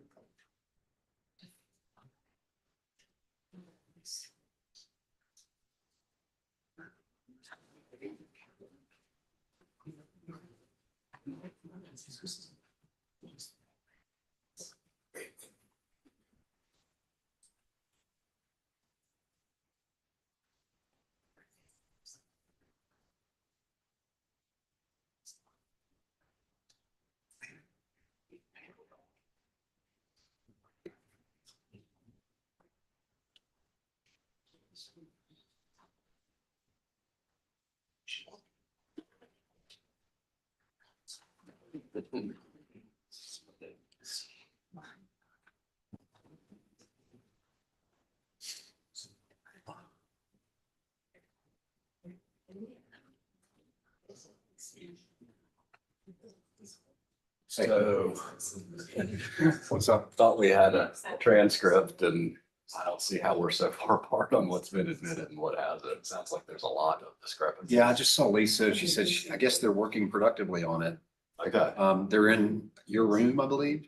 Or they're in a They were in the room. hallway. Okay. She was engaged with your paralegal and I think they're working through it. Okay. And I so mean, I'm she's- used to like one or two, but I think I that's think the right. issue they had, and I worked on this with her last night to some extent, is the ones where it was like only show this part of the email, but not the rest of it. And like, so there's redactions, there's things like that. okay, it's not what's in, what's out. No, I think it's more like What? they're working through all those Portions, all right. ticky tacky, Okay. Okay. you know, we're gonna, like, even though today with Ivanowski, like, we'll admit this, but not the photograph, whatever it was. Yeah. The Ruby Collins. Yeah. Right. Yeah.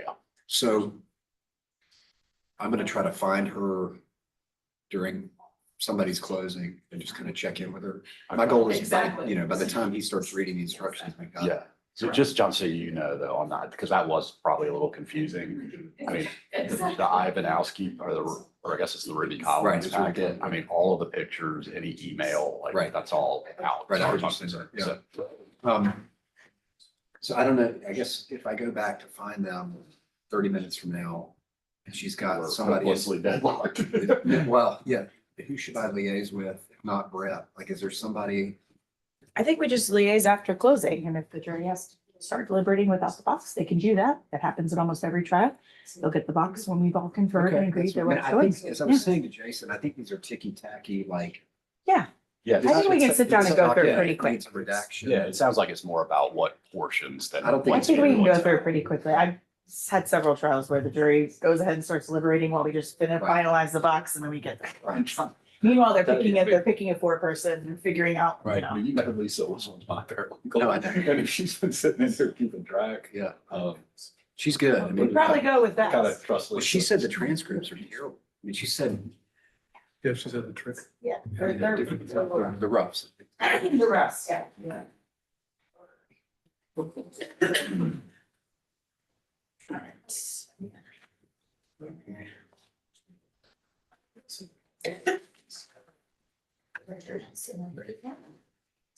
Oh, we got.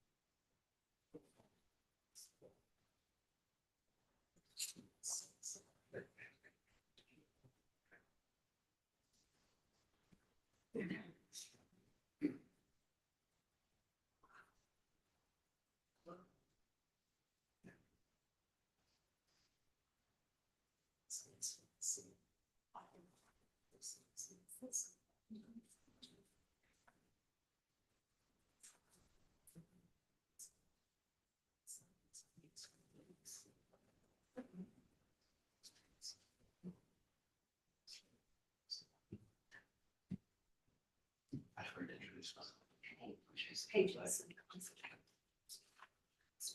Oh.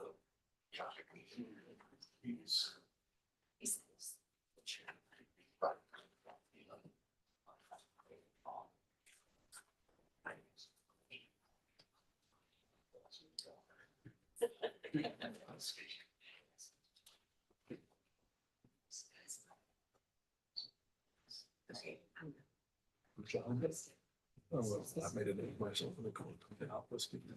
See, there'll be versions. I'm gonna do that. You're gonna do that. Unless you want to. No, no, I'd rather you please, thank you. And I guess. You want to Lord, I'm gonna say. No, no, I'm like, I don't know if that's what. Court come to order, please. Good to see you, everybody. Thank you.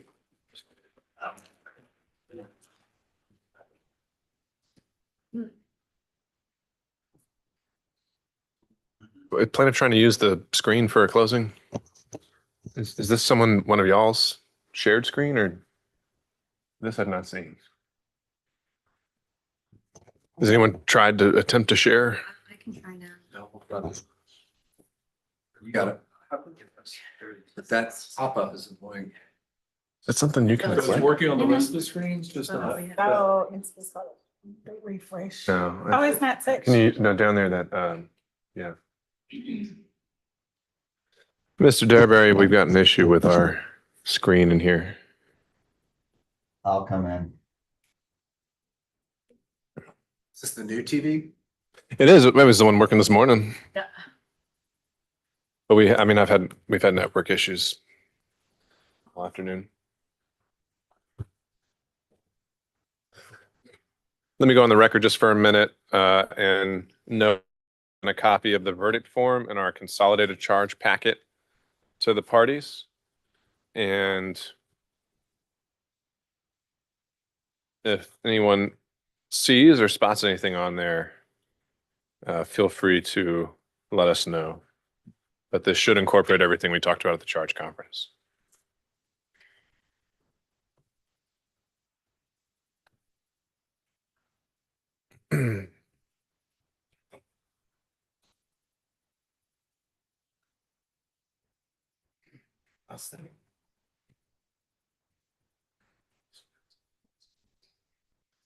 Your Honor, did you say that you do send the jury back with the charges? Mhm. You can say. Yeah. All right, well.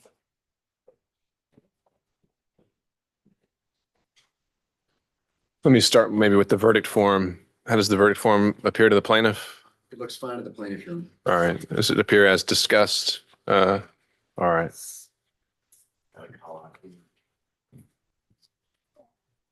Yeah, I don't know what happened this time. Couldn't see it. Did it, didn't it? Not that.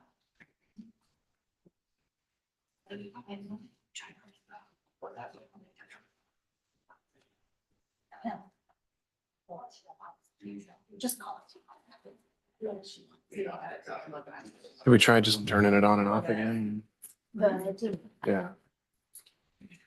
Then we could re-add it, re-add the equipment.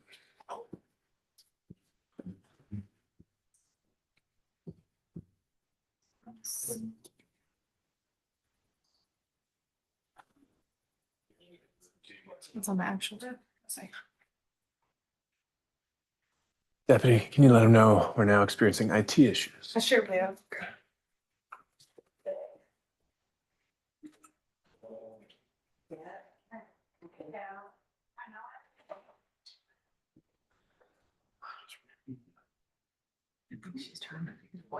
Didn't turn off, no. Still on.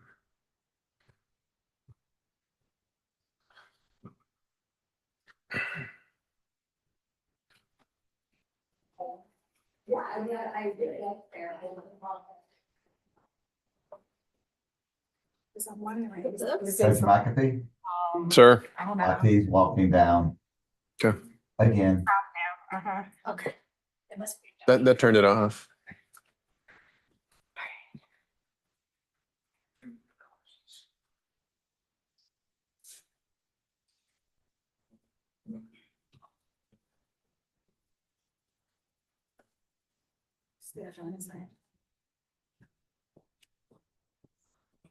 Maybe we can start another Zoom call?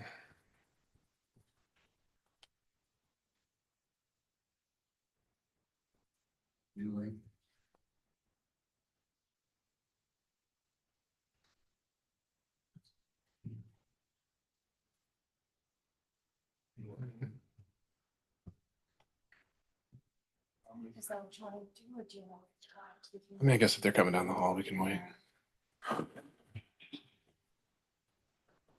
I'll check.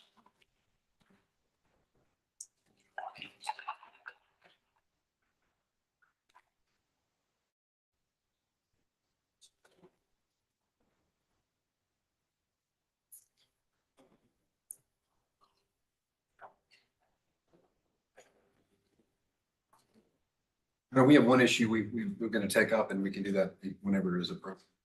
Seems like a good time. What have you got? Prior to obviously the lunch break, there was the stipulation that was related to the attorney's fees issues. It appears that many of the jurors seem sort of confused, and we're not making sense of when that was read. And we have some concern, and I spoke to it earlier, that they may think that we've somehow conceded that those are a proper award, and the way it was presented, I think, Mr. McCleary simply did what he did, but he said somehow pleased to announce that we've reached a stipulation. I'm worried that they're going to go into the jury room thinking, well, that bucket has already been knocked out. I don't know if there's some sort of instruction that can be given into what a stipulation is. I mean, we already have the stipulations as they are. I don't want to necessarily keep drawing attention to that issue, but I do have some concern that the one stipulation they've already heard read to them was that, the reasonableness in amount of fees and the amount of 1.3 million approximately. So I leave it to your discretion, but wanted to raise it as a concern that we have. All right. Well, we do have a pattern charge, which just talks about what stipulations are generally. That one in particular is going to be listed along with the dozen or so others. And certainly I think you can emphasize, it would only take a sentence in your closing to say, while we're not talking about the amount of the reasonableness, they're not entitled to them because there was no bad faith here, or they didn't prove a breach, Right. But I guess I don't want to run afoul. You couldn't go further than that in closing and say, this is what a stipulation means and what it doesn't. Sure, if you want to, that's the law. It's in the charge. You can argue the charge all day. Yeah, okay. Thank you.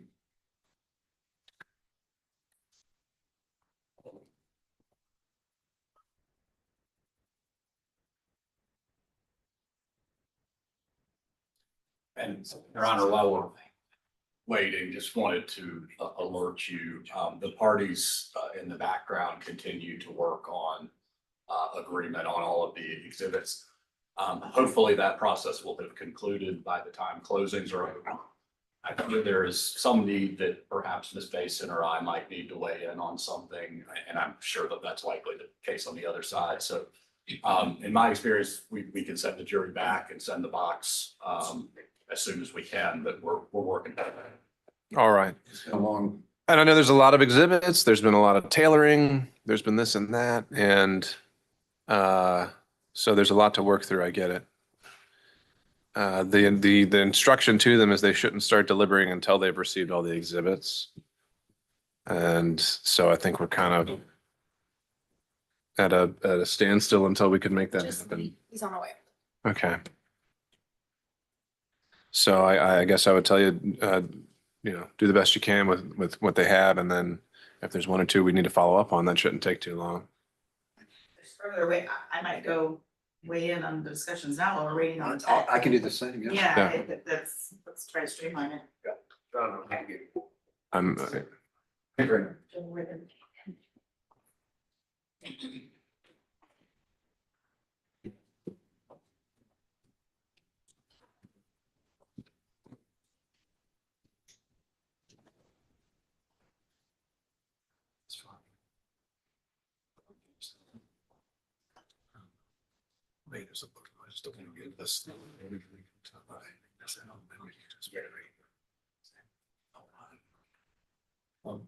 Hey, Your Honor, Your Honor, just try to think of anything we can clear up while we're out downtime.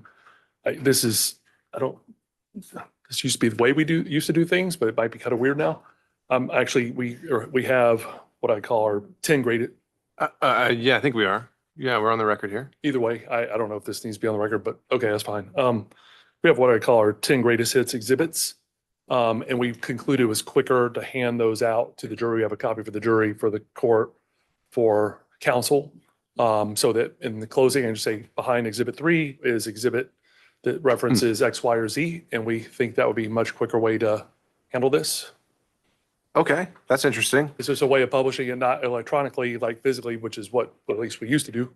So you're going to be using this as well as the screen during That's your right. closing? That's right. But we've still kept it still fairly narrow overall. Like these very limited, just what I call our greatest hits. Well, I mean, no, I've never heard of that. That's creative. And nothing comes to mind as to why that would be an issue. I mean, obviously the binder isn't going back to them. No. It's just something they're holding while you're Yes. delivering your closing. We'll collect them back up when it's the defense turn. Do you want it in your opening and closing since y'all have agreed that you're going to split your time? Yes, sir.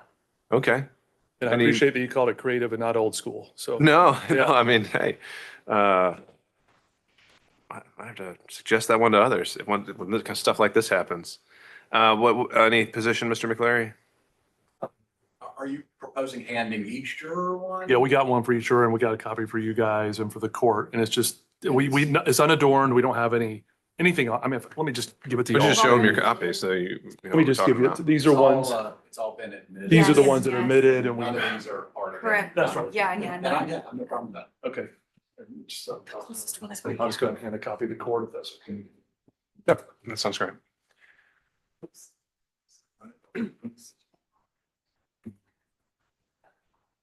All right, then unless I hear further concern from defense counsel, I'll say you can have those available to hand out to the jurors and then just either ask them to set them under their chair or set them aside at the conclusion of your first closing. Use it next way before step on. I'm gonna print the stipulation. Should I print one or two? Stipulations, just need one. Courts.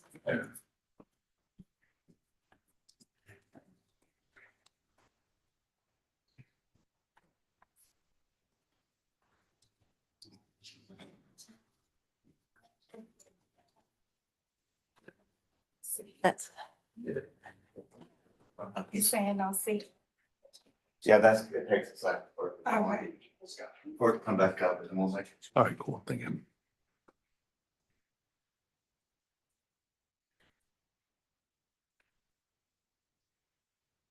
All right, can we try logging in here? We may have the equipment re-added.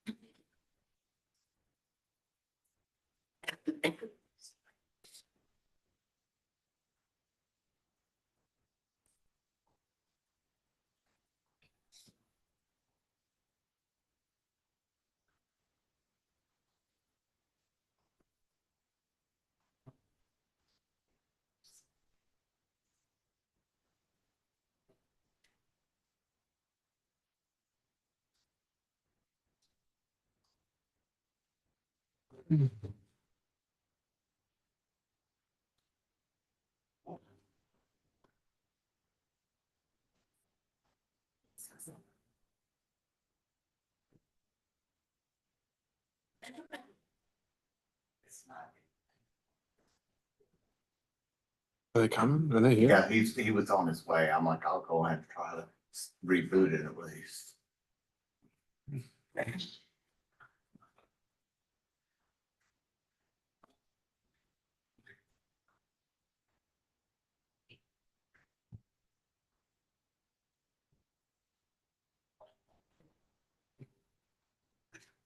Your Honor, at least for our side, I think unlike digging through tons of exhibits and trying to get those up, if we need to just plug in and do a PowerPoint, I think we can accommodate that, if we run into an issue here. Can we try? I mean, you were going to have someone else running your PowerPoint, right, Mr. Olsey? Yes, sir. I mean, we want to try what we did the other day and have an associate of yours hook up and Yes, sir. we could do it outside of Zoom. I mean, if it's about to be fixed, great, but if I could see this being like the last time where they couldn't do it. if we end up there, I just don't think I think it's easier to just plug in. Plug in. Close it. Okay. Oh, no, not the truth.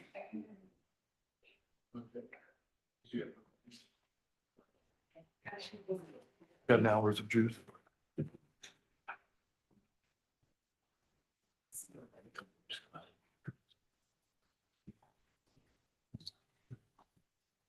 All right, you can show this too. Okay.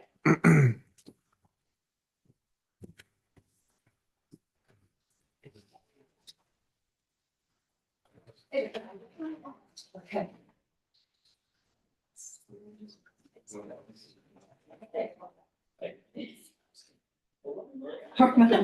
Hitting you. I'm not. Okay, then why don't you look at it? Is this right? Exactly, that's what I just said, no, that's why. You was the guy who can read fast.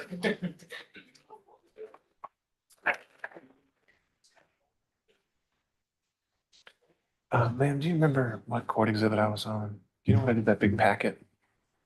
What number was that? Do you know?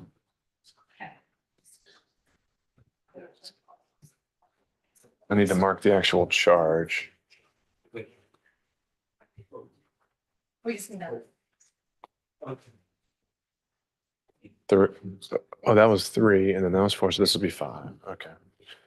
And let me, I don't know, if you find it easier to read along as I say it out loud, but here's a copy for you. Okay.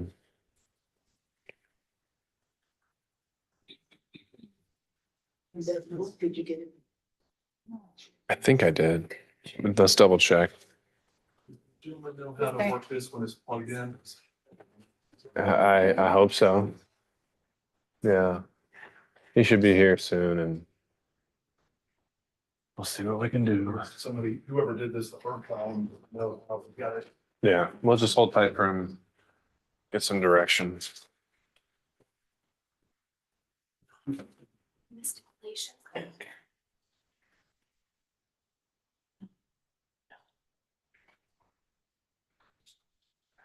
I should mention, you can just. Just one more. Maybe. It doesn't go on our, but we only need it up there, right? Yeah, that's right. I noted that, just so wait. Waiting on what? The stipulations on each. The high for November 20. You guys wanted some sort of stipulation on. I wasn't part of that conversation. I don't think I need to, who? On Shake Shack Who- receiving. that the high was for- that in here earlier with Discussion John? About Chris Carter and my agreement that we don't have a problem saying that. Right. Shake- Yeah, right. We still need to get y'all the written stipulation. They just didn't make the stipulation. All right, can we do it as a separate exhibit? Just make sure we get it to y'all before we're done. Wants to revise the exhibit. Just one sentence. Denny can send it over. Yeah, it's just one sentence. And I'll Okay, just, we got it. just to save time, as I've said. Yeah. I'm not gonna agree to it. But Well, and I think we can let y'all hammer out the language of it as we're tidying up the rest of the exhibits, right? Unless you're going to refer, are you referring to that stipulation in your closing in terms of like, were you wanting to read it out loud? I don't expect to read it out loud, no, sir. Okay. So I think we can still kind of foreclose the exact language for that time after we get through some closings, right? yeah, fine. Okay. All right, then. It looks like we've got a manual set up here to get through the slides. And so with that, Try forwarding and it forwards. Oh. It was forwards. yeah, and let's backwards. test it. Yes. Any videos you think, the video or audio? All right. Hey, Sydney, just to confirm, so we can transition, you just got a regular HDMI Yes. you're plugging into, okay. I'm going to turn it a little bit this way if that's. okay. Yeah, you can adjust it at will.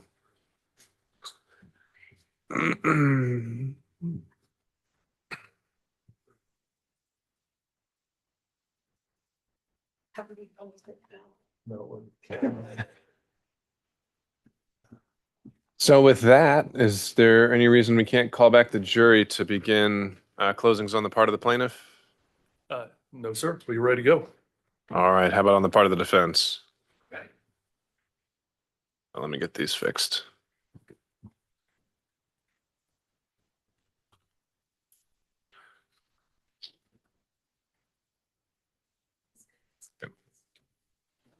Your Honor, maybe explain if you would why we have the. Sure. I'll rise by the jury, please.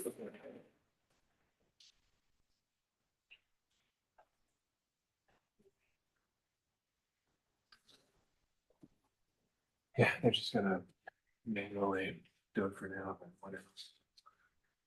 It's not connected to the network. It says offline.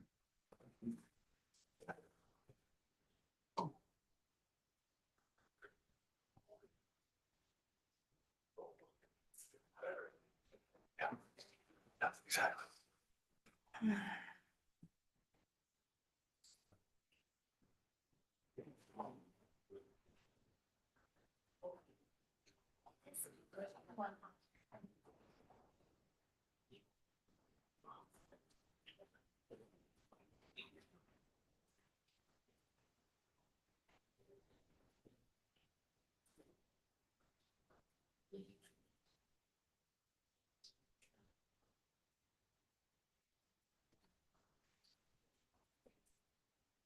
Now I'll turn to the president. Thank you. Please be seated, everyone. Members of the jury, thank you again, and as always, for your patience. While you were out, we also experienced a network outage. Yeah, I think it happened to us Friday as well. And so we're trying to work through that, keep things on track. So to that end, we have part of plaintiff's team up here helping them with the visuals. And I think we may end up having to resort to that for the defense closing as well. So as I mentioned to you at the outset, the evidence is closed. And so now we've reached the point where the parties have an opportunity to summarize the evidence and to argue how the law should be applied and what your verdict should be.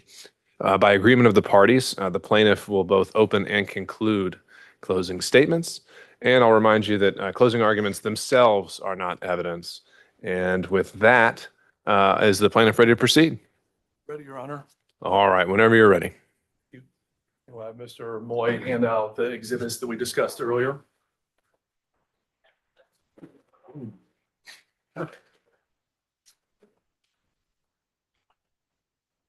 Piecemeal.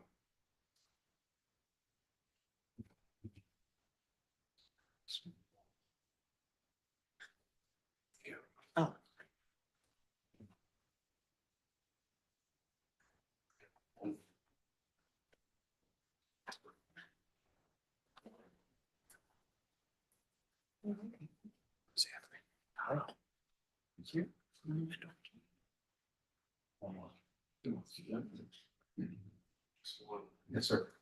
It's stressed. You good? Okay, ladies and gentlemen, jury, thank you for your time and attention throughout this entire trial. You know, this is not where anybody wants to be. We appreciate and observe that everybody throughout this has been actively participating, in performing your civic duty. I will tell you that our client is grateful for your time and attention here and the time you've taken out to be here. As you can tell, in this case, this is a matter that is very, very important for our client, and we believe also to the public. At various times, we hand you what I would consider our greatest hits of exhibits. At various times, I will allude to those by the tab number, and I want you to have those in your hands so you can just more quickly reference them, and we can move through things more quickly. We also will have a few demonstratives on the screen. I will signal to you when we're looking at exhibits, so you don't have to waste your time looking through it. And again, I'll tell you what tab number. Well, at the outset of this trial, we told you this was all about the Piedmont Park Conservancy prioritizing money over safety. Now, the evidence has come in this case. You've gotten to see this for yourselves firsthand. The sinkhole opens up in July of 2018. And to this day, the Conservancy has never conducted an investigation to determine the cause and the scope of the sinkhole. That remains undisputed in this case, that they never took that step. They never took that step, even though our team, client's team, was on site when this happened, had engineers, had a contractor, and could have done it. Parties initially were working together to make that happen. In fact, you recall that some of the engineering reports were rendered during those first few weeks. The one from Mr. Erickson, structural engineer on site. The one from Jonathan Sharp, who was working for Mr. Ballard, both of whom during those first couple of weeks say, we need to determine the cause and scope of the sinkhole so we can safely proceed here. But on August 7th, within a matter of weeks, the Conservancy took over the investigation. The Conservancy took over the investigation. And as you've learned in this trial, they outsourced that investigation to the city of Atlanta. The problem for the Conservancy is that the city of Atlanta didn't give them the answer they wanted. The city of Atlanta did not find that its sewer asset, for which it was responsible, was the cause of the sinkhole. Thus, the cause still remains to this day unknown. The only thing we do know is the sewer asset was not the cause. And so, Conservancy is left with a report after the city comes in and puts the backfill in the hole. And the Conservancy hands off this report to our client to suggest we are now good to move forward, guys. We have the City of Atlanta memorandum. We are good to move forward. The problem is the report on his face doesn't say that. The report doesn't say anything about safety, and you'll be able to read it when you're back in the jury room yourselves. And you won't see an engineering report attached to the City of Atlanta memo. What you will see from the City of Atlanta memo is One, the sewer asset was cost. Number two, they dumped in backfill. So recognizing that the Conservancy didn't have what they needed to try to get our client to move forward, because you recall, our client had a geotechnical engineer look at the report. Number 7, geotechnical engineer said, sorry guys, this doesn't tell us what the cause and scope are. I cannot tell you that this has been a record in the safety report. So what happens at that point? The Conservancy brings in its engineer of record, and I do that intentionally with both engineer of record, Eric Hagler. And then in November. But what happens with Eric Hagler? He generates a report he heard about during the course of this case. And his report says, we still need to do monitoring and boring, and we need a geotech. So that still doesn't answer the mail for the Conservancy, because the Conservancy doesn't want to do the work. They don't want to spend the money on the work. They just want our client to keep building, notwithstanding what the engineers are telling our client. So what happens? The Conservancy goes dark for 3 months. They never hand over the November Hagberg report, never turn it over to our client. You heard first discovered during the course of litigation. But in February, they finally hand over, in other words, generate a new report. And you got to see the evolution of that and what was taken out. And what was taken out? The need for monitoring, for boring, investigation, determine a geotech to help out with this process. That's removed. That is what's given to our client. Ladies and gentlemen, never in this case did the Conservancy investigate the cause and scope of the sinkhole. And that is why they have violated their lease. The lease requires that they keep the premises in good and tenable repair. Not only that,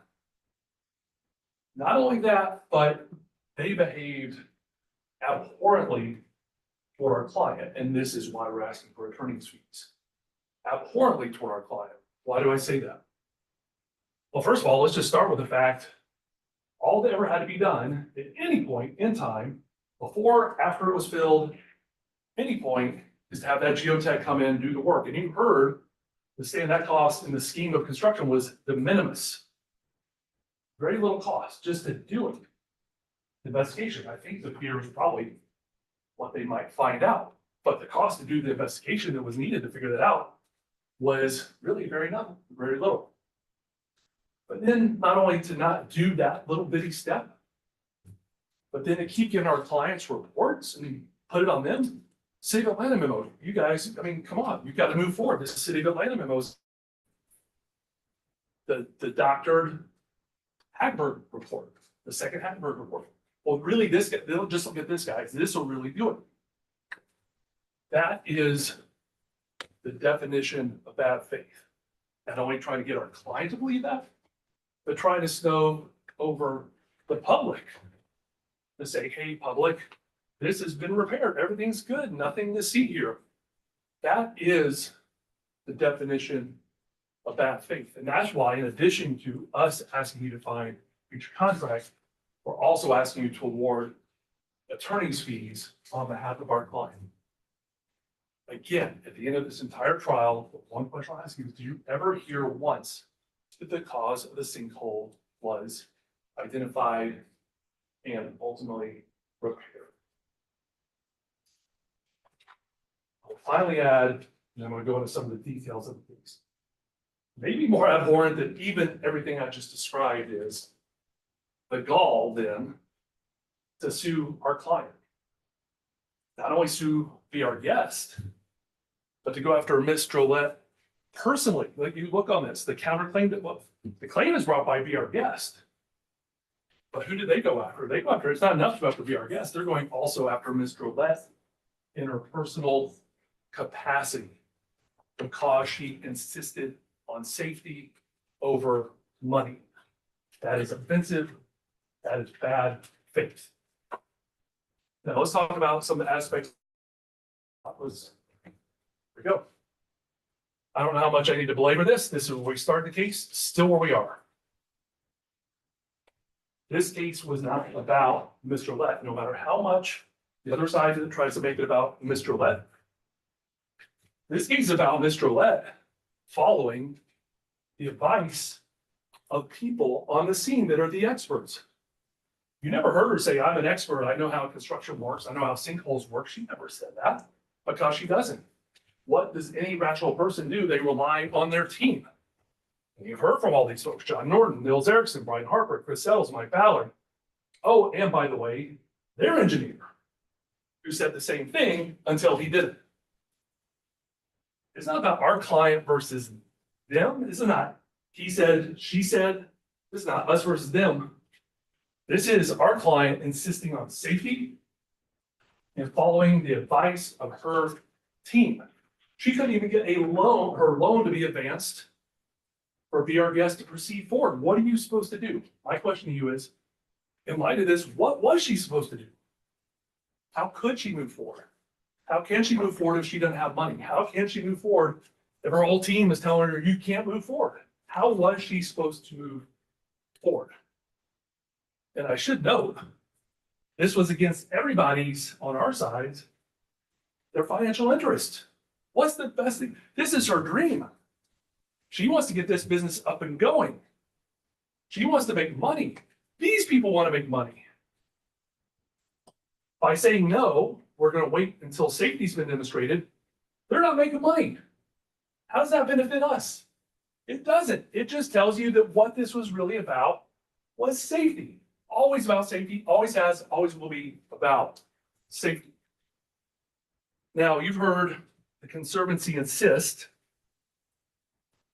that the sewer was the cause, right? And so that's so that they can later say the sewer's the cause, the backfill is the answer. But the good thing about a trial and why we come from a jury is at some point, parties have to prove their case. What I said in our opening, what Mr. Cleric said opening, that doesn't matter. What matters at this point is you guys making the call. And you make the call based on the evidence that comes in, either through what somebody said here, or the exhibits we're going to hand off to you when you go back in the jury room. Here's what we know that all actually came in this case, and what did not come in this case. What came in? Single Atlanta memo says not the cause. It then points to 3 different tests, not the cause. But we said, you know what? Why don't we get the source of, the author of that memo? It wasn't them that brought it in. We brought Mr. Lewis in, and you saw him testify on the stand. It'll be your call whether you found him credible or not. I would suggest to you that he was credible. He was detailed. He was fact-based. He answered all the questions, even questions that didn't really suit him, right? He admitted this memo does indicate that we don't have liability. He could have fudged that, said, I never thought about that. He was a straight shooter. He just told you what it was, and he explained the basis for the claims. What is the evidence they have that the sewer was the cause? I mean, you just, was it today? Or, Mr. Ed Smith, I think that was today. Or maybe it was yesterday. Either way, doesn't matter. Mr. Ed Smith, it was yesterday. The older gentleman who had, I guess, was the consultant on the scene, hired by the Conservancy. Yeah, no, I've heard this from, did you see it before? I just heard it from somebody. That is literally what is on the other side. What, we have folks who are in construction here. In what world can you move forward on a belief? I think most folks understand you've got to move forward with documentation, especially when it comes to something like a sinkhole. And I don't think anybody disputes in this case. A sinkhole at least has the potential to be dangerous. I mean, I guess it could never crash in, but it also could be catastrophic. It could be, over time, compromise the structure of a building, but it is a safety issue, and I don't think that's in dispute in this case. When you're talking about safety, you've got to proceed with science and not unfounded hearsay. Now, let's just take the Conservancy at their face value, right? Let's just assume that the sewer was the cause. Because a lot of people thought it might be the cause. Heck, we had some engineers that said, look, seems likely it might be the cause because, sewer's under sinkhole. So let's just assume for the moment that they're right, it was the cause. Well, was the backfill the fix? Was the backfill the fix? So again, sticking what's been proven during the course of this case, not what people believe, what they feel, but what they believe. We have multiple engineers who've looked at it after the backfill, right? I mean, our client wanted to get back to work. So we had Mr. Ballard look at it after the backfill was added. Said, nope, this isn't, still no cause, still haven't investigated. We can't say that we know the backfill filled it because we don't know what the problem was in the first place. Our client really wanted to get back to work, tried again in April of 2019, had another geotech come out because you really want to get back to work. Yeah, no, I mean, if we don't know the cause, we can't say that the backfill was the fix. And in fact, we were the only people brought in again, the witness from the city of Atlanta. Well, was this intended though to be, maybe y'all didn't do it the right way, but was this intended to be a fix of the sinkhole? No, you heard directly from Chris Lewis. This was intended to protect their sewer asset, only thing for which they were responsible at all. He said, we put this stuff on there to protect the sewer asset. We did not put that in there to protect the foundation so that the building structure will be safe and sound. We cannot tell you that's what this was for. Again, confirmed by now several engineers after the fact. I want to take up one other issue you've heard. Let's start here again. Well, doggone, once the backfill is added, well, everybody's out of luck. I mean, we just can't figure things out. What's somebody to do? I mean, I guess we just got to wipe our hands and all move forward. All right. I mean, effectively, I think you're going to hear that argument. But again, trial is evidence. It's not beliefs. It's not views. It's not speculation. It's actually evidence. And here you heard during the course of this trial that both Chris Settles, the engineer from April, as well as Mr. Ballard, the first geotechnical engineer from November, came up with proposals of incremental steps how this can be done to get to a cause. And let's be clear here, folks. We're not talking about landing a lunar vehicle or a spaceship on Mars. That's not what we're talking about. This is a sinkhole. This is not like some impossibility in this day and age we live in to get to the bottom of a sinkhole. You might think so from what the other side is arguing, but you've heard folks say there is a way still to get to the answer. And at the end of the day, that's not our client's problem. They're not responsible for the foundation where the sinkhole is to begin with. If it can't be done, that's on them. They should have taken steps to ensure the backfill never got added, or they should have done something to work with that backfill to make sure it actually was compounded and did better and worked better or something. That's not on our client. That is on them, the Conservancy. Now, you've heard argument that our client was behind schedule and was out of money. I think you've heard this argument was one of the first things I think out the gate during COVID. Our client was out of money. Well, there's really no question they're behind schedule because a sinkhole was discovered. And they were behind schedule because there were other issues, which you've heard a lot about, which we'll revisit.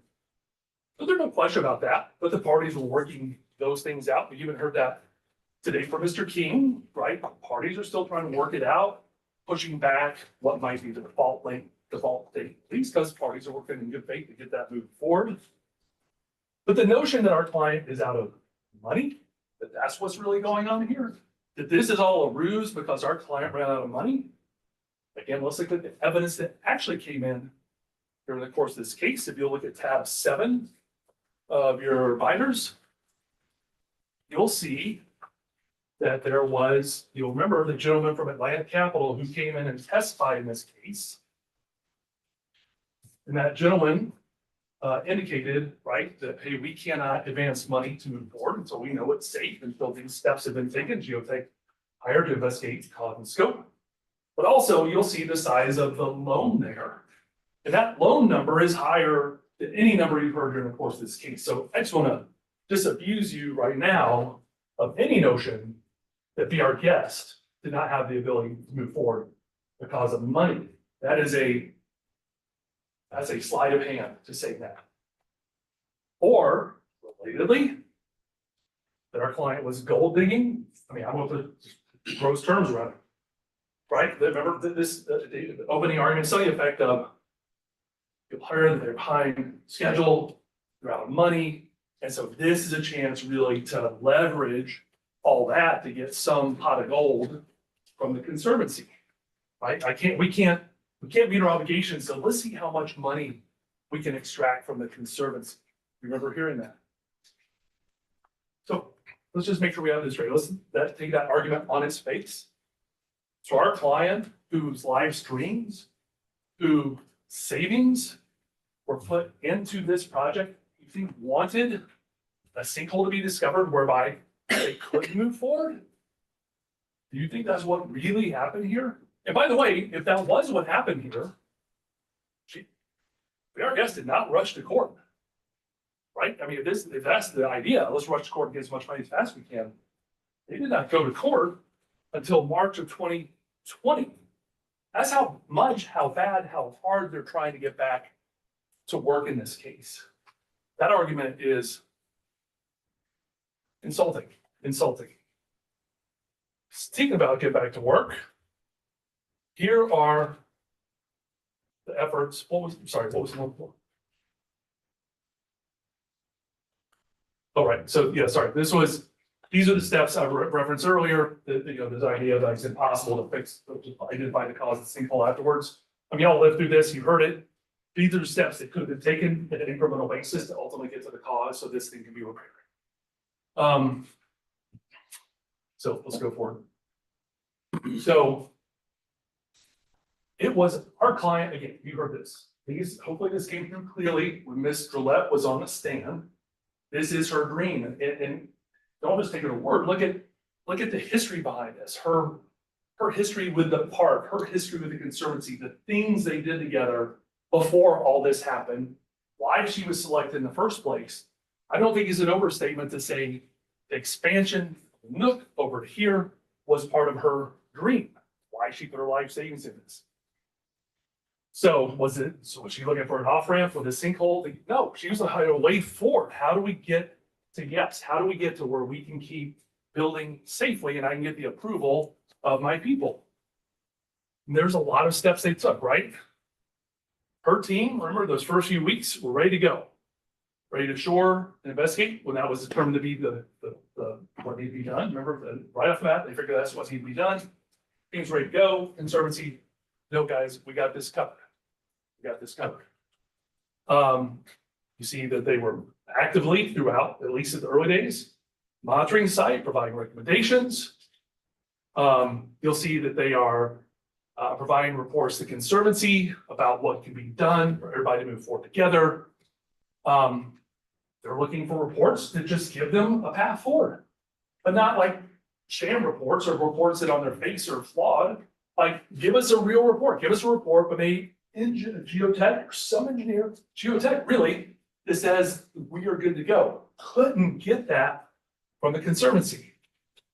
City's work memorandum on its face is problematic, but they don't just rest at that. Our client says, okay, I see this. You got a report, you got a backfill.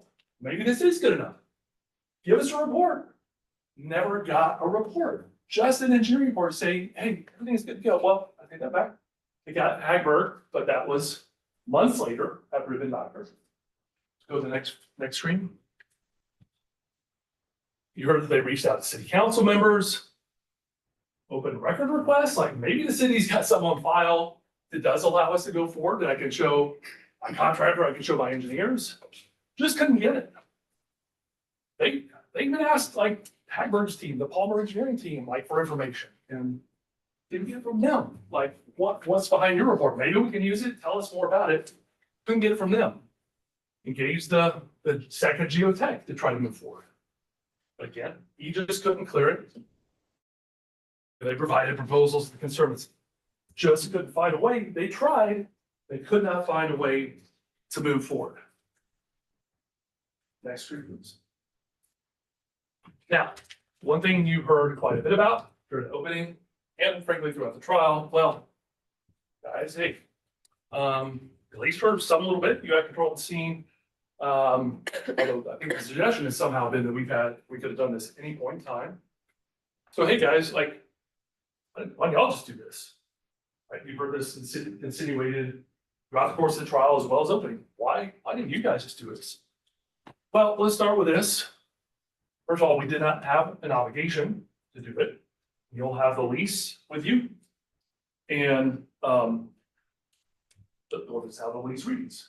And so it's the Conservancy that, of course, owns the foundation, other parts of the building.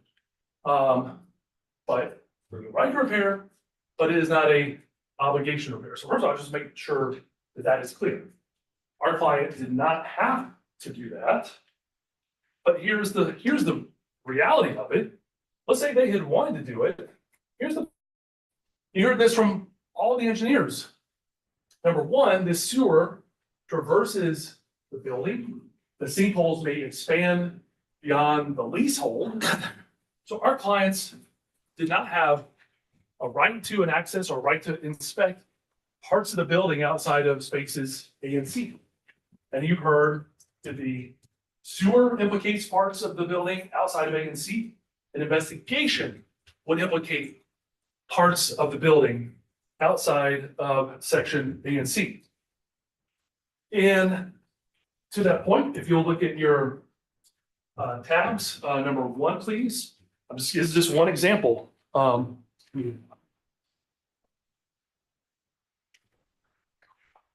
I point this out to you, not to get bogged down, but just later at your convenience even, you'll take a look at this and see how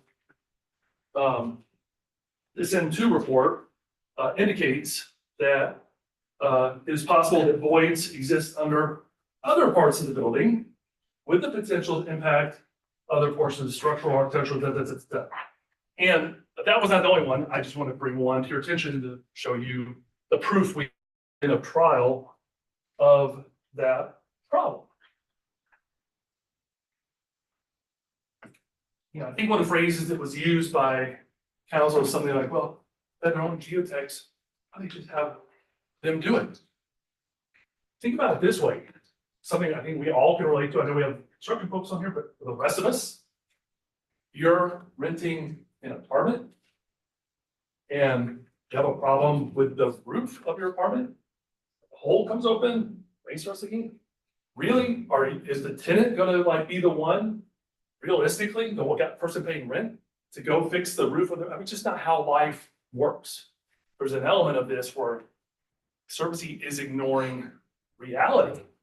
We're talking about a sinkhole, not just something like, I can hammer this nail, I can take this thing off the wall, I can put some dirt. This is a sinkhole we're talking about. The notion that our client was responsible for the sinkhole is an absurd notion, especially in light of everything else that you've heard during the course of this trial.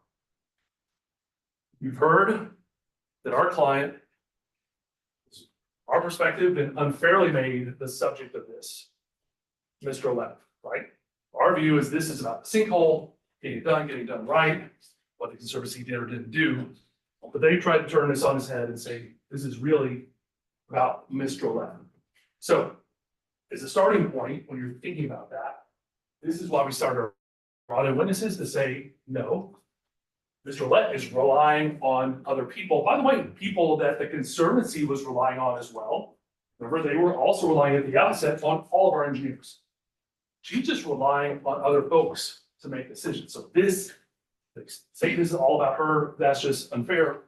But also, when we embrace her testimony during the course of this case, you get, again, you're the ultimate arbiters of credibility and what you believe or don't believe.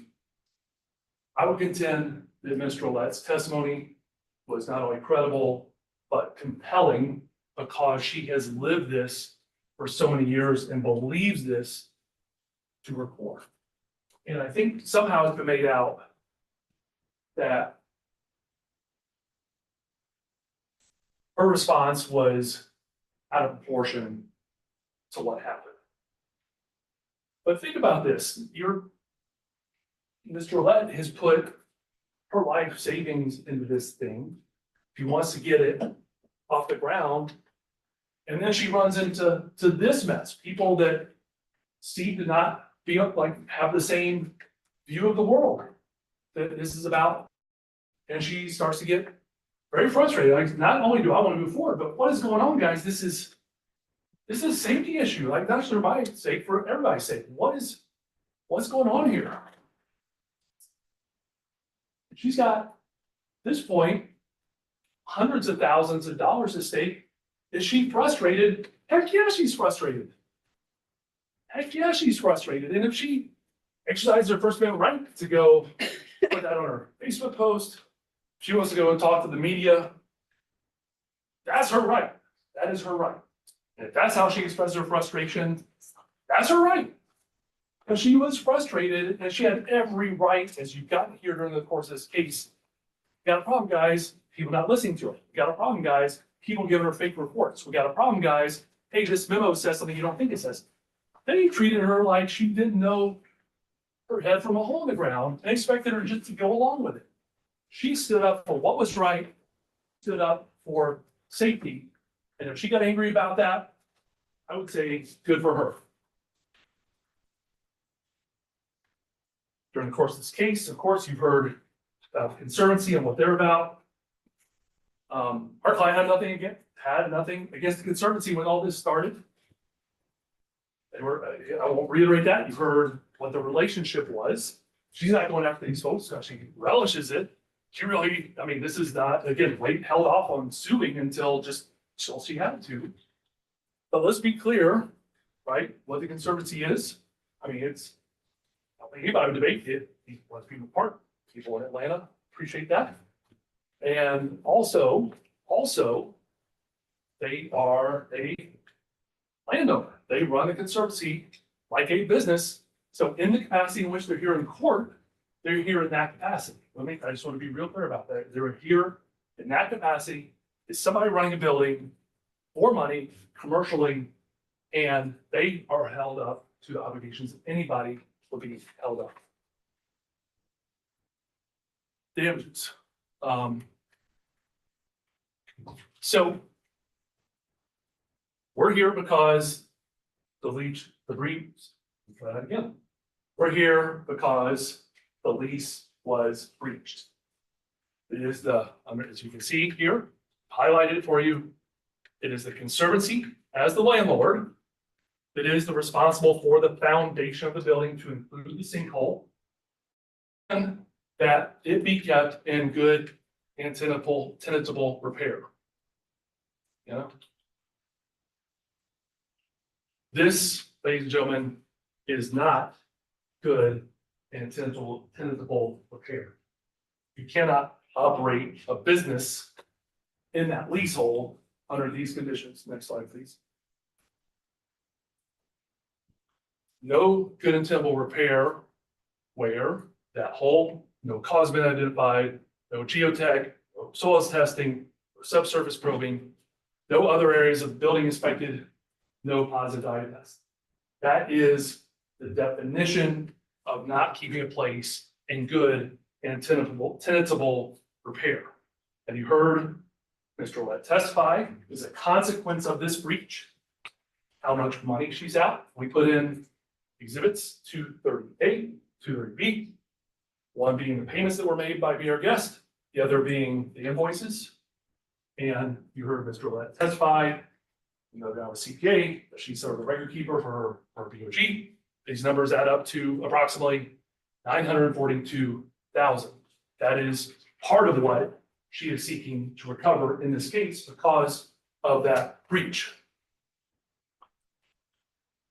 Also, she is seeking to recover future lost profits.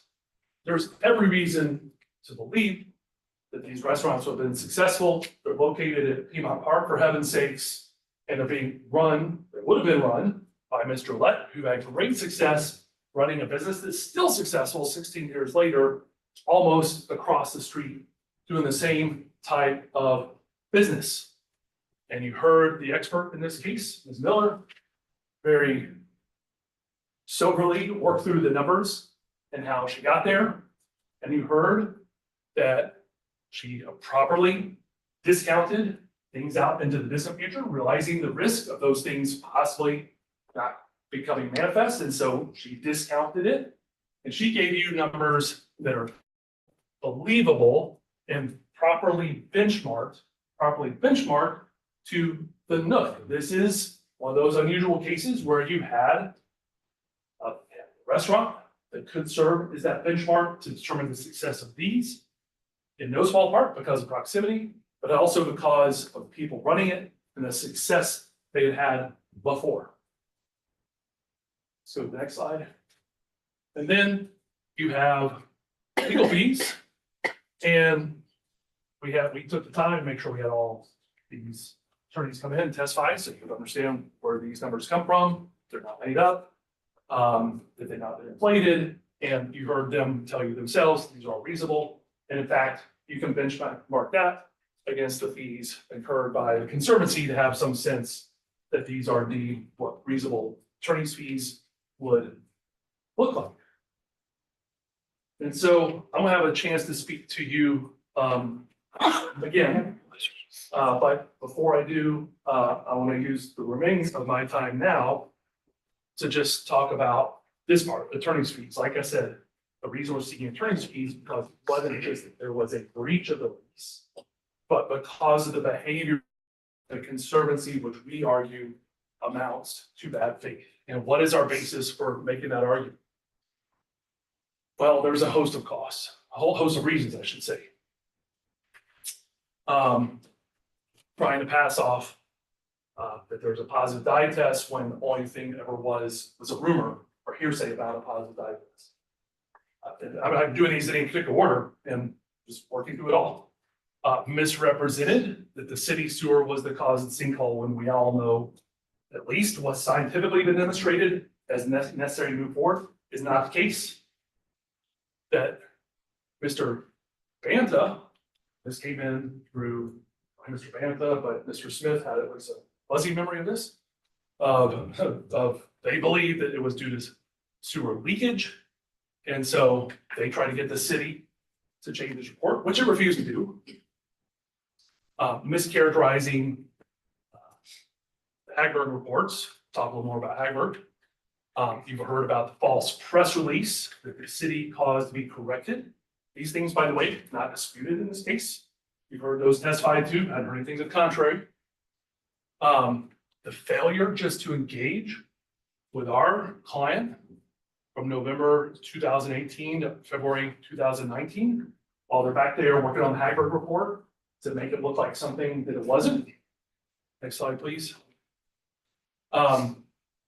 Failure to provide, if Rudy Collins somehow was the answer, which this is not, but if it was, certainly never given to our client again until litigation.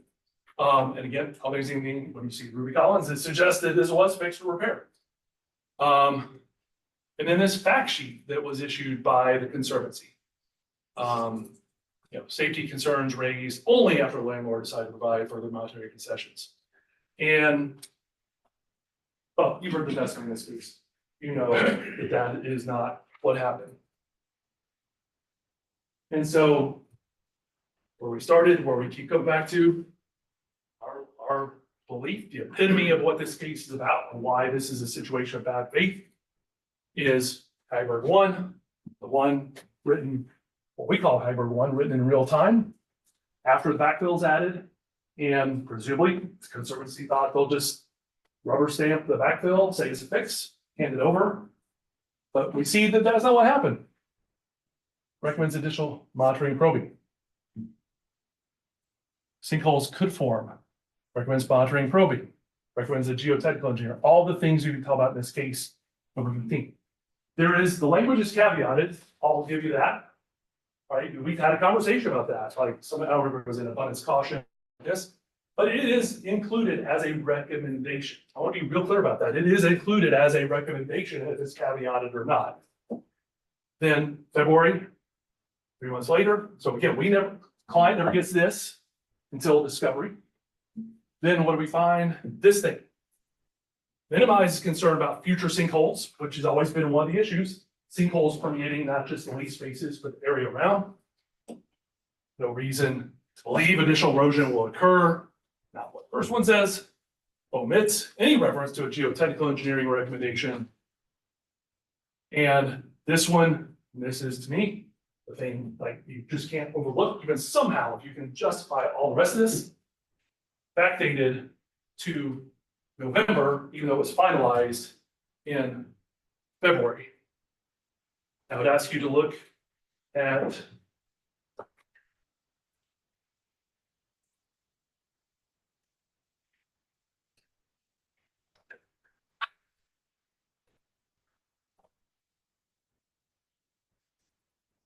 tab number 10, please.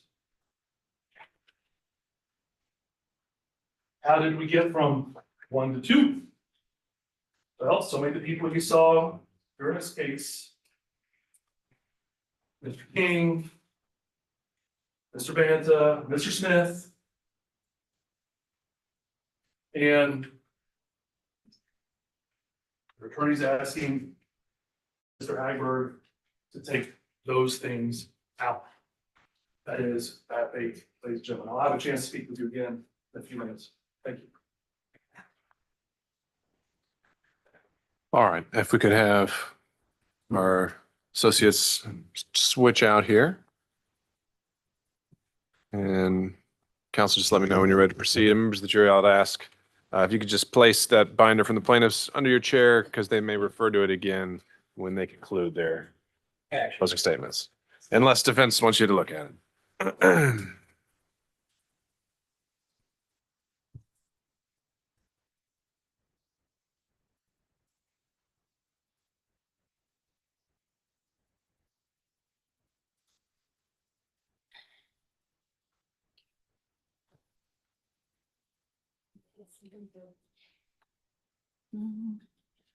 Oh. I think you need to click.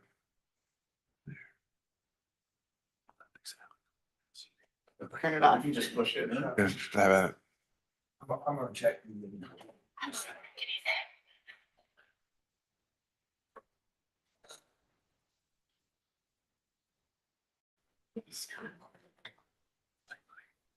Yeah.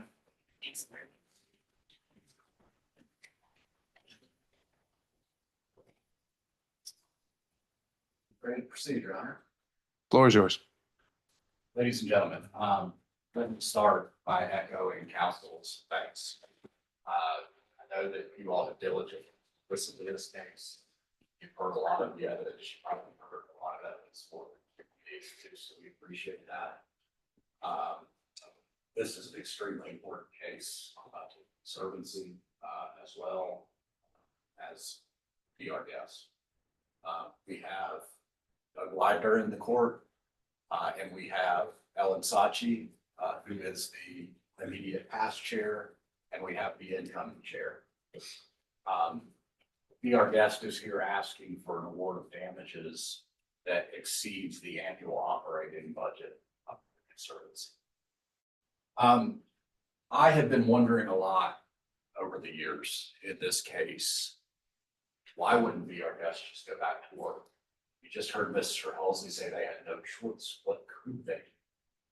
Well, they could have done what Shake Shack did. They could have done what Willie's did. They could have looked at this situation and reached the only logical conclusion that there was no reason not to go back to work. This situation had been repaired. And if there were any concerns coming up in the future, we were looking at them. You could see the sewer runs all through the park. If there were any subsidence issues, they were. Now, with all due respect to be our guest and Mr. Halsey, what you just heard was be our guest's advocate's view of the evidence. I'm going to go through a lot of the actual evidence. I'm going to go through it quickly, so you can bear with me. First off, you're going to get something to go back with you. It says charge to the jury. This is what the judge is going to read to you when I finish. Let me read what he's going to say about the burden. The party bringing any claim must prove every essential part of its claims by a preponderance of the evidence. What that means is it's more likely true than not true. We've heard a lot about scientific evidence. Scientific evidence is not. Scientific evidence is not, it's possible. It's possible there are other samples. At best, saying it's possible, that's 50-50. It's possible there is a problem. It's possible there isn't a problem. Plaintiff cannot get the 51% expected. There's been not a shred of evidence offered that it's more likely than not that there is any problem with this building or with the subsurface condition. BOG also has to prove, if we can go back, it suffered damages. The judge is going to give you an instruction on damages. He's going to give you an instruction about the separateness of individuals and corporations they use to shield liability. You heard Mr. Lett say, I'm not here telling you there's no evidence that BRGAS suffered damages. I'm here telling you it's undisputed that damages may have been suffered by Mr. Lett. They may have been suffered by Mr. Dooley. Those parties don't have claims in this case. The plaintiff has suffered no damages. Now, we have this. Let's start, we are here today because Piedmont Park Conservancy prioritized money over safety. Nonsense. The Conservancy wanted to prioritize money that it could use to program and beautify the park over people's safety. Ask yourself, does that make any sense? So this is also what was said. They needed an engineer. All of this had to happen before it is safe to continue construction. Let's see what the engineers actually said about safety. We'll see that. So this notion, no cause equals no repair. I don't know where that came from. Mr. Halsey used a roof example. You've got water coming in the roof. You see those brown stains we all hate to see. You call someone out to fix it. I don't know if it was caused by a tree limb. I don't know if it was caused by a squirrel or some other rodent. I don't know if it was caused because the shingles are simply beyond their useful life. Can you fix the leak in the roof? You can. So the Conservancy's brought claims, counterclaims. Apparently, that's an appalling thing to do when you're sued, is to under a breach of lease, to bring a claim to say, you were supposed to pay rent under this lease, remember? You were supposed to deliver this building back to us in a broom clean fashion. BRGAS, there's no dispute here. BRGAS never began paying rent, never began operating, and the Conservancy suffered damages as a result. So again, let's see what the evidence really showed. Everyone agrees.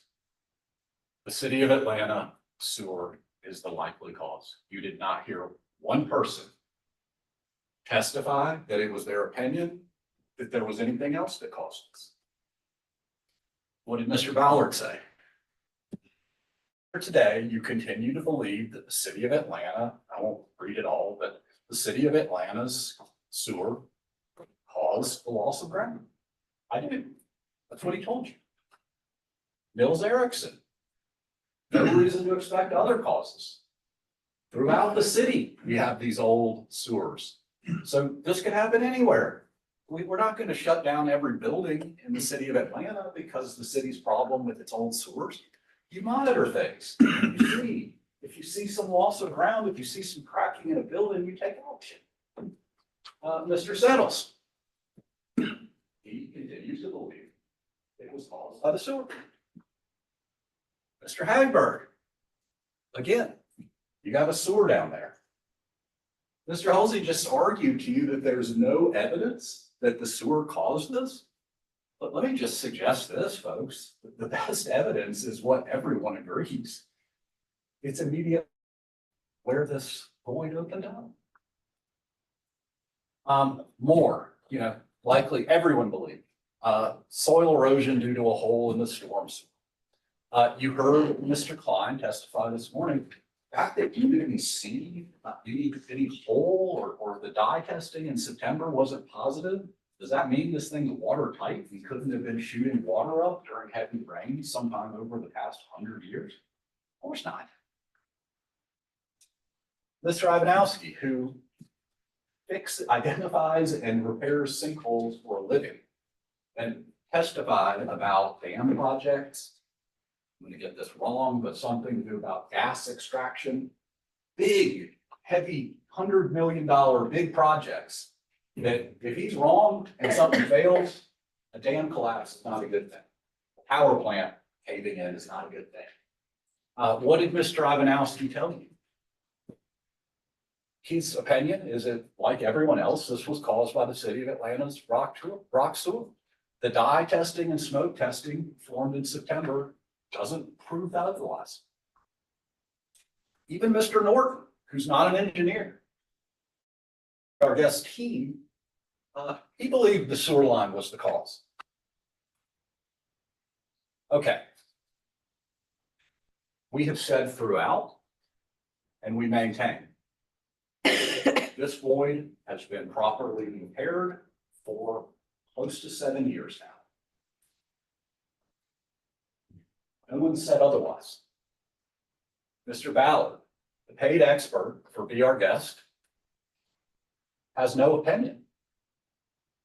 No one's here to say the repair was inadequate. Mills Erickson, other paid BOG expert, no opinion. Chris Settles, another BOG expert. I have no problem with what they did. That's his testament. Mr. Ivanowski looked at exactly what Ruby Collins did and opined it was appropriate, sufficient, nothing further needed to be done. Once, what did he call it? Once it was choked off, once that throat was choked off, that stops the mechanism from further eroding, causing any more concern. He said he wanted to monitor. He talked about monitoring long-term, which of course Mr. Smith did, and remains ongoing to this day. There's not an inch or a millimeter of movement in what has been monitored. But what he was really talking about is you monitor that flowable fill. If it starts dropping after it gets put in, you know that you've got a problem because it's going through something that it's not plugged in.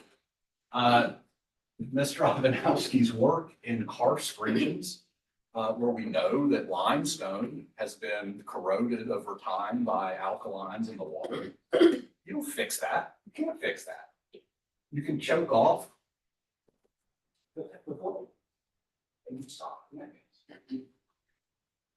The community center remains structurally sound and safe for use. It is in use every day. Willie's has operated throughout this with no concerns. Willie's was made fully aware of this. Shake Shack was ready to get into this space as fast as it could. Once it was available, the same was true with Willie's in the space directly over the repair center. This whole notion of we've heard about these red lights, green lights, and there's some notion that these engineers were telling Be Our Guest they couldn't go forward. What did the evidence actually show? What did people actually say? They came in here, they sat down, they raised their hand, they took an oath, and they told the truth for the most part. I'm not here to tell you any of these witnesses were lying. I think everybody told the truth from their perspective. Did he ever tell them it was unsafe? No. Thanks. You weren't putting a red light in front of Be Our Guest and saying, don't go back to work. No. Mills Erickson, I'm not telling the jury that the building is unsafe.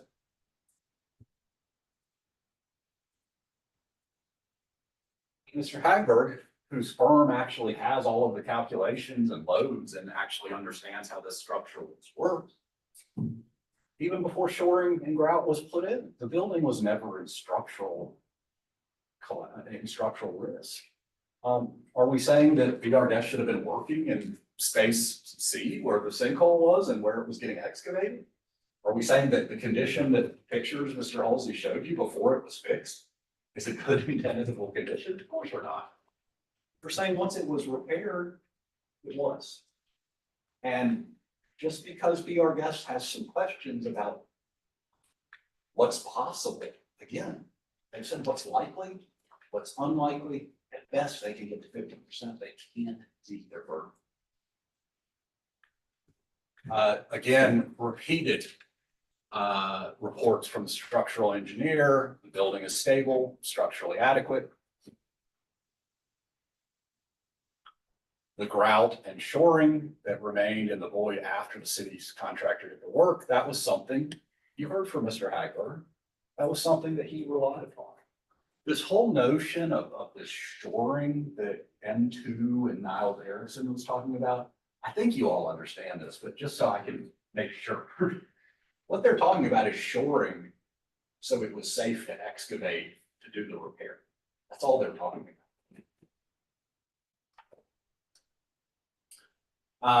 You're going to hear, you've heard a lot about no one can definitively or conclusively tell you what caused it. And that's true.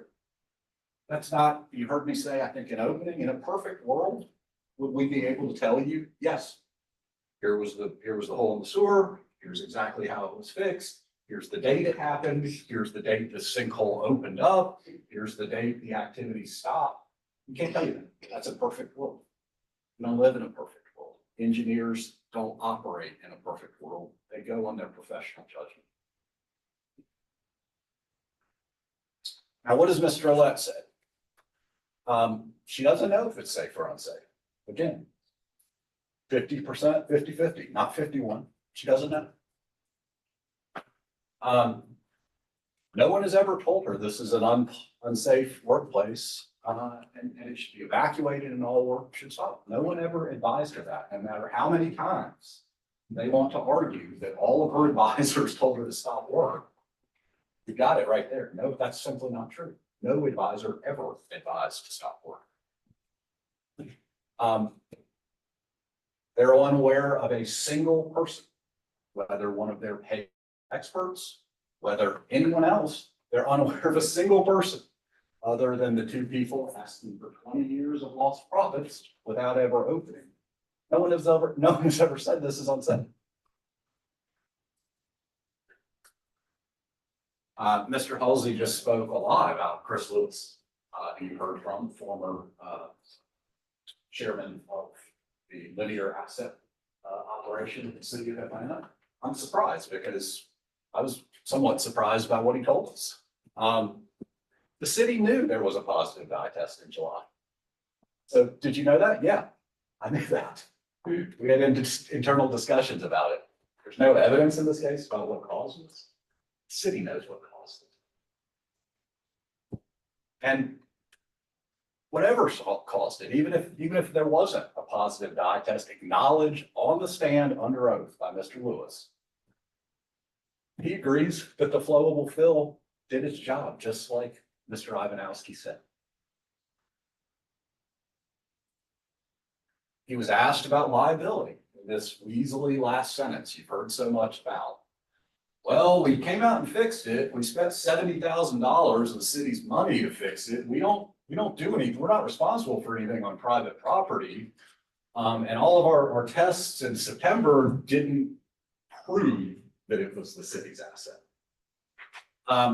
But that is how the city operates. You heard from Mitchell King, who during his job with Georgia Power worked with the city all the time. It's not in the city's best interest to admit that its asset caused a problem, particularly when you've got a plaintiff peppering it with open records requests from lawyers looking to place liability. So, the city wants to make certain what we're sending out is in the city's best interest. Mr. Settles, who is paid to be here, paid to testify for Be Our Guest, does he believe what the city says? No, he says specifically, he doesn't think they're trustworthy. I agree with it. Mr. Lewis, after talking about this whole concept of choking off with the mechanism, I asked, did the city leave this in an unsafe condition? No.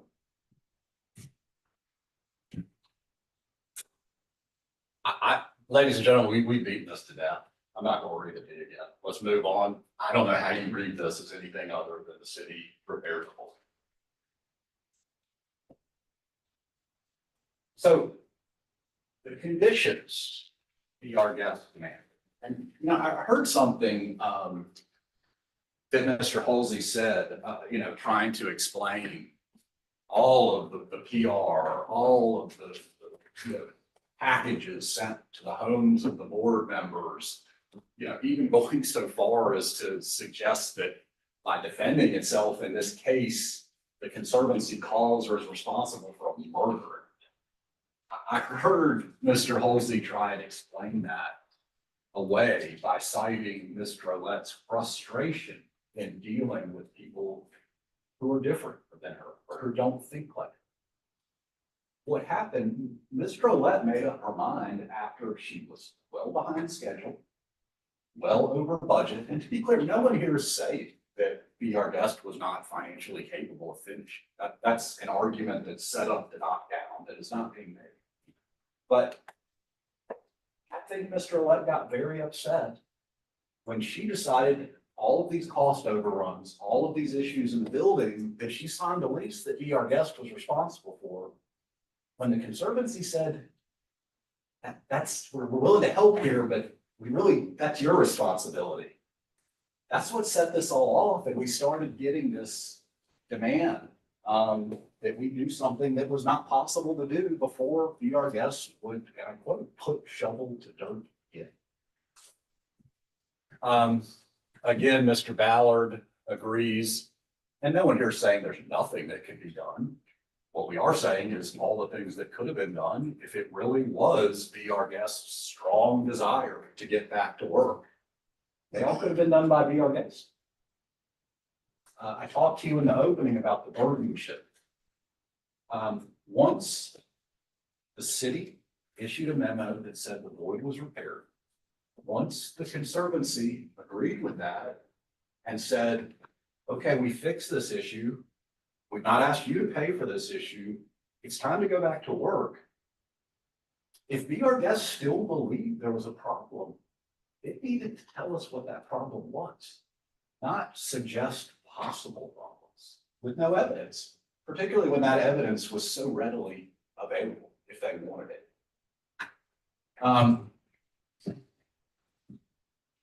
Mr. Ballard, again, after the hole has been filled, again, there's been some suggestion that the Conservancy should have run out and stopped the city from injecting the grout because it was their property. Well, it was Be Our Guest leasehold. They had an interest in this property. If they wanted to stop this, they could have. They didn't. And after the city injected the flowable fill, the common way of fixing these things, the time to easily identify the cause had come and gone. You heard from Jennifer Ide. Again, we're talking about impossible conditions. What Be Our Guest needed and what they told us repeatedly, they needed the city and the geotechnical engineer to issue an engineering report with a blanket statement the community center is safe. We asked Ms. Ide, who was a council person with the city, would the city ever do that? The city would not do that. The city doesn't do that. There's nothing the Conservancy could do because the conditions that were imposed were not possible to fulfill. Same with an engineer, a geotechnical engineer. We asked him. You would not expect an engineer to give an unqualified that the building is safe opinion. Correct? It's not what engineers do.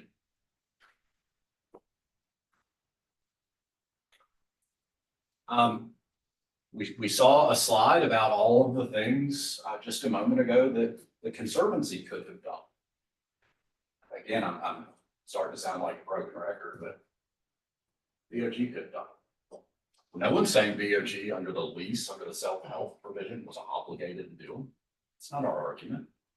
Our argument is if this really was BOG desperately wanting to go back to work, it had a proposal from Mr. Ballard for under $5,000 to go out and do ground penetrating rate.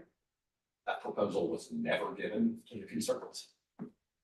Conservancy was never asked if Be Our Guest or it would be willing to do a GPR study. Instead, the Conservancy's on its heels with the news media telling the public that this is a danger and we're putting camp children in danger. But that is bad faith. Instead of having a simple GPR study or even alerting the Conservancy that that was an option or something Be Our Guest wanted to do, they went on TV and they began simply a vendetta that has gone on to this day against the Conservancy. That's bad faith. To be clear, we're asking for attorney's fees in this case. We are also asking for attorney's fees. We believe there is a basis to award those attorney's fees based upon the bad faith actions of the Conservancy. But I don't want you, the Conservancy doesn't have to prove any bad faith. All the Conservancy has to prove is Be Our Guest was the one who breached the lease because it has a contractual right to attorney's fees. We don't have to prove that faith. So again, Mr. Ballard essentially saying, you heard him. Yeah, there was a lot more things we could do if we wanted to know what was going on. I'm repeating, but again, this is what the evidence showed. There were tons of things that could have been done if Be Our Guest really wanted to go back to work. They didn't ask to do. Talking about the GPR study, I think it's 4,200. We're close enough. He remembered 5,000. It was never done. Chris Settles came in and explained, I've been talking with Mr. Settles for a long time, took his deposition years ago. Finally, during his testimony, I understood what he was saying. What he's saying, and he was very direct about it, you don't have to find the cause. Of course, it's better to find the cause, but if you don't, what he's talking about is this matrix of putting grout in to essentially turn the entire subsurface into one big foundation, is what I understand him to be saying. And sounds like a decent idea. If you really think something's wrong, honestly, it sounds like a good repair. Did Be Our Guest ever ask the Conservancy? No. Did Be Our Guest ever even let the Conservancy know that it had some recommendations from Chris Settles until this litigation was commenced? Never did. You heard Mr. Ouellette say, well, I thought the lawyers did. They did. This notion of lost profits, I do need to talk about it. I'm going to start with, I don't know, a lot of us probably worked in restaurants at some point in school. You know, it's probably more rare that you didn't ever work in a restaurant than you did. It's hard work. Most restaurants, unfortunately, fail. I think you heard the statistics from the National Restaurant Association. First 2 years, 80% of them fail. I just read an article the other day, West Midtown. All of these good restaurants, I'm kind of a lot of all of them. It's a tough business. But to come in here and ask you good people to award it 20 years of lost profits without putting in any of the work. Mr. Halsey used the word abhorrent. I don't know if I'd go that far, but when you're asking a nonprofit to award you 20 years of profits, that is abhorrent. You're going to get a jury instruction. This is stipulated by the parties. You're going to get a list of things the parties have agreed to. These are two of them. BOG never completed construction, never opened the restaurants. Ms. Miller testified They have zero history of earning profits. They never owed. I honestly don't believe Miss Miller understood when she sat down and took the stand that DR Guest was not the owner of the note. I'm not sure she understood that. She came out of the gate. First thing she was asked was, has BR Guest established a record of profitability? She said yes. That surprises me. She did come around and acknowledge they don't have any history of earning or profits. Not aware of any sufficient database. That's correct. And you started your analysis essentially with what Mr. Dooley and Ms. Grillette went to their bank with, projections. These projections, no matter how hard they worked on them, they're not facts. They're their hopes, their dreams. They fluctuated up and down. And if this was good enough to award lost profits, every business who ever got a bank loan would be able to say, well, because my bank loaned me money on this, then obviously it's going to happen. We all know that's not the world we live in. Moreover, this notion that somehow the bank loaning money against these projections was evidence of how high quality these projections are because the bank needs to get paid. Nonsense. This loan was guaranteed by someone other than BR Guest, namely the Small Business Administration and Mr. Ouellette person. And informed guesses, move on. And Ms. Miller admitted, as she had to, this very well. Yeah, I don't know. Sometimes a company's projections are very accurate. Sometimes they're not. It's a prediction.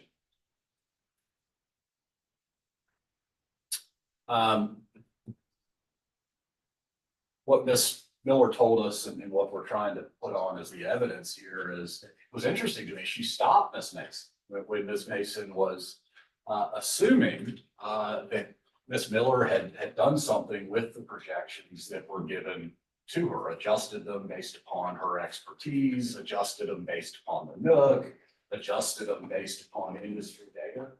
She said, no, I didn't do that. All Ms. Miller did was take the projections that were prepared by Mr. Ouellette and Mr. Dooley, plug them in and spit them out 20 years, and then discount it to the cash value today. That's all she did. Again, she plugged in the 73.34%. Sorry, that's not very clear. Operating expenses, she just plugged this in to her spreadsheet, hit enter, and she tells you you ought to give them $3.1 million for profits for 20 years. We can move on. Again, you've heard this morph into an expansion of the NUC. You heard Mr. Banta testify why that was not what the Conservancy was looking for or what it allowed. This was not an expansion of the NUC. To the extent you've heard testimony on that, it's for legal reasons that I'll leave out, but they're trying to have a benchmark that is equal to, so that they can lend some additional credibility to this lost profit claim. But what is the evidence? We are not a chain. We do not have several outlets through Atlanta. These are completely original restaurant concepts. We are not franchises of any other restaurant.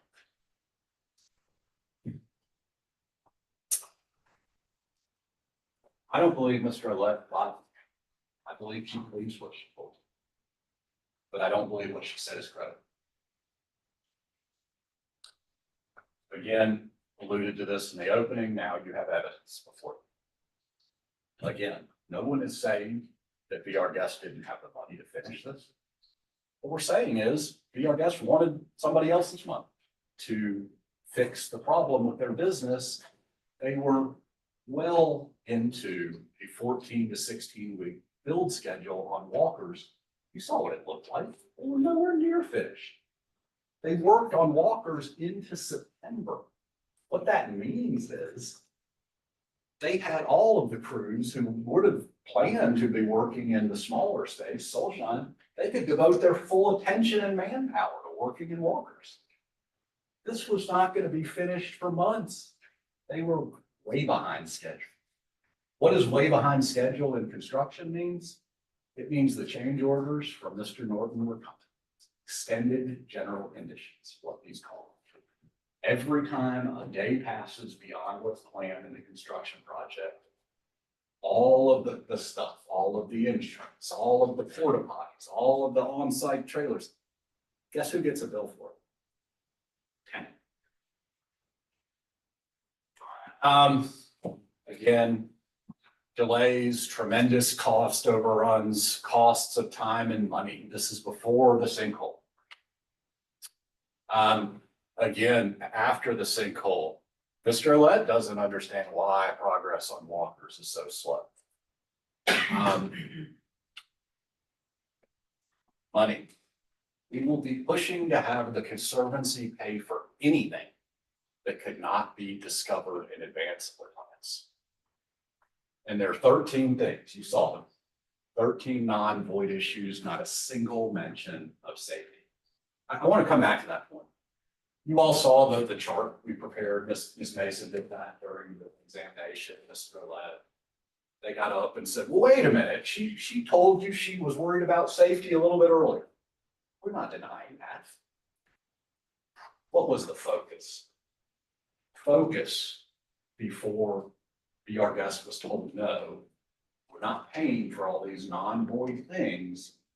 The focus was time. Focus was money. It was after that, what we called the pivotal meeting. After that meeting, we're on TV, we're endangering children. Mark Banta is a terrible person. Music Midtown is going to be a mass casualty of that. The focus absolutely changed. Again, BR Guest worried that the Conservancy is trying to shift the cost to the sinkhole to them. You heard plenty of evidence that's not the case. Conservancy was always going to take care of the cost associated with this.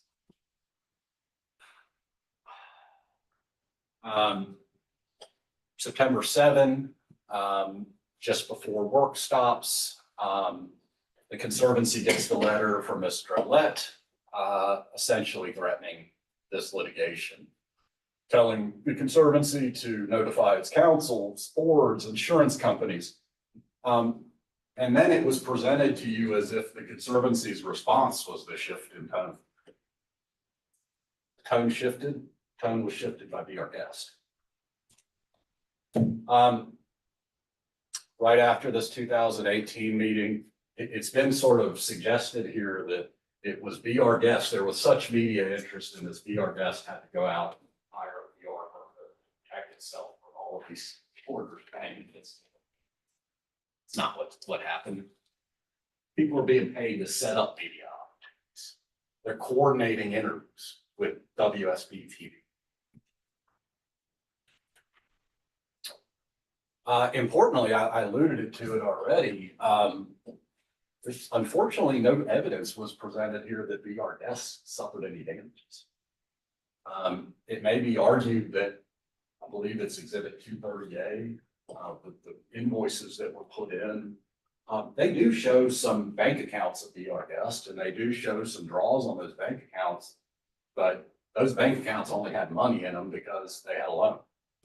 And there's no evidence here that BR Guest paid back that money. To the extent there's evidence anyone paid back that loan, it was Mr. Dooley. BR Guest, and again, you're going to get an instruction on this. And it's the law. BR Guest is not the same as Mr. Dooley or Mr. Lett or the Nook or any other corporation. Move forward. Let's see if this works. We're operating differently than we have been, but I'm going to play this clip. And it's not going to work. Jury can remember yesterday. This is the last question that Mr. Moy asked Mr. Lett. Basically, can you confirm that BR Guest suffered these damages? And Mr. Lett to my surprise, said, well, yeah, me and Dave paid all this stuff. She and Dave Dooley are not plaintiffs who have claims in this case. As a matter of law, they have not suffered any damages. Now, I know that seems like a technical thing, but it's important because if the Conservancy were to obtain a judgment in this case, you would have think that we were owed some money. Can we go get it from Mr. Dooley? Of course not. Just because Mr. Dooley's a member of the guest, that's what this shields him from liability. That goes both ways. You have to respect the separateness of the corporation from the individuals. This is not a ticky-tacky lawyer thing. They haven't proven any damages. In fact, they've admitted that others suffered damages that aren't plaintiffs in this case. We believe the Conservancy is entitled to damages here. We believe the Conservancy went above and beyond to try and accommodate the concerns of the guests. You heard Mitchell King say, why didn't we terminate this lease a long time ago and move on? Because the Conservancy was trying to do what it needed to get this plaintiff to come back to work. That's what everybody wanted. The Conservancy wanted this tenant to come back to work, didn't want to end up in court, didn't want to terminate the lease. But as you heard Mr. King say, eventually it became apparent that there was really nothing that could be done. This whole notion of these two reports that you've heard are doctored. Again, that's what's going on here. The board's saying, what can we do to try and do more to convince VR guests to go back to work? Mr. Hagberg says, here are some things you can do. And I do, ladies and gentlemen, just because it's referring to me, if you look at tab 10 here, this is the evidence of bad faith. This is my email to Mr. Hagberg. And what it says, and this is after the board has reported, we don't want to do any, we don't want to put holes in the floor. Why don't we start with doing something out in the yard? Like the city said it's repaired, yeah, we could do this, but we don't want to go this far. I said to Mr. Hagberg, if you are comfortable, could you please remove these things that are no longer relevant? Because the board said they don't want to do them after being told it was a possibility of something that could be done. You heard Mr. Hagberg say there under oath, sir, if you were not comfortable removing this, would you have done it and put your seal on it? He said, absolutely not. That same report, Hagberg 1, as it's been alluded to, reaches the same conclusion. To be very clear, you guys will look at it. When you go back, you'll have it. Look at the conclusion. It's the exact same. Has always been the exact same. And moreover, you heard, was that report prepared for VR guest? VR guest lawyer asked for it one day after I think it was mentioned on the news or something. Said, can I have a copy? I said, sure.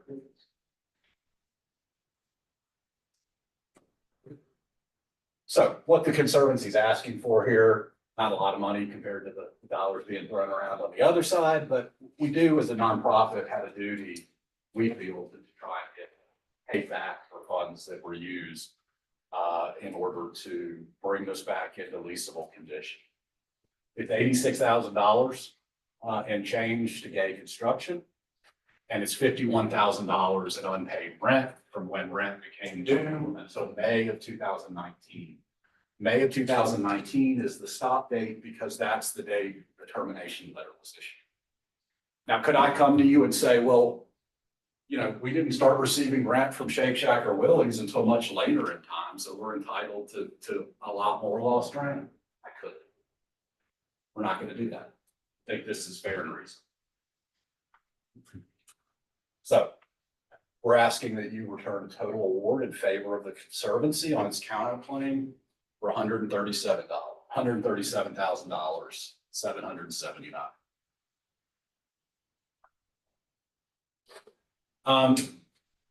We believe, again, as a duty to the donors, to the public that the Conservancy serves, we have an obligation to try and get back some of the money we spent dealing with this. You heard me say, I believe there was bad faith here. I believe there was egregious bad faith. And there's a question. Do you find that we're entitled, we, the Conservancy, are entitled to attorney's fees because of bad faith? You can find that if you want to, but you don't need to. All you have to do is look at section 11.1, the contract, which says very clearly, in the event of a termination, the landlord, Conservancy, is entitled to recover all reasonable attorney's fees associated with the tenant's default. Now, that's not an issue that you guys have to decide. You heard there's a stipulation. There's agreement among the parties that the fees incurred by the Conservancy are reasonable. And the amount that we are asking for is a reasonable amount. You guys don't have to decide that. It's a yes, no question on the verdict form. Ladies and gentlemen, I want to thank you again. See how this is about to be in your hands. I have to be thinking small. Appreciate your service. Thank you. Sorry. No, that's okay.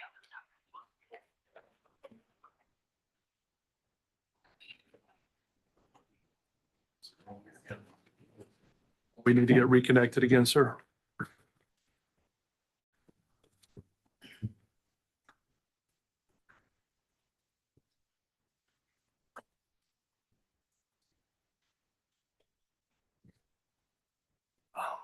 John, question. I need to go.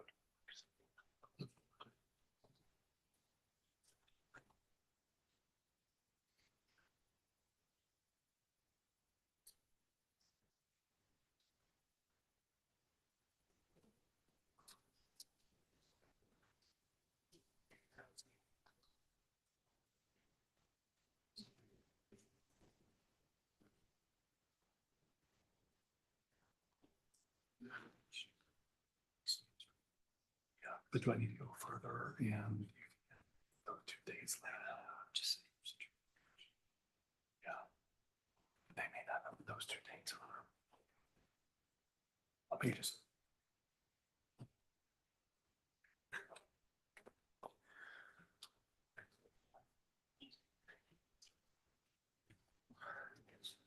Mark, you may have to go. Show her your tricks.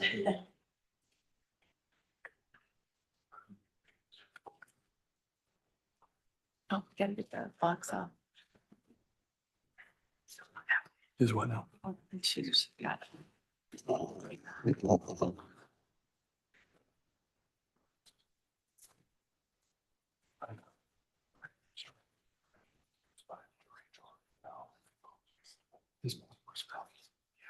Yeah, okay.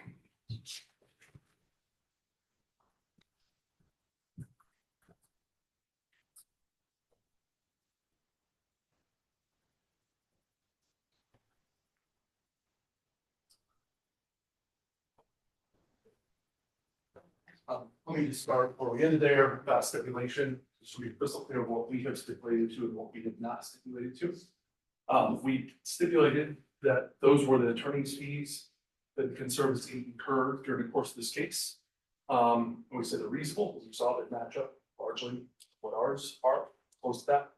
What we're not agreeing to, just to be crystal clear, is that we are obligated to pay the attorney's fees. We are not agreeing that Mr. Lett or be our guest operating in bad faith. To the contrary, we think everything she did was for the good, trying to move forward in a safe way for herself and for the public. There should be any consideration of bad faith on the part of our client. What you heard just now was sort of telling, I think, about a lot of what you've heard throughout the course of this case. I'll just put it this way. You heard over and over the drumbeat that our client was never told the building was unsafe. And that's very precise use of language. Our client was never told the building was unsafe.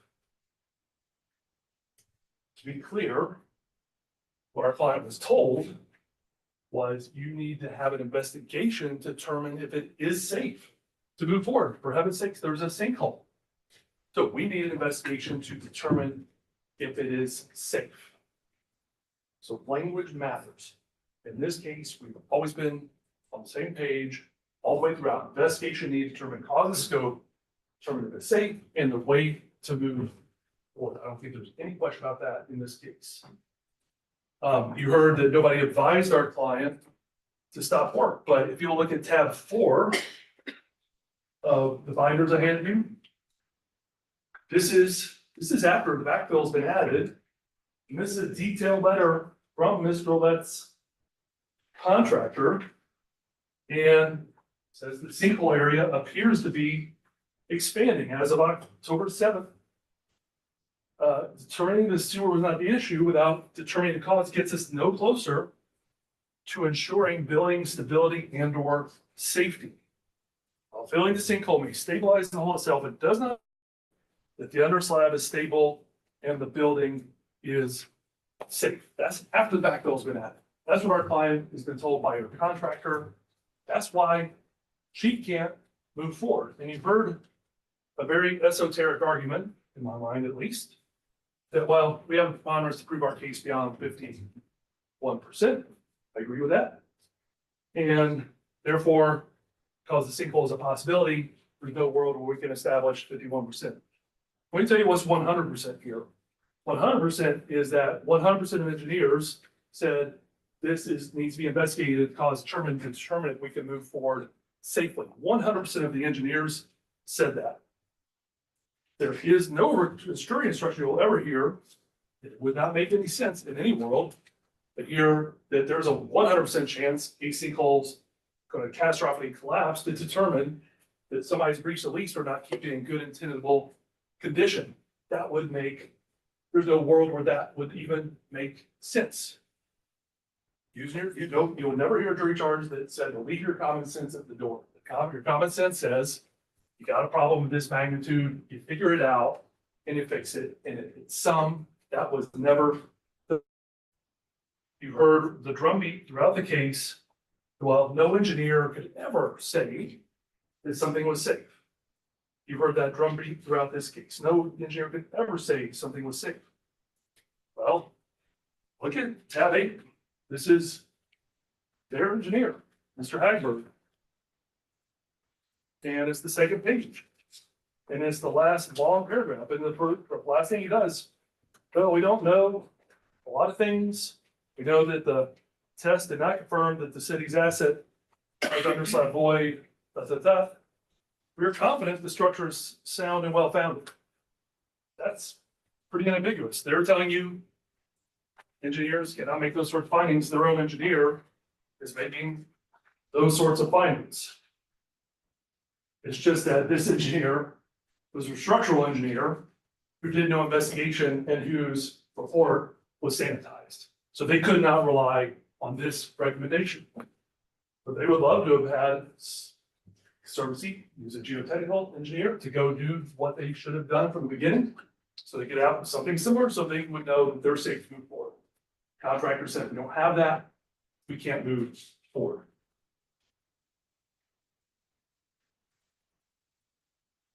A couple of just maybe smaller points. You heard about, well, Mr. Olet came up with these proposals and that she never gave these proposals to the Conservancy about moving forward from Mr. Ballard and Mr. Settles about moving forward.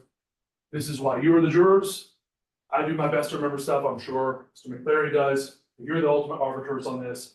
I invite you to go back and look at your notes and see what the evidence was. I would argue that the testimony was that those proposals were in fact sent over, but it's your notes. You look back, see what you saw. Future lost profits. I will make this brief. Evidence of whatever happens with most restaurants is fine, but the beauty of a jury trial is because you're speaking to the facts of a specific case. That's why I brought in the accountant who's looked at the facts of our case and said, this is not every case that ever was. This is a very specific case where we have a benchmark that's still running profitably after 16 years. That's why this is different than just what all restaurants happen or what the percentage of failure is. That's the beauty of a trial, is we're required to present specific evidence. Let's go ahead and start.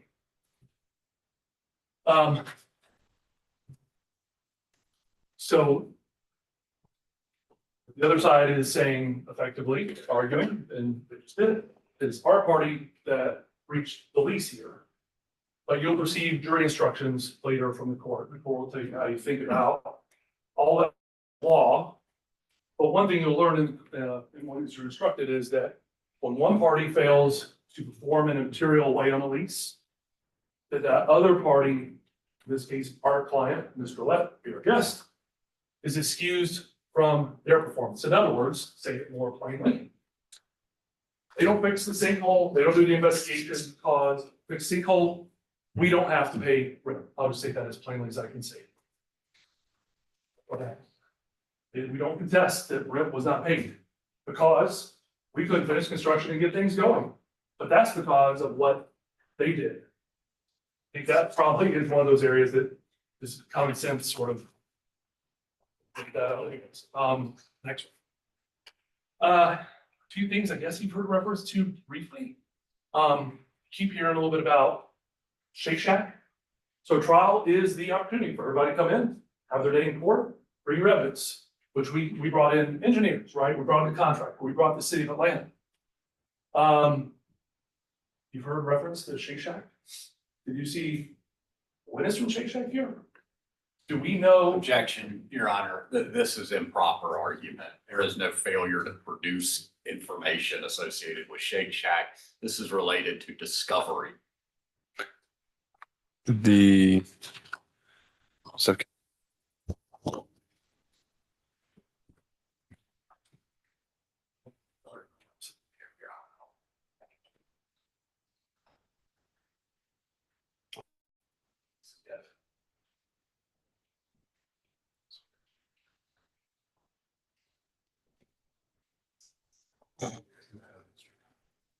Yes, it's.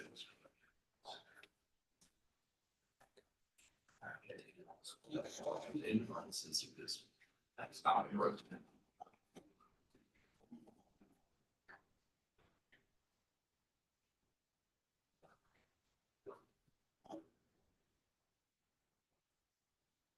I don't have any problem. It's, that's not, if you don't work. It's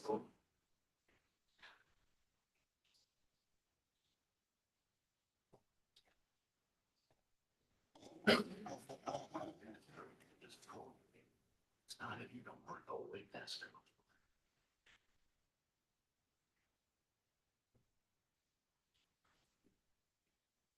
Well, that's what I think is better.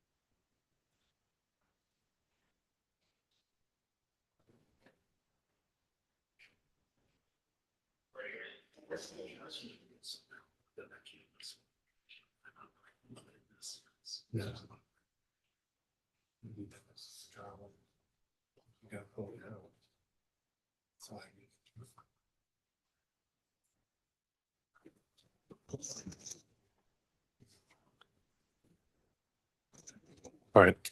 The objection's overruled. Counsel, you may proceed. Won't belabor this, but Shake Shack has been injected as the basis that our client was unreasonable. Trial is the time to bring forward your case. And what did you hear about Shake Shack? Certainly didn't everybody involved in negotiations, what required, what they found, what they didn't find. There's only really quite a little bit of evidence that came in. And one thing that did come in is, well, we know this much, that they whatever happened with Shake Shack and whatever they saw or did or thought is evolved from an as-is lease to the lease that had required more reps and warranties to move forward, right? So we know that much. That's been put into evidence. That's about Shake Shack. So let's move forward. Let's move forward. So, well, I don't want to belabor this point. We saw it earlier.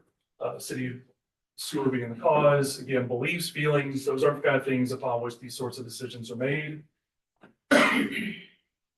So, at its core, is our view, our client's view, this is, always was a case that's about safety. Mark Vanta told this to our client. I mean, she had every reason, at least at the time, to believe that it wasn't a wink and a nod, that he viewed this actually as a real life safety concern. Only here in court that we're learning that he didn't mean anyone who said.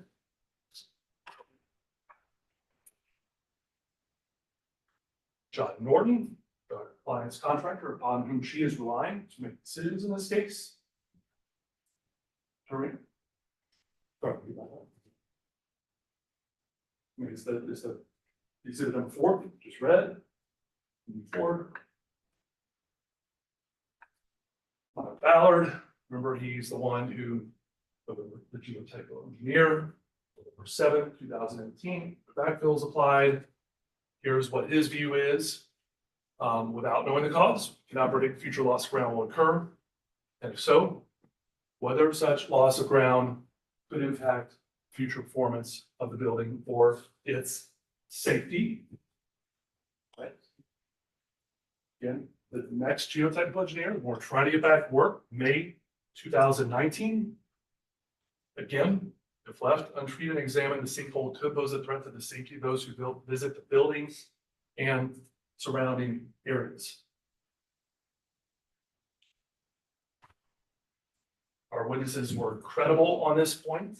Nobody tried to overstate the case about what was at stake or what could happen in the future.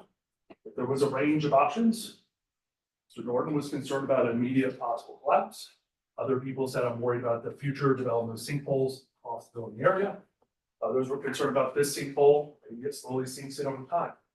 Our witnesses were credible. They weren't trying to sell bill of goods to you, just as in real time, they're not trying to sell bill of goods to Mr. Lett.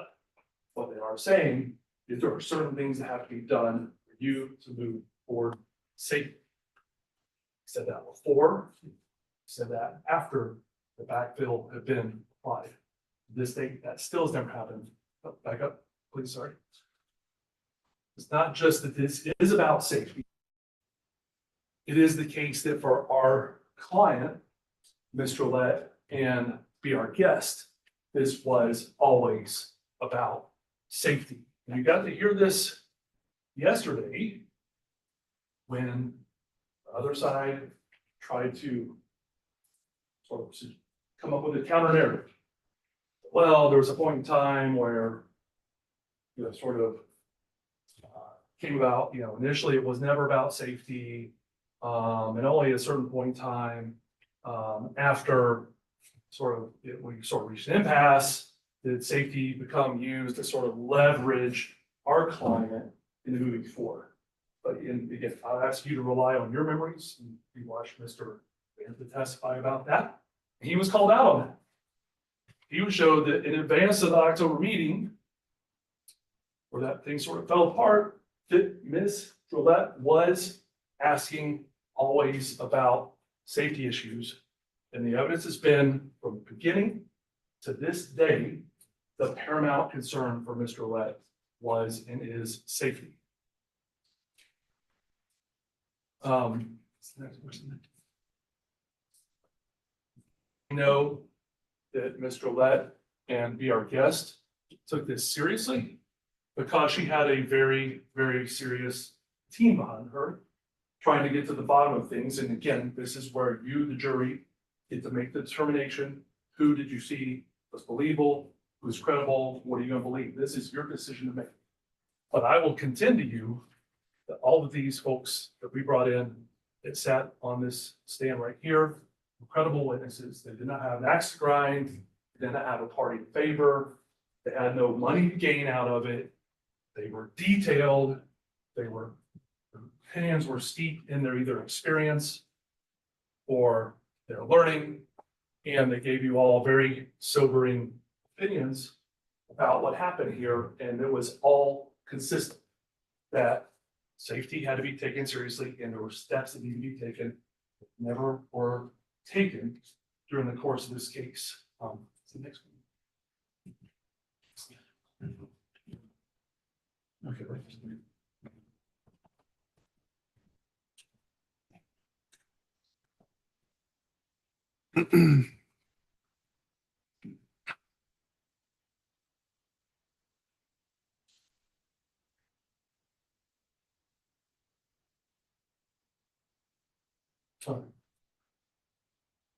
Where I would like to leave you is this. Next slide. Okay. A little bit dramatic, maybe, but we contend the backfill actually is sort of the epitome of what happened throughout the course of this case. This sort of hit me hard yesterday when I'm watching witnesses testify as you are. And we're examining Mr. Smith, Ed Smith, who was the face of the investigation. Consulted and brought in to advise Mr. Bantha during the course of the investigation.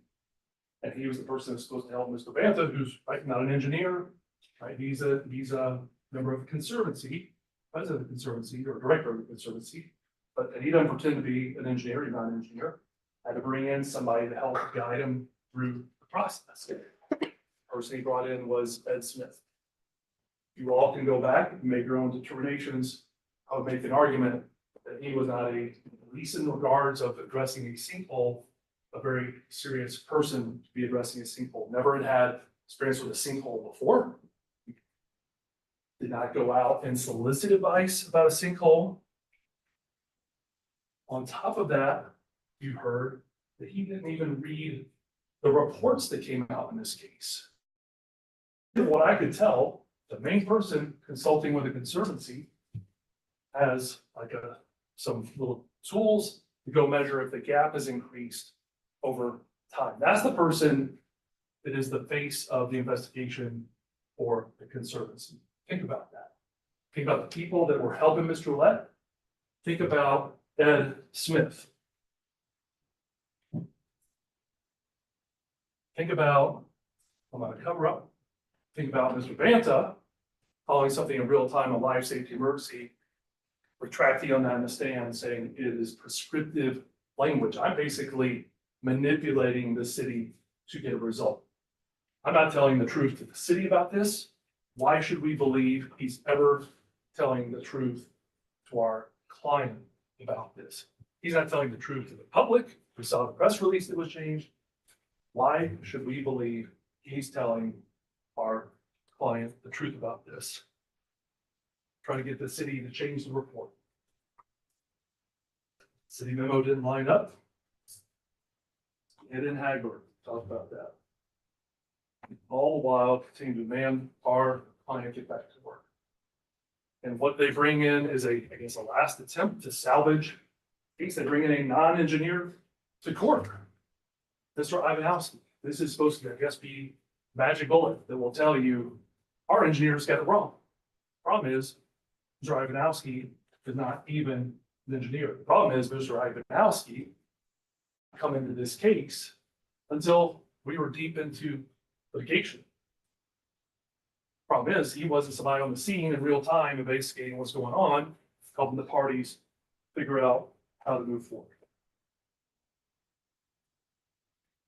In this case, literally and figuratively, backfill was applied for the hole, unquestionably made it harder to figure out, but did not relieve Conservancy of their obligation to determine the investigation, to cause the scope of the sinkhole, make sure this was safe for our client and anybody that came after our client. We're here again on behalf of Mr. Lett, on behalf of our guest.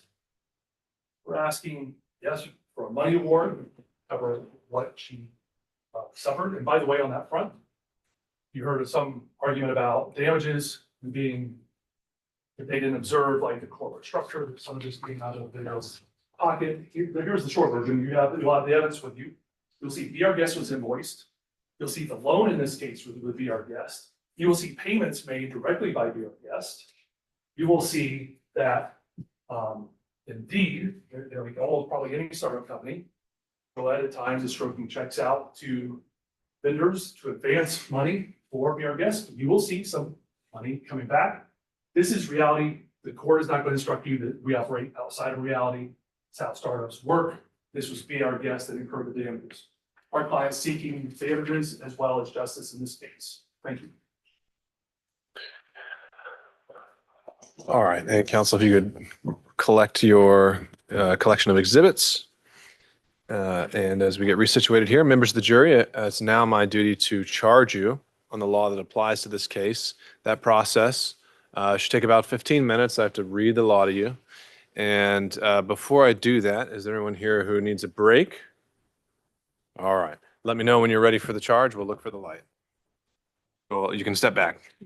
One of y'all raised your hands, so we have to take 5. Sorry?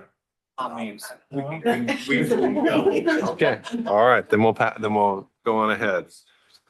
All right, so, and for the record, I've marked a copy of these as Court's Exhibit 5. I'm tendering them for the record, and they will go back with the exhibits. You have been considering the case of BR Guest Investments LLC as plaintiff counter-defendant versus Piedmont Park Conservancy Incorporated as defendant counter-claimant versus Catherine Drolet as counter-defendant. The party bringing any claim must prove every essential part of its claims by a preponderance of the evidence. This is sometimes called the burden of proof or the burden of persuasion. A preponderance of the evidence simply means an amount of evidence that is enough to persuade you that the party's claim is more likely true than not true. If a party establish any essential part of a claim by preponderance of the evidence, you must find against the party making that claim. When more than one claim is involved, you should consider each claim separately. The defendant, Piedmont Park Conservancy, has filed what are known as affirmative defenses to some of the plaintiff's claims. Specifically, the defendant has asserted the affirmative defense of full performance and the plaintiff's failure to mitigate damages. As to those defenses, the defendant bears the burden of proof by a preponderance of the evidence. In deciding whether any fact has been proved by a preponderance of the evidence, you may consider the testimony of all of the witnesses, regardless of who may have called them, and all of the exhibits received in evidence, regardless of who may have produced them. If the proof fails to establish any essential part of a party's claim by a preponderance of the evidence, you must find for the defendant or counter-defendant as to that claim.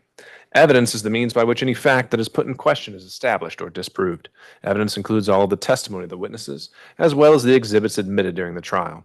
It also includes any stipulations, which are facts agreed to by the attorneys. Evidence may be direct or circumstantial or both. In considering the evidence, you may use reasoning and common sense to make deductions and reach conclusions. Direct evidence is the testimony of a person who asserts that he or she has actual knowledge of a fact, such as an eyewitness, and such as by personally observing that fact. Circumstantial evidence is proof of a chain or set of facts and or circumstances that tend to prove or disprove another fact by inference, that is, by consistency with such fact or elimination of other facts. There is no legal difference in the weight you may give to either direct or circumstantial evidence. Your verdict must be based solely on the evidence presented during the trial. It is improper for you to consider your private knowledge respecting the facts, witnesses, or parties. Direct evidence is evidence that immediately points to the question at issue. Circumstantial evidence is evidence that only tends to establish a fact, and it must be such as to reasonably establish that fact rather than anything else. The comparative weight of circumstantial and direct evidence on any given issue is a question of fact for you to decide. The parties have entered into stipulations that have been approved by the court.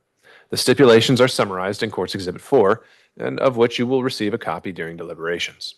Where parties stipulate facts with the approval of the court, this is in the nature of evidence. You must take that fact or those facts as a given without the necessity of evidence is admitted conditionally. That is, although you've been permitted to hear the evidence, it is only admitted and you may only consider it if you also find certain required but disputed predicate facts which allow you to consider such evidence. If you do not find the conditions necessary in order to allow you to consider the evidence, then you must disregard it completely even though you have heard the evidence. Testimony has been given in this case by certain witnesses who are termed experts. Expert witnesses are those who, because of their training and experience, possess knowledge in a particular field that is not common knowledge or known to the average citizen.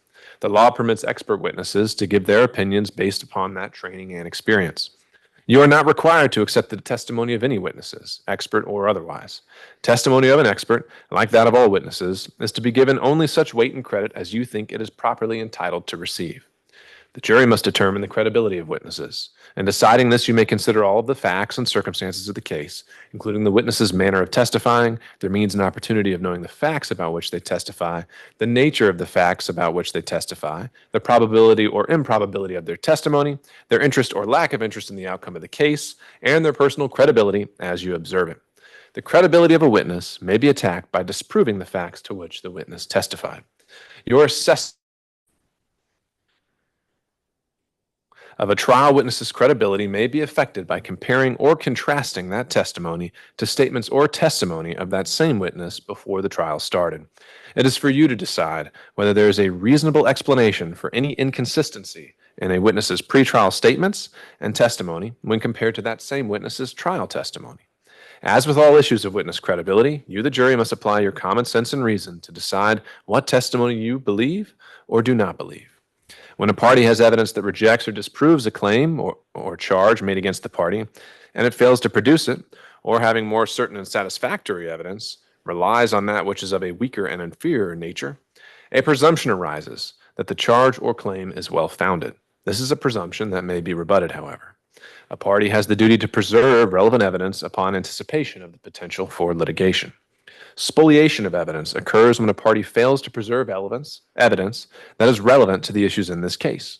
If you find that a party engaged in spoliation of evidence, you may, but are not required to, draw an adverse inference against that party. An adverse inference means that you may infer that the destroyed or unavailable evidence would have been unfavorable to the party responsible for its spoliation. However, if you find that the evidence was lost or destroyed through no fault of a party, then you should not draw an adverse inference. The burden of proof remains on the party asserting spoliation to prove that it occurred. If a party fails to produce an available witness, the jury shall determine whether such a failure warrants the inference that the witness, if produced, would have testified to facts prejudicial to the party failing to produce the witness. Both parties have asserted a cause of action against each other based upon breach of contract. A contract is an agreement between two or more parties for the doing or not doing of some specified thing. The contract at issue in this case is the lease agreement entered into by the plaintiff, B.R. Guest Investments, LLC, and defendant Piedmont Park Conservancy on June 15, 2017.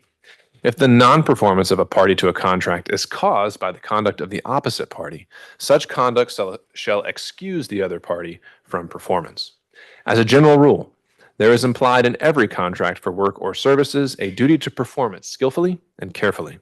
The law requires persons undertaking to perform services requiring skill the duty to use that reasonable degree of care, skill, and ability that would be used under similar conditions and circumstances by others of the same business or profession. Damages are given as compensation for injuries sustained.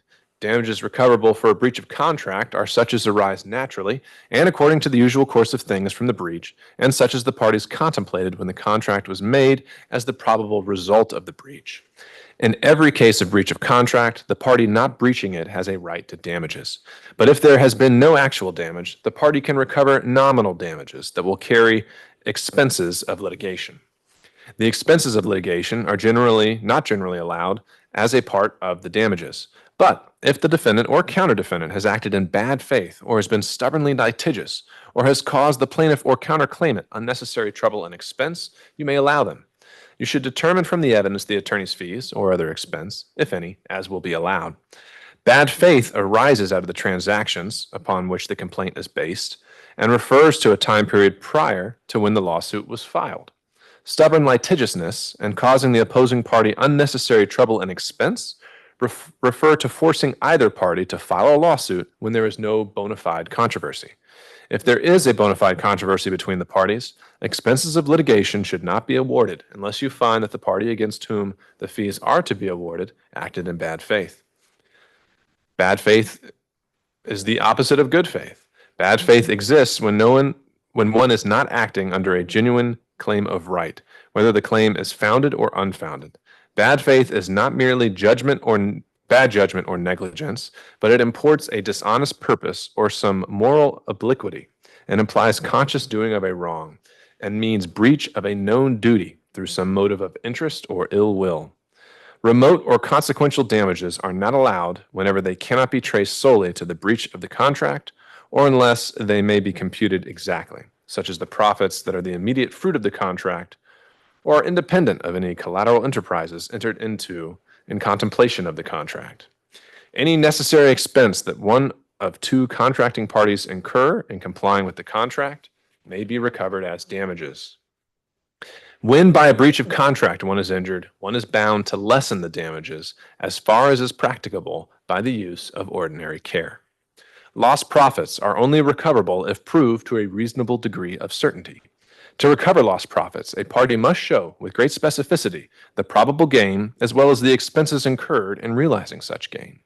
Unless the anticipated profits are capable of ascertainment and the loss of them traceable directly to the defendant's wrongful act, they are too speculative to afford a basis for the computation of damages. A corporation is a legal entity separate from its owners. An owner can be an individual. You may not attribute or award as damages the revenue and expenses of a separate corporation or business entity to either party. I want to emphasize that anything the court did or said during the trial of this case was not intended to and did not intimate, hint, or suggest to you which of the parties should prevail in this case. Whichever of the parties is entitled to a verdict is a matter entirely for you to determine. And whatever your verdict, it must be agreed upon by all of you. The court's interest in the matter is that the case is fairly presented according to the law, and that you, as honest, conscientious, and impartial jurors, consider the case as the court has instructed you, and return a verdict that speaks the truth as you find the truth of the case to be. Your verdict should be a true verdict, based upon your opinion of the evidence according to the laws given to you in this charge. You are not to show favor or sympathy to one party or the other. It is your duty to consider the facts objectively, without favor, affection, or sympathy to either party. During your deliberations, you must not communicate with or provide any information to anyone by any means about this case. You may not use any electronic device or media, such as a telephone, cell phone, or smartphone, iPhone, or computer, the internet, any internet service, or any text or instant messaging service, or any internet chat room, blog, or website, such as Facebook, LinkedIn, YouTube, or Twitter, to communicate to anyone any information about this case, or to conduct any research about this case until I accept your verdict. Your verdict must be unanimous. One of your first duties in the jury room will be to select one of your number to act as the foreperson who will preside over your deliberations and who will sign the verdict to which all 12 of you freely and voluntarily agree. You should start your deliberations with an open mind. Jurors should carefully consider all of the evidence in the case and deliberate with a view toward reaching a unanimous verdict consistent with your consciences and oaths as jurors. Avoid premature fixed opinions. Consult with one another and consider each other's views. Each of you must decide this case for yourself, but you should do so only after a discussion and consideration of the case with your fellow jurors. Do not hesitate to change an opinion if convinced that it is wrong. However, you should never surrender honest convictions or opinions in order to be congenial or to reach a verdict solely because of the opinions of the other jurors. In just a moment, I'll excuse you to the jury room, but do not begin your deliberations until we provide you with the exhibits and the verdict form. And at that point, you may begin your deliberations. On the verdict form, we will provide you with the verdict form here that is 3 pages. It'll have instructions and blanks as to each claim here and the relevant findings that we are asking you to make. And that will be provided to you along with a copy of these instructions. At this point, is there any objection from the plaintiffs to the charge as given? Objection, Your Honor. Any objections on the part of the defense? None, Your Honor. Thank you. All right. And so first one more instruction. I'll ask jurors 37 and 39 to hold back with us. And then as you're in the back waiting on the verdict form and the instructions and everything else, we're going to be on your time at this point. If you all decide we just want to go home and start fresh in the morning, let us know. If you want to go ahead and continue on from here, you can let us know that as well. We don't have to break right at 5. By no means am I giving you any kind of preference on my part, or are we telling you to rush in any way. The amount of time you spend deliberating is solely up to you. And we can go past 5. We can go past 6 even. I do usually have to check in with the deputies before we do that. But again, we're going to take that direction from you. So with that, I'll ask you to retire to the jury room and wait for us to provide you with the materials, with the exception of jurors 37 and 30. I'll ask the jurors I'll be back there.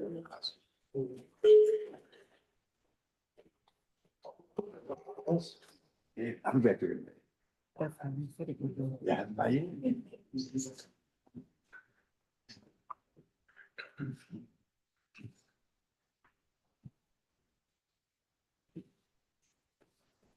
All right, jurors 37 and 39, as you have likely surmised, you are our alternates. So that doesn't mean you're off the hook. As I mentioned to you earlier today, there are situations we've had where we have to sub you in.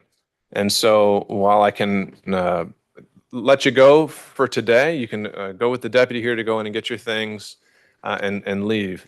What I would say is you're still under the obligations of your oath, meaning don't discuss the case with anyone, including even amongst yourselves, and not to do any research about the case. That's very, very important. And then we are going to give you a call if and when they have reached a verdict in this case, or if we need you to come back. And so I would ask for tomorrow, I don't know if you want to resume going to work or go about your business. I would ask you to be able to get back here within 2 hours of us giving you a phone call. Is that going to be doable? Seeing a nod of the head from both of y'all. Ideally, maybe even less than that, but in that scenario where we do need you, I'd ask you to be on call. So please keep an eye on your phone. And if I don't see you again, of course, I want to express my sincere gratitude for the time you spent with us these last 7 days. So with that, if you need an excuse or anything like that or a letter, we can get that from Mr. Derryberry. When you go back in the jury room, I'll ask, please don't make any other comments about this case to any of the other jurors who are back there, but certainly you can bid farewell. So with that, if there are no other concerns, again, it's with the thanks of this court that you're excused for the day, and we'll be in touch. Thank you. Thank you.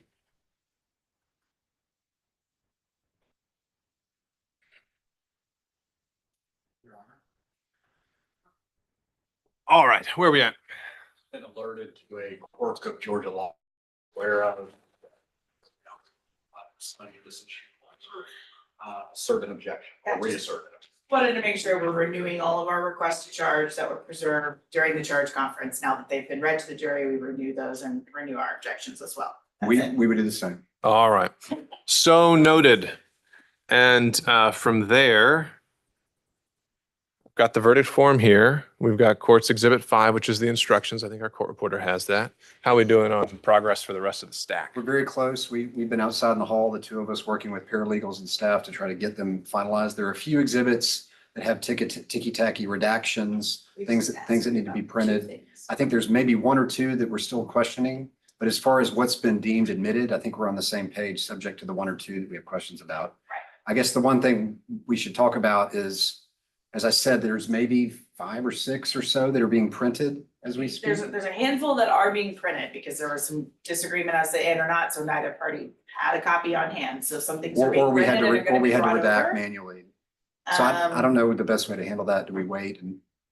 Well, first we might wait and get some direction from the jury. If they decide we've had enough, we want to go home, come back tomorrow, then we got all the time in the world. Option number 2 would be if by agreement of the parties, and it would take both of y'all, that you're willing to send the other 400 exhibits back and hold back those 5 and say, feel free to get started. That's fine. But then the third option is by law, either party I think can insist that they have to wait until they get every single exhibit. So I think those are where we're at.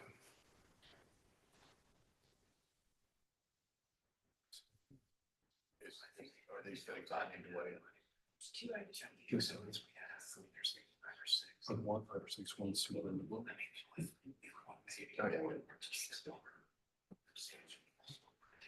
Yeah, that's being printed. Yeah. I would say 5 is on the instruction. There's 4 or 5. You can just announce it if you have they told you what they want to do today? Okay. You don't have to rush them. You made it seem like you had something to say. Okay.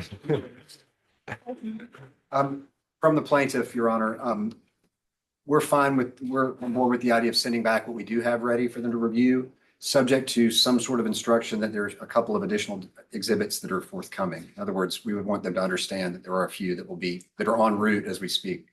Have we quantified that? We're in contention here? can get you a number. It's not really in contention. We've come to an agreement. I Right, think they're there's two in contention that we just need some redactions on. Most It's are just a being printing. printed. It's just a printing It's not a issue that we're dispute. working on. It's all right. So, And do you agree with that as well on behalf of the defense? All right, it looks, this is the new courts exhibit 4, okay. All right, well, let's get the stack that we have and just start arranging that. And we can summarize that on the record when we have it. We'll go off the record for now. Yes, sir? What's that? Yeah. Where, do you have the old courts exhibit 4? Yeah, explain it. Courts exhibit 4 was the stipulations. We're doing a new version. So we'd left one off. Yeah, that one. All right, and Madam Court Reporter, can I get, I think 5 was the charge. Let me get that on this stack.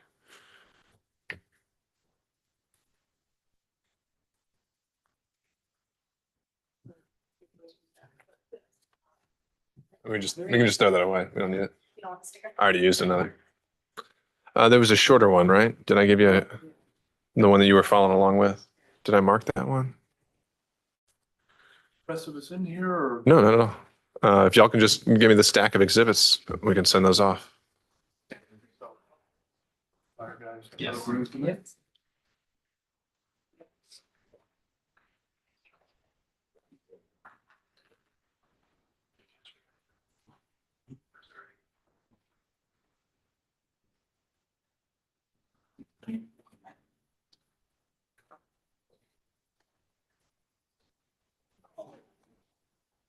What's originally said, no object.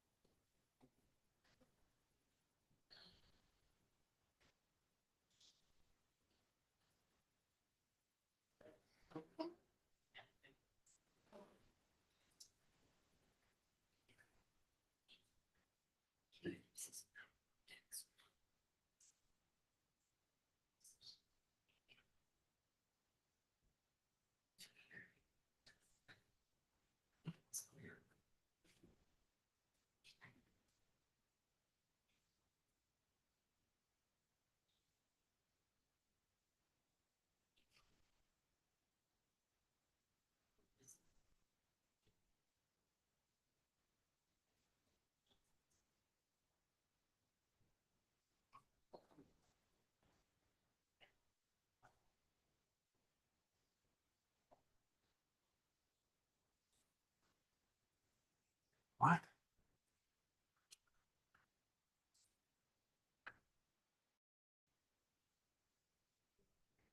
I'm just trying to look at the Linwood stuff now. What's going on? Because they weren't paying attention.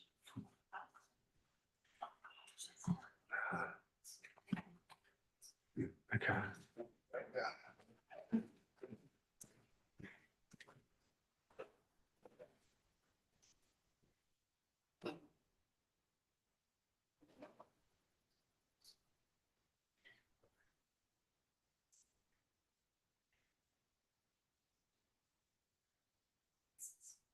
So, I say,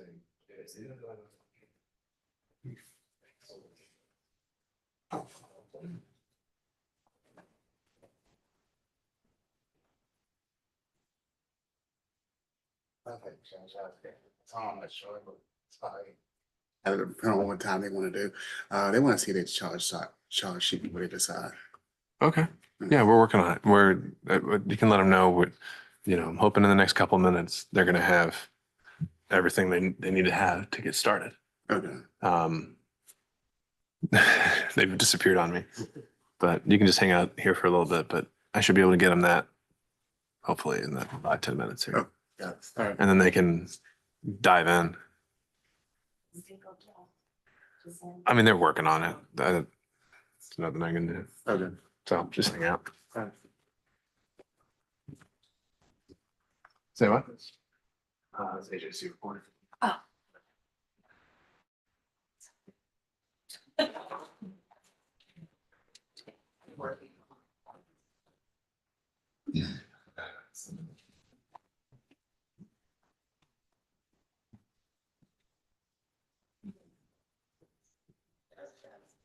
See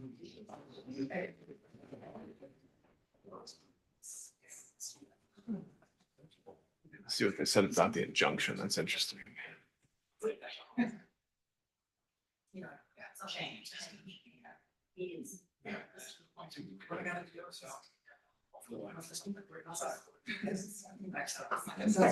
nice to see you. Sure. He's saying he goes to the plaintiff's claim for attorney's fees. That's his filing of the claim. So that's wrong.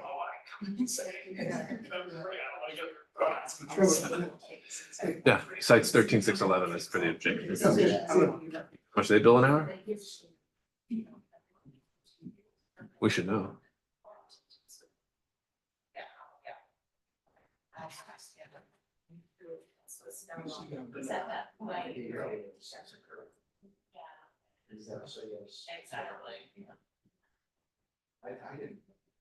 Isn't that wild?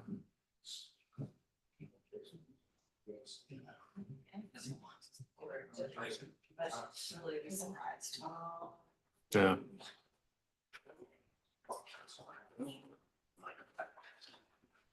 Well, it's not Ephesus.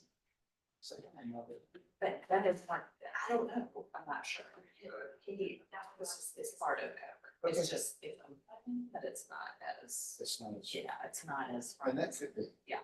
So I'm not sure. I'm not sure if that's what you're referring to, unless something. This has been. You rotated off and you rotated off. Congratulations. I didn't say that. No, it's awesome. And I'll tell you, in some ways. Marathon? Oh.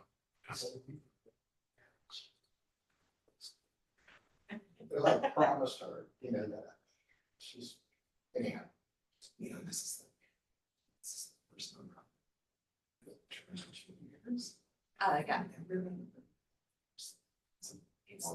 It's also, but it really works. It does work. Yes.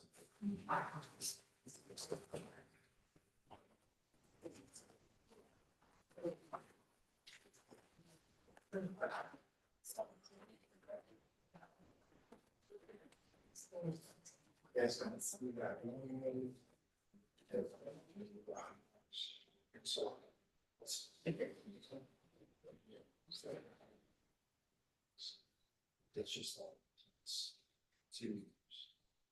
Like so, about 2 years. Yeah. Wrap up. Yeah.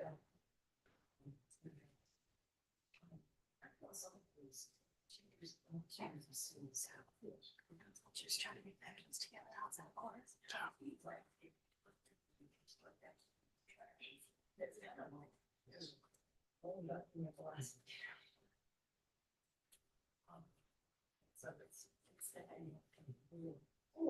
You can do that now.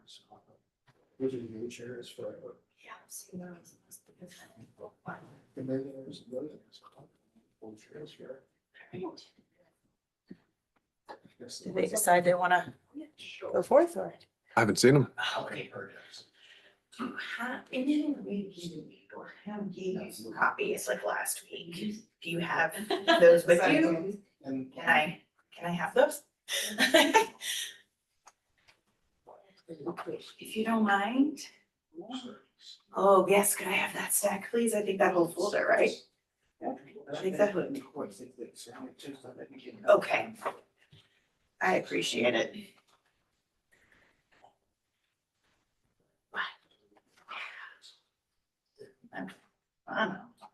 I know. Okay, is this it? I think it might have been the only one. Okay, we're just rounding up to make sure we had everything. Thank you, ma'am. Oh, yeah, we have. Yeah, but it's fine. But. Yeah. I can't. I'm just saying that.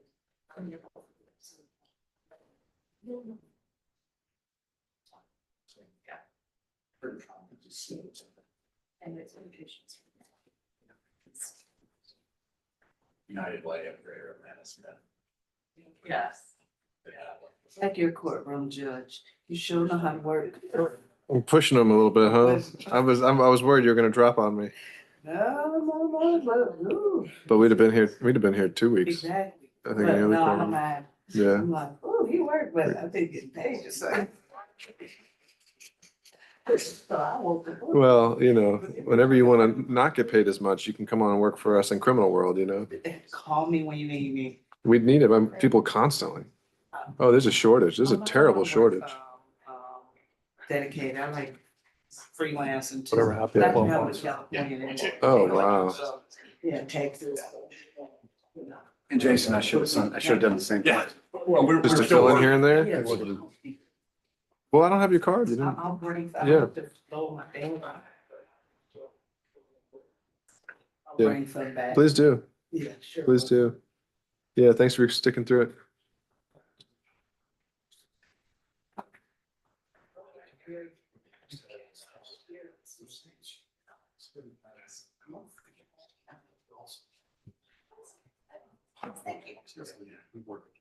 Are you gonna go on vacation, Jason? Mediation. Oh, Yeah, more pie, as they say. this just reminded me of why I didn't become a lawyer. Yeah, this is hard work. Yeah. I was always told selling time for money is a bad trade. Yeah. You figure it out the right way. Come up with an idea and sell that. Have other people sell it. That's the way. That's the way. Although, it's fun. I wouldn't want to be doing this once a month or. It's, my dad would say it's where the rubber hits the road. Yeah. That's where he liked to, he wasn't a lawyer, but he loved being involved in like the fundamental.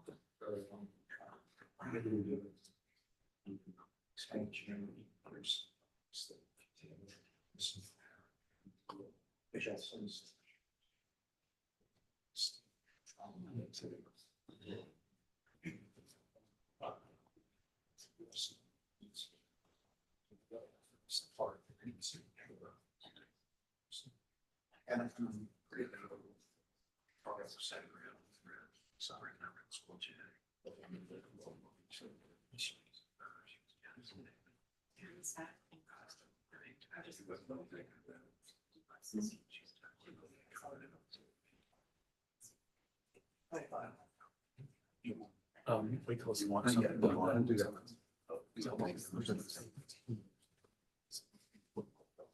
You just never know. I know. But I do whatever it is. Yeah. Also,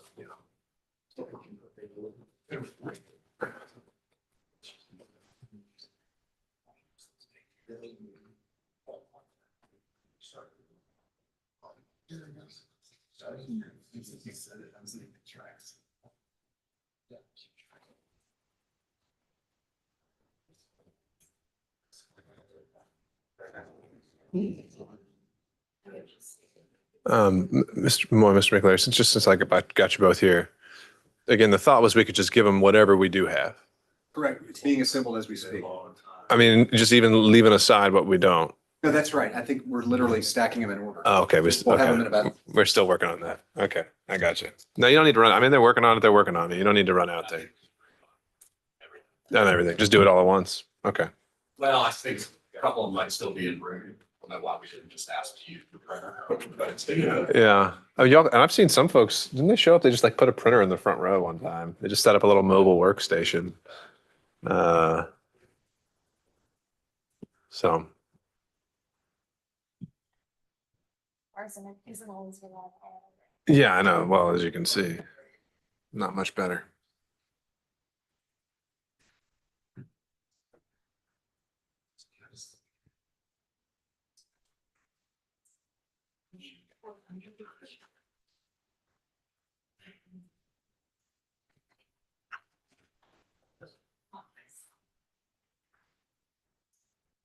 Which note was it?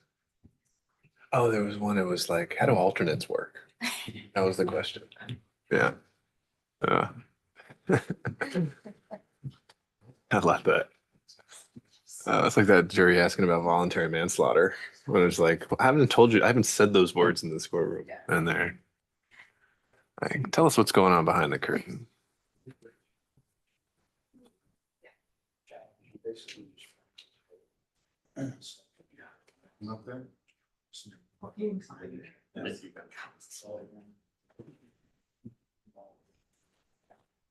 All right, I'll just.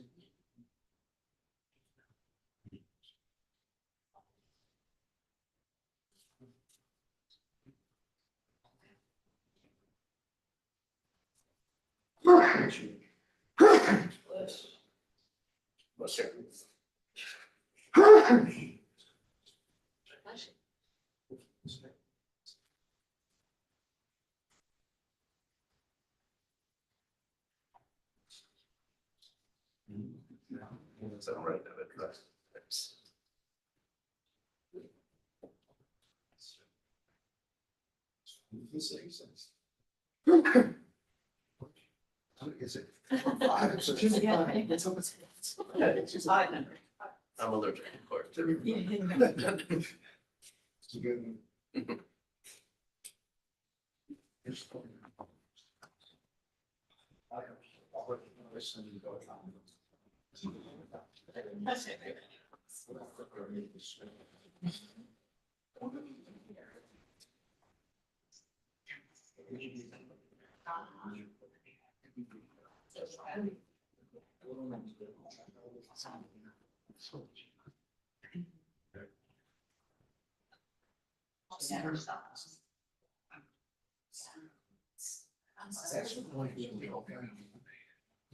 Only 312 miles missed.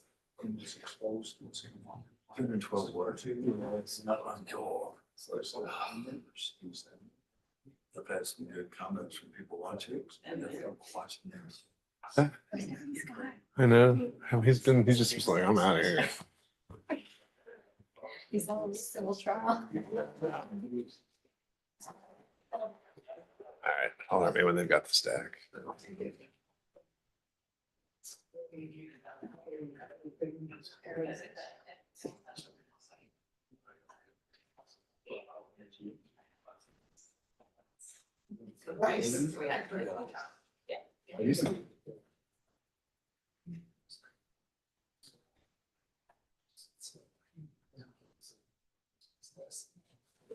I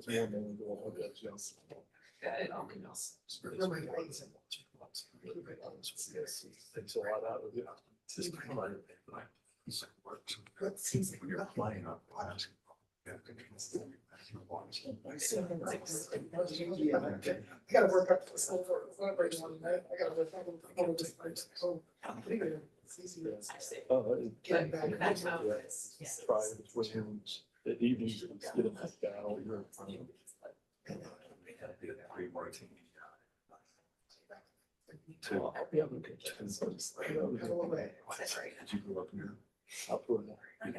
What about yourself?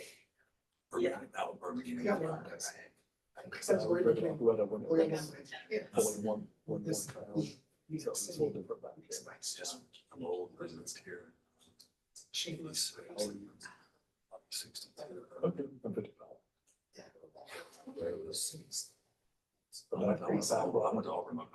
So there you are, you're. I'll remember. That's what it is, but it's the case. I'll remember it. It's the old one.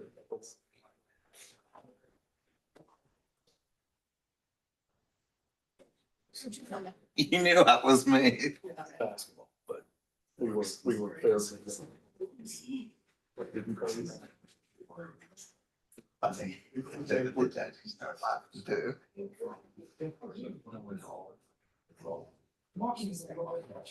I'm assuming you will give them that. Yeah. But wait, before both of us. Yeah. Oh, no, he's a coach. Oh, is he? That's right. He's a head coach. I think he was one of the head coaches. I think that's right. You get it? I don't know where he is. Wait, he played that. Yeah, he was good. Yeah. I think he went with me. Yeah. Yeah, he was embarrassed. Okay. They went, oh my God.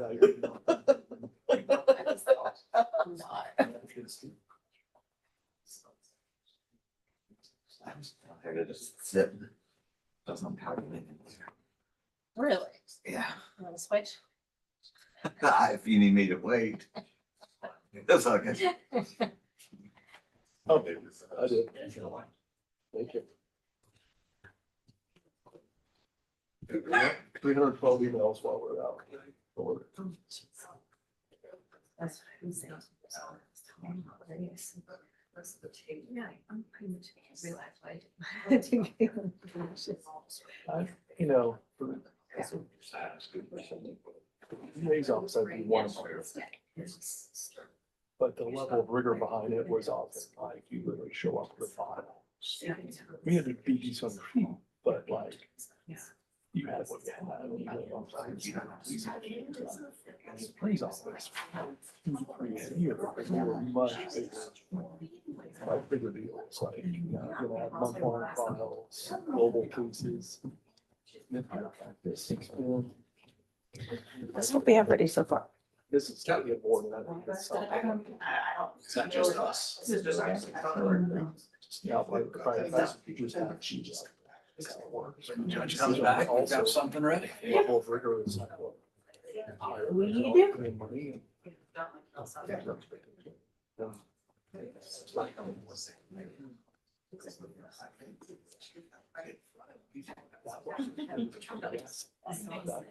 Yes. Heard you. Yes. Some evidence that's ready to go. We do have some, I That's think, just waiting, so. I think our guest has some printed as well, I don't wanna speak for Miss Lisa. Let me go, I'll go find We out. do have some, and then there's. You have some. We have some, and then we have some that are being printed and being brought But over. we have something to give. Yeah, we've got something, Okay, and well, I think they have a collection of theirs too.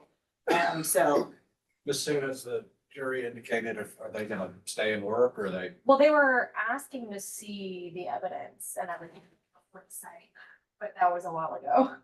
And we haven't seen the. I think we need to since, communicate so- them, yeah, we have some things printed and some things are still being printed. Just unfortunately, we have rough transcripts. So kind of Yeah. confirming everything that came in has been Yeah, a and I understand. process. I think Judge was thinking just setting anything back that's ready, so. Yeah. So, And I will go, yeah. At least the defense, I think we have some.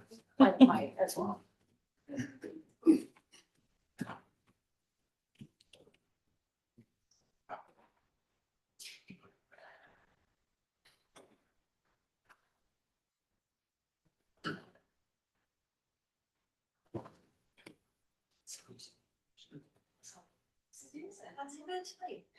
I mean, they watch. I know. It's also been these spring that these seriously. Yeah, that's true. People have just love and all. And I think it's just because everybody's about certain last. And it's, I mean, it was like, it was so many people.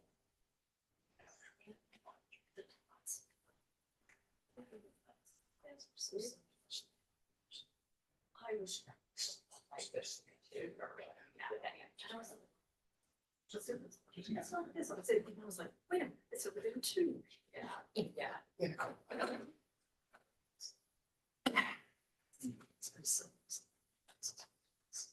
No one might have said it's not.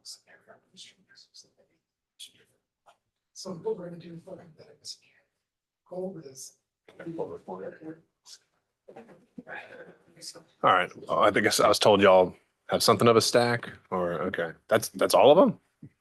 What the defendants have now, which looks very thin to me. Apparently there are many documents on the way. Okay. I'm not past my. Actually, what been happening the past 2 hours. Although I will say, this is a good chunk of exhibits. A lot of them just weren't that long. Okay.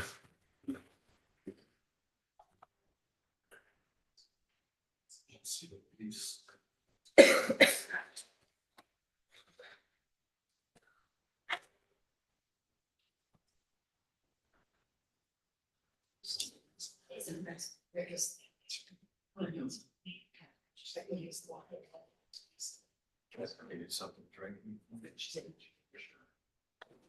You want to say something else?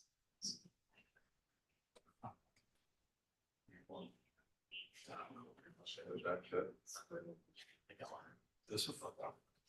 That's not true. Yes. You want that? So you want I'm good. What do you want? Water. Nothing like that? Got that. I'm going down. So water, maybe I'll definitely. Okay, thanks, Sean.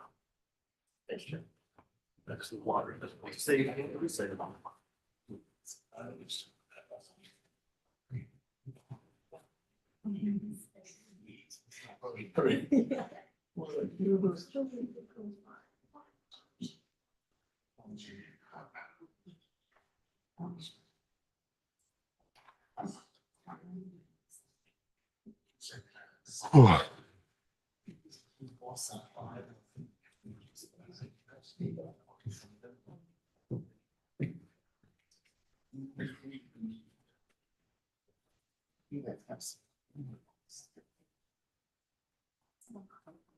Okay, let's go. See her whereabouts. Yeah, okay. Thank you.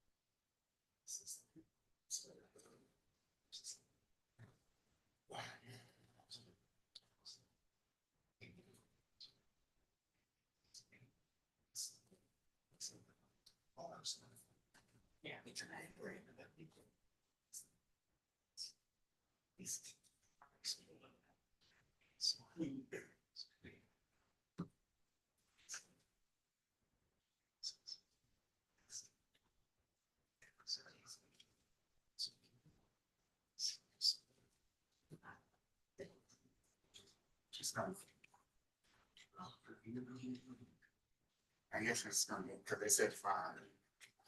They want to leave at 5. Yeah.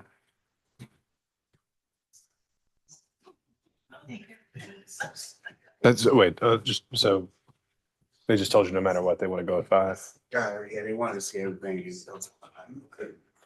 Yeah, wow. Well, we'll see. We'll see. All right, I think we need someone from plaintiff's counsel. You got somebody? Just somebody. I mean, I could. All right, come on, fill in. My understanding is plaintiff's box is almost ready, and then there's a few that are being printed, and you know, a lot of the documents Yeah. were on both lists, so. Well, it may well be the rushes for nothing, because now I think they've changed their mind and are saying, I think we want to go with 5. So Well, if that's the case, then we can spend tonight just really Right. QCing and make sure everything is great and tidied up and perfect for them, so. sure.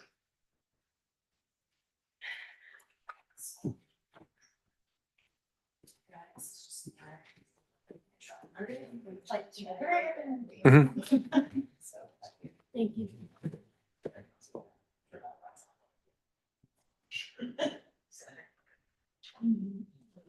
Sorry, Your Honor. Okay. Cross-checking, compiling, then I think opposing counsel wants to take a look at ours and make sure they belong. And we have a stack. Sounds like the jury wants to go home at 5, so we might just do this. Well, let's go back on the record. So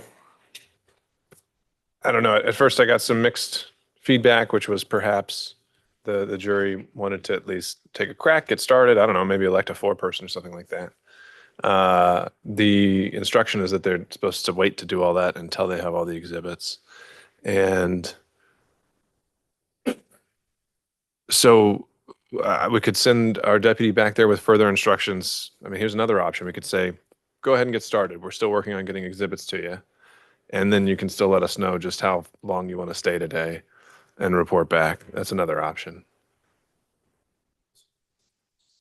I think we're about to have a set of exhibits we can send back with them. I know, but that's what you told me at 4:20, right? Okay. So I just want to give them some update here, substantive. If we've just got something we could give them and say, more are on the way. That could be something, well, that we talked about. Okay, let's do that. And Your Honor, on the record, we're fine with that inquiry to the jury and Okay. update on what they want to do. And Mr. Moy is grabbing another batch. Okay. Do we need to summarize what's in these batches, or are we just going to just say generally it's part of it and more to follow later? I'll Okay. review that as well. All right. Mostly, we've got a good handle of everything for the last week, because Nika was able to work all weekend and get us those transcripts, and so that's what we felt most confident in, and we're able to get printed, and so what came in today and yesterday in our case in chief, unfortunately, that's more what we're working on, but And is the expectation is y'all are going to want what we give them back after today so that you can then go through them again to do an accounting or that sort of thing? I'll take what you got. I just put my eyes on them. Yeah, sure. Yep, It's a lot, I obviously. know Miss Lisa knows her stuff, so I'm just, but Is from the court, do we want to, after the jury retires for the evening, do we want to see again the entire batch of exhibits for a? I don't think we mind having them back just to Yeah. QC. I think it'd be I'm fine helpful, with yes. that. I do too. Doing We were a the good pro- job, so we that'd be do it great. well for them. And obviously there are a few more coming. I mean, from not here, but. Right. Operate without an office on site. All right. So what the plan, I believe, is that I'm going to send our deputy back with a stack of exhibits, with the verdict form, with the charge, and with the stipulations, and with the instruction to the jury that they can begin their deliberations. These are not all of the exhibits, and we'll provide you the remainder as soon as they're available. When you know. And leave it at that. And then we'll wait for further feedback from them. Sounds good to us. Anything else I should clarify, or anyone else have any other feedback for how we should instruct the juror via the deputy? That sounds right to us, Your Honor. All right, got all that? Okay. If you like.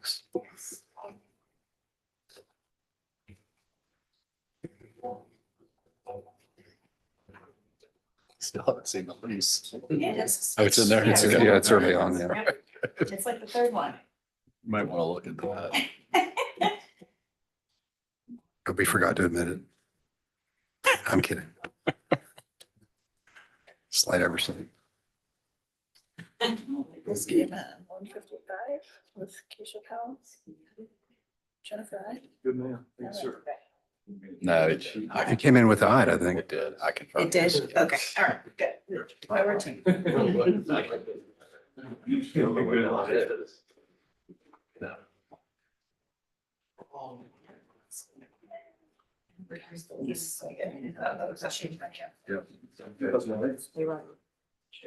Are these not clips? They had a clip. I don't know where the clip Oh, went. there we go, okay. They had a clip. If I could. Yeah, I think we're gonna be able to get them stuff right now. I don't ever really. Have we called Kathy off? Nope. They're on their way. They're on their way. That's teamwork. These are the really thick sets. And that's about that's where we leave off essentially. Yeah, I think these All are all right, good. thanks. You're welcome. Sorry to make a pile of mess. No, in you're your fine. file. I got a good stack. Let's put that on top of theirs, take it back. And then you can also let them know, we'll collect these at the end of the day and give them the total pack tomorrow morning, right? If we, I think there's yellow and blue, so keep the sets. That way you guys can QC. I mean, that's just what. Yeah, I mean, I think they're probably gonna give it, to the extent they even touch it again. We'll fix it. Yeah. We'll fix it. All right, so we'll be off the record. And again, this may all be in 5 minutes. They tell us they're ready to go, so we'll see how it goes. Thank you, Aaron. All right. Okay. This is 2/3 A and B, I'm guessing. What do you have? Yeah. All right.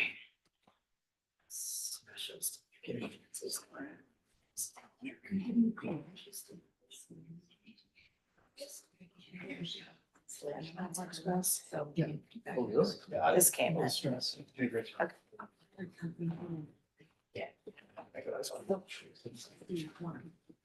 Yeah, I agree on these two. Thanks. You're welcome. Oh, I know.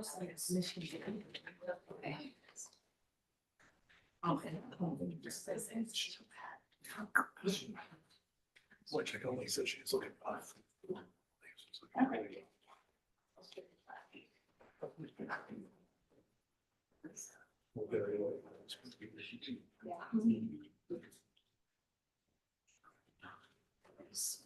For one.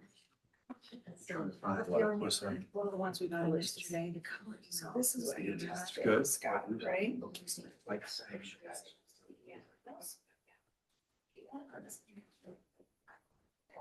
Yeah. Yeah, we can do that. This thing's been sitting here for a while. I don't know if this is. What is That's not it. No. This thing- I think you showed it to the jury. Oh, because maybe the tech was down. Working, yeah. Printing. Yeah. Organizing. It was yesterday. This was sitting in the jury box. I can't remember, is this one that maybe tech was not working?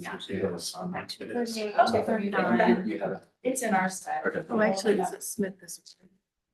So this is two, these need to get out. Both favored. All right, so emails coming out.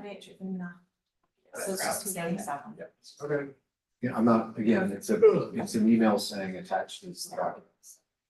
Don't worry about it. Coming out. Hey Lisa, take a load off. Rest. She's in front, Well, she's also granted with someone. Yeah. I'm like, when I was. That's the job. That was fine.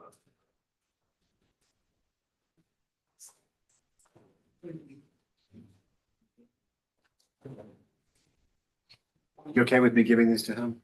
Yeah. These are some You additional. were about to have one to handle it. They didn't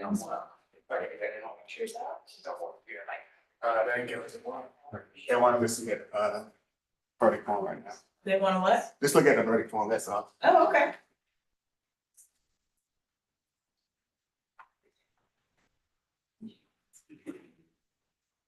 So have you look at this in a second, John. This is Ruby Collins, but I'm taking out all emails and. Okay, appreciate it. Yes. Just manually.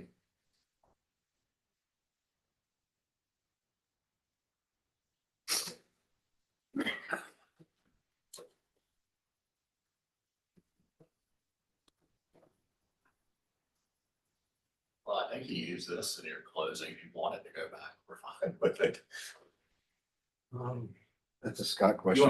want to, yeah, look at it. You wanna look at those If you pictures, want yeah. Any of these pictures you got back, or we don't have. Yeah, any let us back. know. in a sec.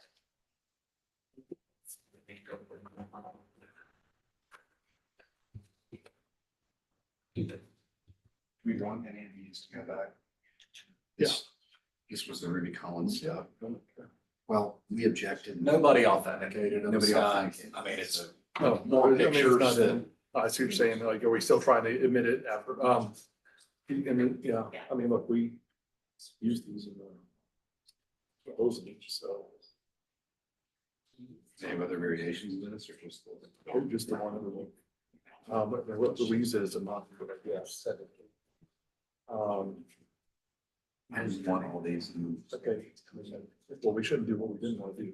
I just don't know what all that is. Yeah. And guys, I don't have a preference. I'm Yeah, just no, telling okay, I you, got I you. agree with your What you objection, say? but if you wanted to If go we back. didn't, we didn't admit them, then we didn't want to admit them, then I'll admit them. I mean, I think they've seen plenty of pictures. Yeah. Yeah. Of that. It's their objection. Right. Yeah. Yeah, we're not. Unless you just- So just the part that's been done. We can do these if you want. That's what I'm saying. Not misunderstood. I guess not. They didn't authenticate. Yeah. And then see if they would. Would be okay adding these. They were, that was in a close. Okay, we'll put these back in the order. Okay, they're all there. It doesn't matter.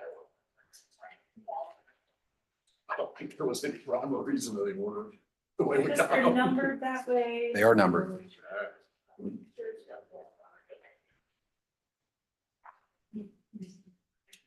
So if you wanna look, I've taken the emails out as well. if Thank you. wanna look Yeah, I'll take a through quick look. this. Yeah, you do that. Okay.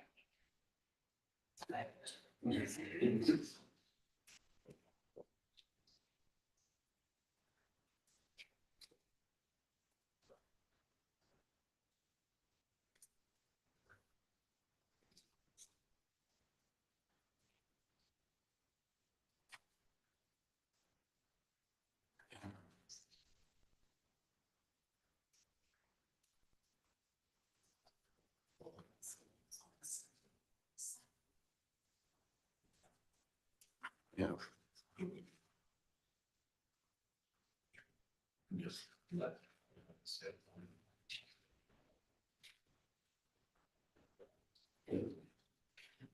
Oh, can I take this guy out?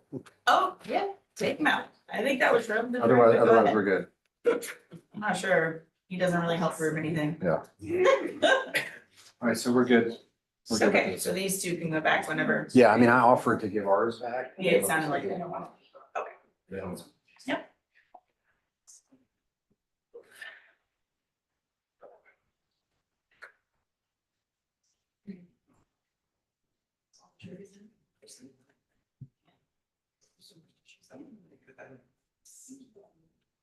Yes. Almost.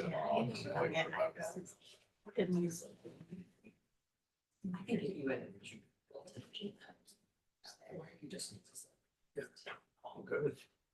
Show you. That's okay. It's nice. That's what I'm saying. English speaker? No, it's just. Oh, yes. Nice.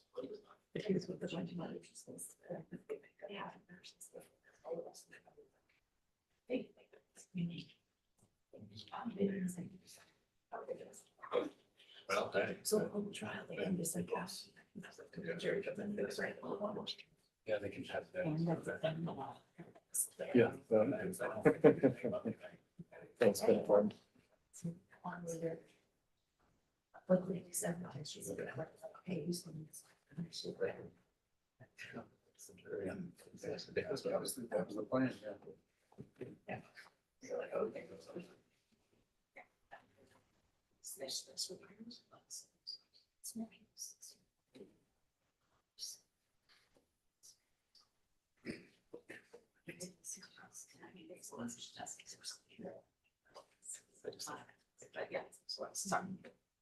Yeah.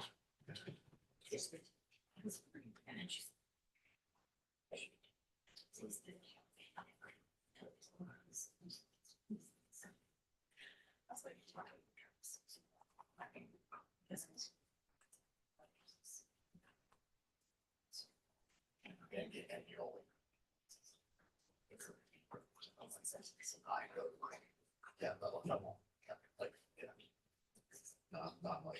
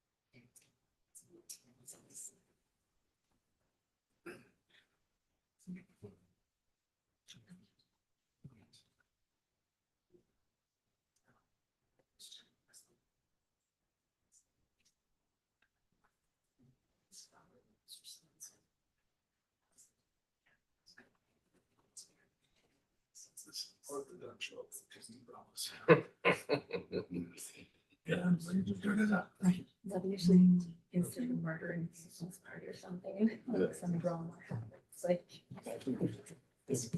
Legal dramas on TV. Exactly, like the next three, so.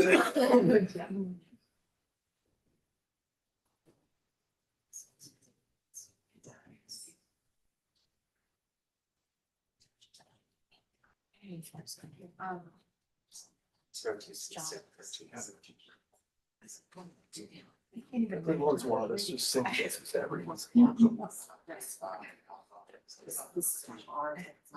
Imagine. These are it's really reverse. I don't know. Does he bring the note? You bring the note? I just know she's in that. I feel like she was hard. Let's see. And then this one is not that jury. Principal. Doesn't have to be- Right. Until 2015, I lived in Highland, so I inhabited for 18 years. I inhabited Dark horse. I went everywhere. There's nowhere I had this one. Yep. Yes, thank you. Yes, we are. Where are you? We are, yeah. And we're gonna print a Um, copy. Okay. yeah. So, yeah, yes, I think we're Yeah. also printing it for We're Miller, on- right? Yeah. The jury doesn't have this at all. Correct. Oh, really? Yeah. So how do you want? They're bringing it over like right now. Okay. So, and the jury even, we tried to give them more stuff, and they just said, we just don't want it. They're not even like worried right now. about getting more stuff. So, Yeah. if you wanna just have, let me hold these two, so I just like know for our team. Yes, Thank you on it. So, John. I just wanted Yes. to go to all of them. I don't know the answer, but.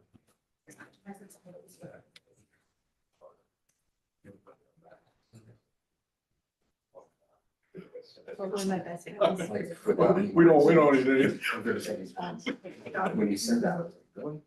At least neither one of us has. Yeah. Like, pick a four person. Cause yeah, What do we have to it's decide? like, I reach your verdict because I ran in the box.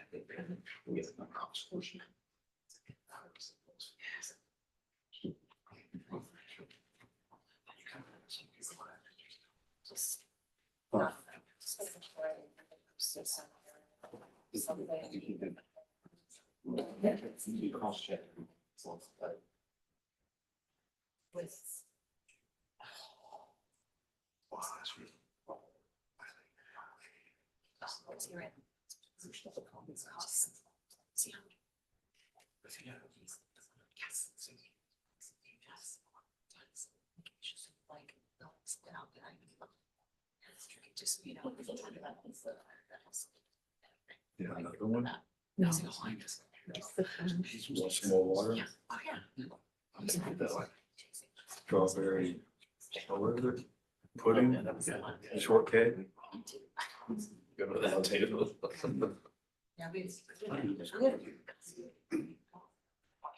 from the care of. They just check it out. Right. Well, yeah, I mean, you told me. Sport. Yeah, like I'm gonna keep saying just not be able to. Until it's. So I got to come and just pass.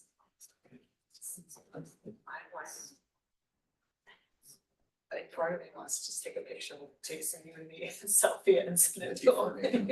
Tell me you're with me. I just had George Murphy is calling me. I just showed it to John. I was like, Tell oh him, my tell him. God. Tell We him were just all talking together. about him. I'll take a picture with you guys. Send it to George. I know, we honestly should, like, he would be, what? What is happening here? Yeah. Oh my God. Okay, that actually, that's the levity I needed.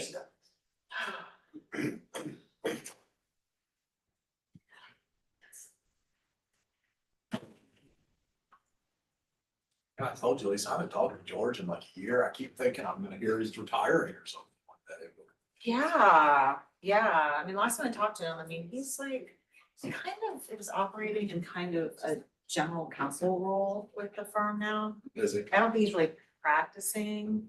I don't I think he remember his is. 50th birthday. BGC. I've been a Troutman for 15 years, so Oh, yeah, no, he's he's at least. 11 years older than me, Good. so I will put him at, Yeah. I think he's turning, he should be turning 67. Yeah, that sounds right. Yeah, so he should be getting pushed out soon, or whatever they do. Yeah, he's paid his dues. Yeah. So, anyway. Yeah.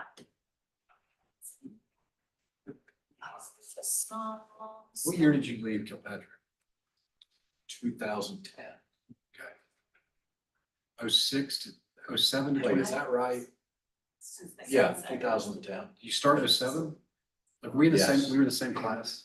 Yes, well, no, With like. I was at Smith Curry for 3 years and then went to Kilpatrick. Right, but did As a third year. did we start at Kilpatrick in 07 together? With We like, may have. with like Katie Barton and, Yeah, is that right? I think so. Catherine Dodd and. Yeah, I think so. Okay, And were you in Atlanta then, John? I was in Raleigh. That's why we didn't. And really- then you kind, I mean, I remember I. I moved to Atlanta in 2015. 2015. So I was back and forth because my family's here, but Okay. I was in Raleigh. Yeah, So. of course, I'm from Raleigh. Yeah. Where'd you go to high school? Went to Broughton for a year. Oh, interesting. That's crazy. I went to didn't know Woodbury, that. but I went to Broughton freshman year. Huh. That city's changed a lot. Yeah.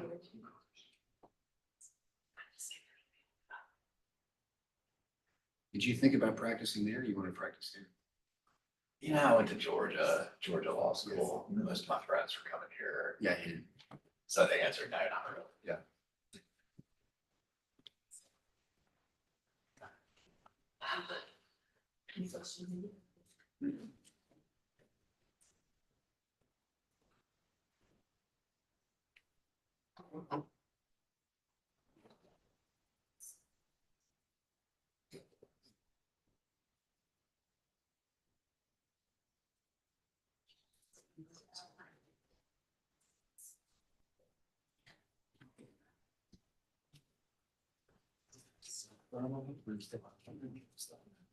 No, this one, I think that 237.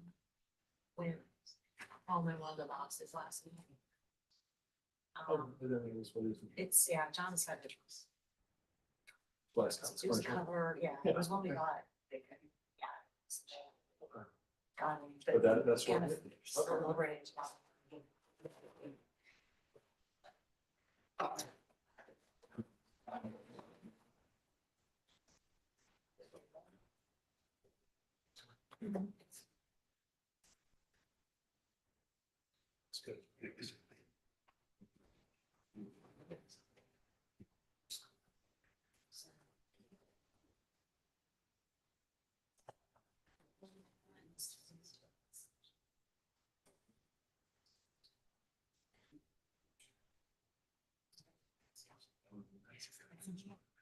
Awesome.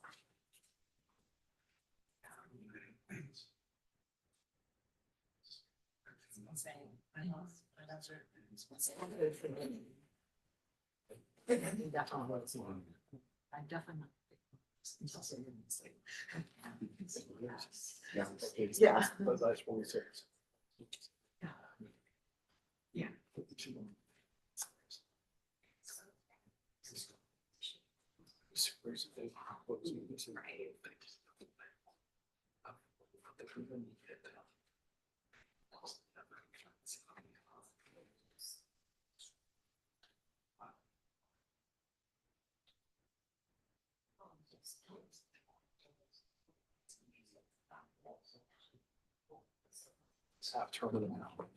That's what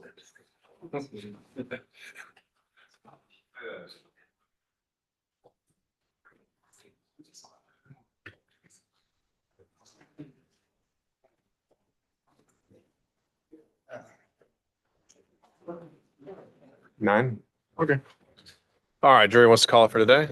And so I'll bring him in, I'll excuse him, and then if we could have your deputy collect all the exhibits and bring them back out to us. So you can bring in the jury.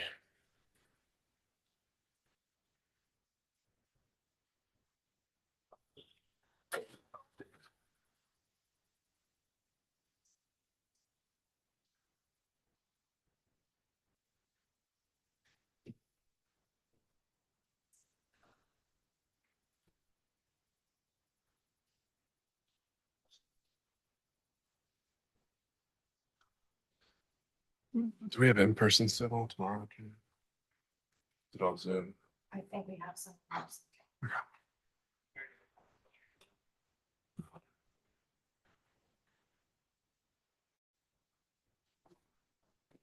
All right, so jury.